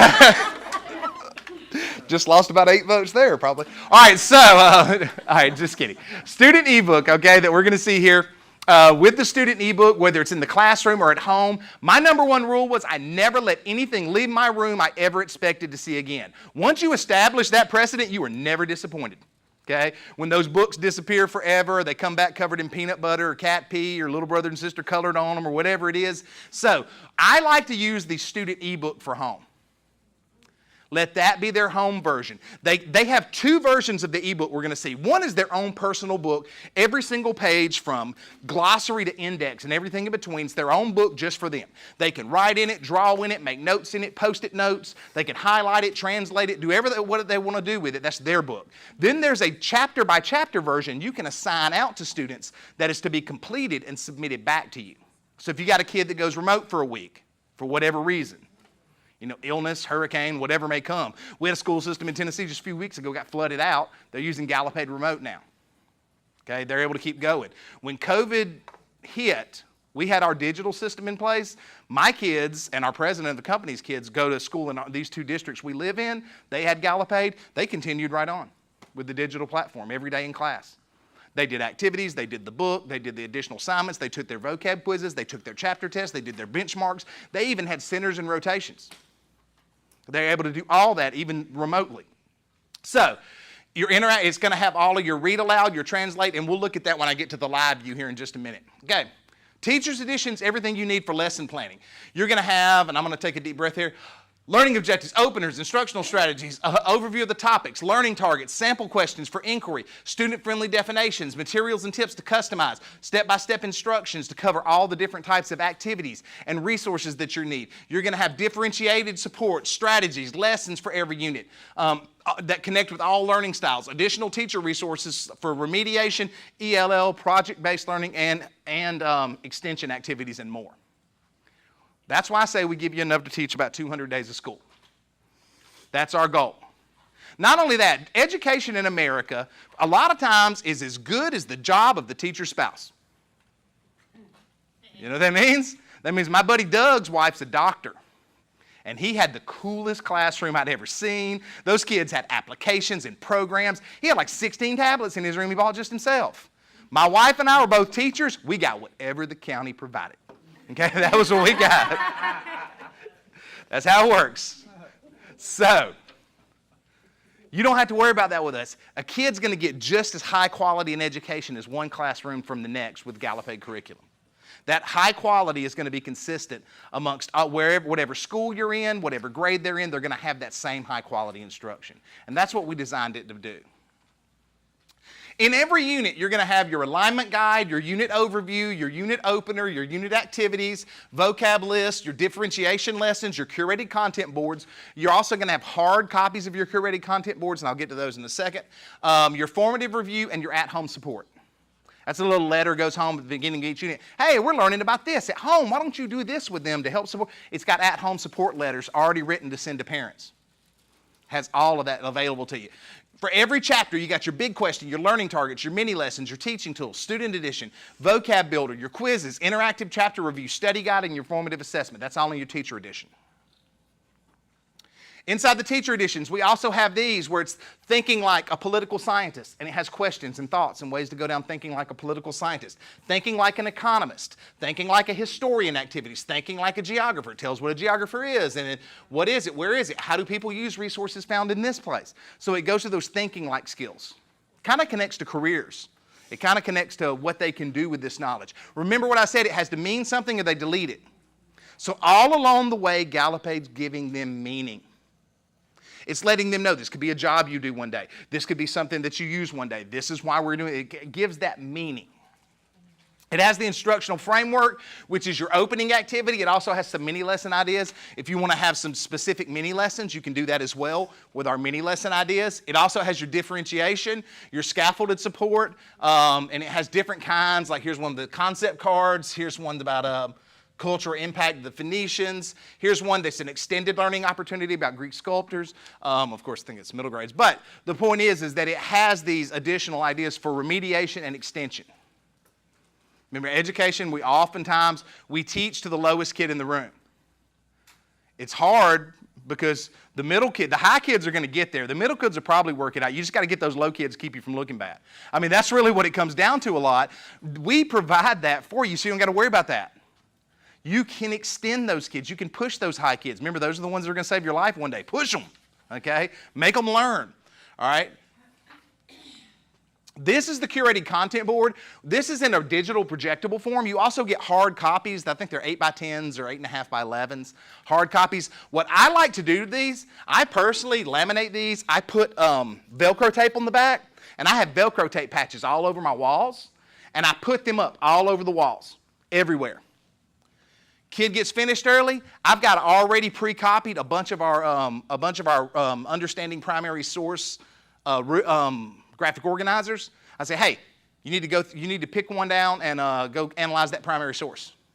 So it's got an interactive center. It looks good. They can take it down. You can put it back up on the wall. You can do whatever you want to do with these. Some teachers make centers with these, and they have the students at the end of the chapter go through every image on there and write a little mini lesson based upon what they learned and how it connects to that image. You can do whatever you want to these, but you get the hard versions of these. There's 6 in every unit. It's a pack about that thick of them. It's a bunch of primary source images. Teaching tools. This is all that stuff I told you. The book is 1/5. This is the other 4/5. This is the bulk. If we take our teaching tools and print them all the way off, they're about 4 to 5 times thicker than that book. It is hundreds of additional pages of things. So we're going to look at some of them today. But it's going to give you your learning targets, read alouds, project-based learning, your study guide, internet links, vocab builder, primary source analyses, videos, graphic organizers, practice pages, your curated content board, your vocab quizzes, writing prompts. These also, just like I told you, the book can be print or digital. All of these can be either print or digital. You can use them as a reproducible. You can use them as a digital assignment. It's whatever you want to do. However you want to work it out. What I like to do with this personally is there are 4 different classroom styles I primarily use this with. Traditional whole group. I got a shorter chapter. It's not as much content depth. It's a shorter chapter, shorter area. I've got a few teaching tools. I'm going to do this one whole group. Next chapter I go to, I got a ton of stuff. It's a long chapter. It's like 15 pages long. I've got like 20 different additional activities beyond the book. I'm going to go through the book as a whole group over about 2 days, and then I'm going to have 6 days of choice boards. And I'm going to make graduated choice boards. I'm going to have my high group that has to get 20 points, my middle group has to get 15, my low group has to get 12, and I already know that my middle group needs to work on writing, so I've already got the writing prompt checked off. And so you actually have made individualized learning plans for the students in the room. And that looks amazing if you're having an observation that day. But you can do that with that, so use the choice boards. The other two formats I use were the mini lesson format. We open up with a curated content image. I do a little bit from the book, and then I have breakout groups. Okay? This group's for doing primary source, writing prompt. This group's doing let's review. This group's working on vocab, and I got this group over here working on beginning the project. And you can rotate 15 minutes daily, however you want to do it. What I like about that format is we cover a little mini lesson, we hit a little bit of the book, and then I stop talking. One of the things I talked about, the neurobiology of learning, one of the reports we had to write about was they did a study on kids K through 16 grade, so college senior, where they had electrodes on their head in the classrooms while they're learning. Anybody want to know when the lowest flat line of learning was? When the teacher was talking. Sure was. It is scientifically proven that is when learning was at its lowest. And that wasn't just little kids. That was college students. Learning was at its highest point when a student was talking to another student. Electroactivity was at its highest point when they were explaining things to one another or debating one another. Mainly debate, I think, was the biggest thing. When they actually took a point of view and backed it up and argued with another student about it, okay, that was when learning was actually at its highest because they're making all these connections. They're passionate, they care, so they're engaged. So I like to do that format where I'm the facilitator and I just stop talking unless there are ones over here talking about, and that is why Columbus killed George Washington. I'm like, no. I mean, something like that you get in on, okay? But for the most part, you're just letting them talk it out. Let a kid say something wrong just to see if another kid goes, are you serious? That's not what happened at all. And see if they self-correct. Facilitate in that way. You're able to do that by using these resources. Another thing you're able to do is the straight up rotational model if you have excellent classroom management, which I didn't always. And that's where I'm sitting here and I'm doing a whole group lesson, style lesson in the book with my students here. Primary source, writing prompt, review, quiz, and project. Working on different centers. They're rotating in and out. So that's the other format. It's still a rotational one, but it's one where you're engaged a little more directly with the students. You have those options. There's over 24 types. There's hundreds in every grade. You can push them out digitally or you can use them printable. It will adjust to your class length. If you've got, I know one year I had 19 minutes before recess and 19 minutes after recess to teach social studies. You add that up, that was 15 minutes to teach social studies, okay? That's what I got. I got some people that teach math go, that's wrong. No, that's right. All right, so we did book only. And about once a week, we were able to do an additional activity that year. Next year, I had 115-minute block to teach writing and social studies, and I'm a horrible English language arts teacher. So we did about 100 minutes of social studies and 15 minutes of writing. That was last year. I was in that spot. But the point was that I was able to go through and do all of that stuff. Have the kids present their projects, share their writings, get fully engaged, share all of these components and these pieces that year, and really have them dig deeper, have that student-led center. I had primary sources. So all of our primary sources have the teacher's notes that go with it. Because a lot of times teachers are like, we love your primary sources, but we don't always know what they mean. So, why is that little girl crying? Or what's that bucket for? Or whatever. So we added a teacher's page so you can understand it. And so what I did was, instead of me using it, I had clipboards in my class. I had about a half a dozen of them said teacher on the back. And I'd put that thing on those clipboards and I'd have them in groups and have a teacher in each group that was leading from that and walking them through that primary source analysis with student-led teaching. So I was able to engage with them that way. Lots of ways you can use it. I'm giving you guys ideas for when we get picked for the final one. All right, so your writing prompt here. These are the print versions. You have your writing prompt. You can see here they get, of course, more lines as the grades go up, fewer lines when they're younger. But it's going to go through this. This is your vocab builder. In K and 1, your vocab builder is a little different. They're designed as flashcards, and they're written in light font for them to do trace writing and for them to be able to write 1 or 2 words on the back to make synonyms or draw a picture on the back. So they're done a little differently in the lower grades. And then it looks like this with coming up. All of our graphic organizers are designed to be interactive notebook pages if you're doing interactive notebooks. It has the cut here, fold here, glue here. Again, if you got that stabby group, don't worry, you can 3-hole punch this, stick it in their binder, use it that way, or you can digitally assign it, and they can use it digitally. project-based learning, and your interactive read-alouds in there. I love to use those for literacy as well. When I was in 2nd grade with the interactive read-aloud, I'd have my low group. I was actually reading to them while they were reading along with me, and I'd stop and ask questions, just focusing on listening skills in my lower group. My middle group, they were reading, but I'd stop them and I'd ask questions. My high group, I would have them read, and I would have them ask the questions about what they just read. So I was able to differentiate these interactive read-alouds in that way. That's just one of the ways I used it. This is the digital version of them. You saw the print version. This is the digital version. So you can do either one. It's not like you pick for the whole year. You can do digital writing this stuff. What I did sometimes was I made this my planning page, and then I assigned this out for them to actually type up and complete. So you can do that as well. Really cool feature. Anything you see with our online system, you can highlight it, and it'll translate it into anything from Arabic to Ukrainian. It has full translatability, and a really cool feature we have now, if they type it back in Ukrainian, you can highlight that, click translate, and it'll translate it back to English. So you have that capability for translation.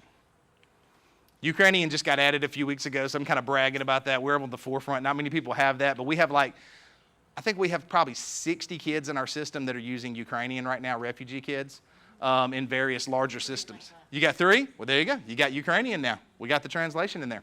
So it also has the Sphinx there, that activity. This one, it has there your information, and you type it in. Our teaching tools, this is looking at our videos that are embedded in. We have 2 types of videos. We have the one that says video, and that means it's a video we created and it's entirely in our system. Then we have one that says video or link, and that's the ones that would be linked to something like, I know we have one, the National Holocaust Museum for Holocaust education. So we have a link to them, and there's some videos within there that we share. All of our stuff has been verified and checked age appropriate, and never, ever, ever just trust that Discovery Ed is age appropriate. Watch it first. Learn that the hard way. Let me tell you, with a group of 3rd graders, when I was looking up something on, we were going through and we were doing civil rights era. And I played that video, and there were a lot of words that were said in that video because it said 3, 5, 6, 8, 9, 12. I think they meant maybe just the 5th of the 3, 5, and I was in 3rd grade, so I got to write a letter home that afternoon detailing all of the words they heard that day, apologizing for it. Our videos aren't like that. They're vetted, they're verified, they're checked. You're not going to have anything that's inappropriate in there for them, anything that's not that they shouldn't be seeing. We're going to look at the online system here in just a minute, right here at the end. But our online system is engaging. It integrates with Clever, ClassLink, Canvas, Google Classroom, Schoology, and more. Also with ClassLink, Canvas, and Google Classroom, it has grade assignment and grade passback directly through the system. So if you're integrated through one of those, you can make your assignments there. It will do it there, and then it'll pass the grade back straight into your grade book. Also with any of these other ones, if you're a Clever customer, say, if you're using Clever, you can still take any one of these things and export it as a CSV and import it into your gradebook too. So you still have that gradebook import capability. No matter what, you can do direct gradebook. It is all of your courses in one place, flexible options, we'll look at that. Meets all of the UDL, Universal Design for Learning requirements. That's a big plus. I have done like 20 UDL rubrics from Broward to West Palm to Santa Rosa and all over. We do meet all of the UDL requirements, and I know I've done the rubric. I personally have done the rubric showing that we do. But it is, you can search by standard, customize your assignments. Our new testing system, I love this, is so cool because only Florida gets this. And it is our ExpertTrack digital testing and tracking. We have the test builder, and every chapter has a pre-built test, and you have pre-built benchmarks and end-of-year test and all that. Those are all pre-built for you. It's self-graded.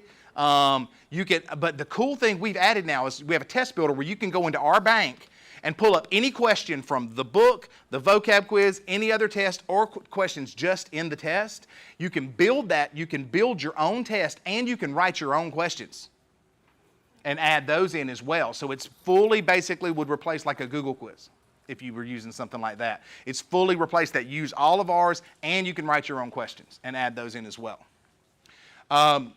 And we'll look at this. Our online reporting is very easy. You can look at individual students. You can look at how your class is doing. You can track them by standard. You can do a standards-based report card on a kid if you wanted to.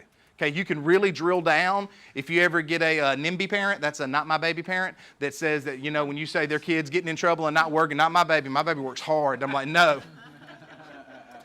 We labeled those NMBY, and we called them NIMBYs. And if you learn nothing, you'll remember that today, a NIMBY parent. And we coded it that way on our paperwork with one another, so we know not to waste your time scheduling a 90-minute meeting with this parent, because it's just going to be 90 minutes of excuses of what happened to the other kid. And so we focused on just doing the best. And then we had a parent that was a teacher at our school, and we coded her at NIMBY and forgot, so we had to stop using that code.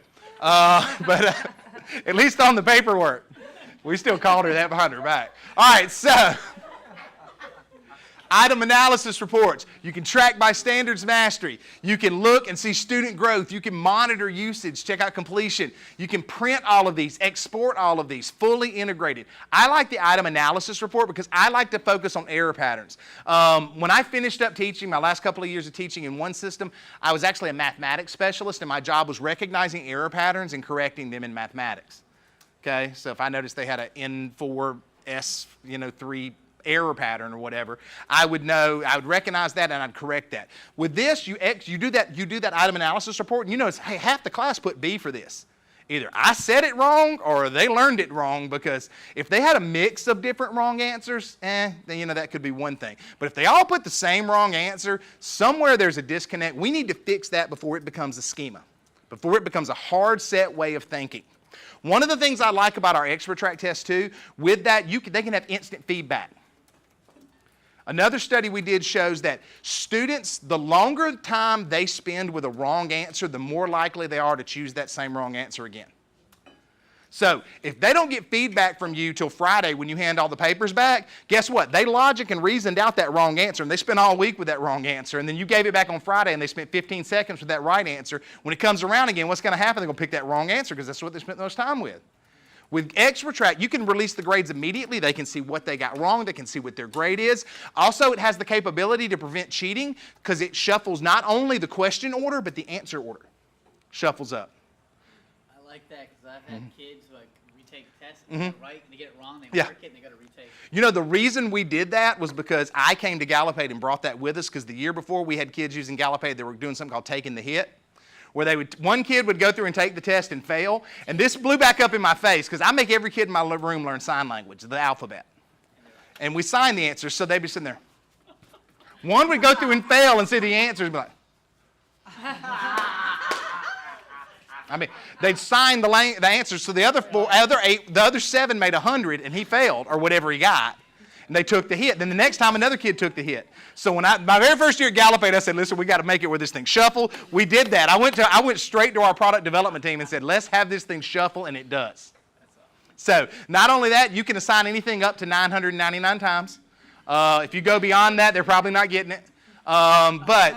So you can reassign that same test again, and it's going to be like a new test. It's going to be different answer order, different question order. Yeah, so it shifts around. Also, so you'll have that capability. That's an item analysis report, how it looks right there. Let's go through looking at the report system. Expert track, I've talked a little bit about that. We use TEQs, technology enhanced questions. We have your traditional choose 1, choose 2, choose 3, and the dreaded choose all that apply. But we also have placing things in flowcharts where they're putting them in, labeling maps onto the map, putting things into tables, putting things into categories, putting things into graphic organizers where they're dragging and dropping and putting things in. So we use these TEQs like this. Each one of these, by the way, is its own question. It's not an all or nothing. So if you've got an 8-question test and it looks like this, it's probably like a 30-question test. It's not an all or nothing thing. It's not like, we believe in giving that partial credit piece out. If they know those certain pieces, just because they might not know one, they can know others. The item bank I've talked about. Our partnership does go beyond the classroom. You'll have your own trainer. You'll have your trainer's number. You'll have your trainer's email address. On our website, every single thing you learn in training, we modularize and put on the website. So you have 24/7 support through the website. You have live chat where we have trainers that can live chat with you all week long till 5 o'clock every day. We have live chat function because our goal is not just thinking about this adoption, okay? It's thinking about the next 3. Until probably most of you guys are getting ready to retire in the next 3 adoption cycles. I've already retired long before that. But the point is, my wife will be. I'm never retiring. I love what I do. But the point is that we want you to love it and enjoy it so that next time I don't have to tell you so much about it. You're like, oh, I already know. Our system is dynamic. It's engaging. It has all sorts of features. We're going to look at a few right here. I hate that I have to turn my back and do this because I always learn don't turn your back to an audience, so I'm going to kind of do this. We're going to look at the live system a little bit for these last few minutes. This is the live system, what I was talking about. It's going to start off with your main view there, your courses. This is where you're going to go down and look at your students. You can look at your reports. You can go specifically into your class. If we go, we'll just shoot the average here and go to third grade to look at one. So if we go to third grade and we look at places and regions, all these different things, foundations of government, these are all your units. When you get into a unit, you're going to have all of your unit activities, which is your teacher's edition and your curated content boards right here. So you're going to have those to use. Then once you go that, everything is file folder. So it's not like the old days where you got like, this is the box the writing prompts come in, and this is the box your primary sources, and you have to go sort through all of them and find them, put together a lesson. No. Everything you need to teach Chapter 11 is in the Chapter 11 folder. Okay, it's all in one location. I like to say you can plan for the month in about 30 minutes, which is true. You can. You can plan for the month in about 30 minutes. It's that easy.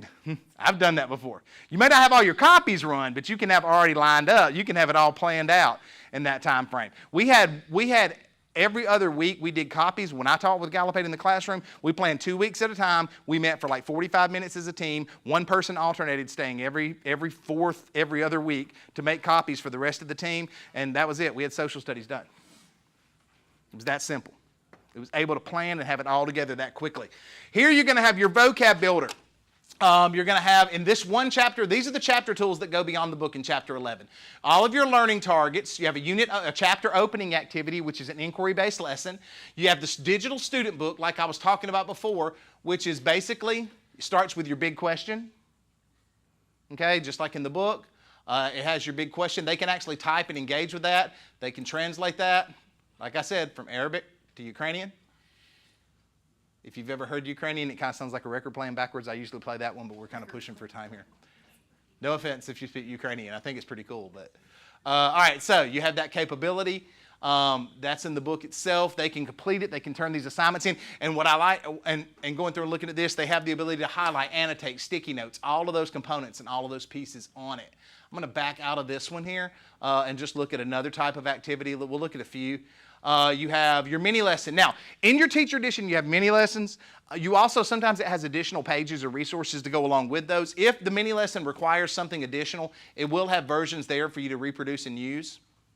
If there's anything that's additional to that, anything with the mini lesson that goes beyond what's there. Here's one that's a preamble primary source. And it tells you that in that form and then this form. And I think the mini lesson is looking at the difference in the way they wrote then and now. This is kind of an ELA thing mixed in with what it actually means. So you can go through and use it that way. We have the vocab builder. This is the vocabulary quiz. It's your typical vocabulary quiz.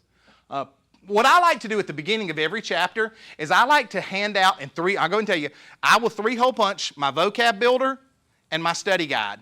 Hand it out on the very first day of class. I've got my summarizer built in right there now. Every day with 5 minutes left, I'm like, all right, everybody back to your desk.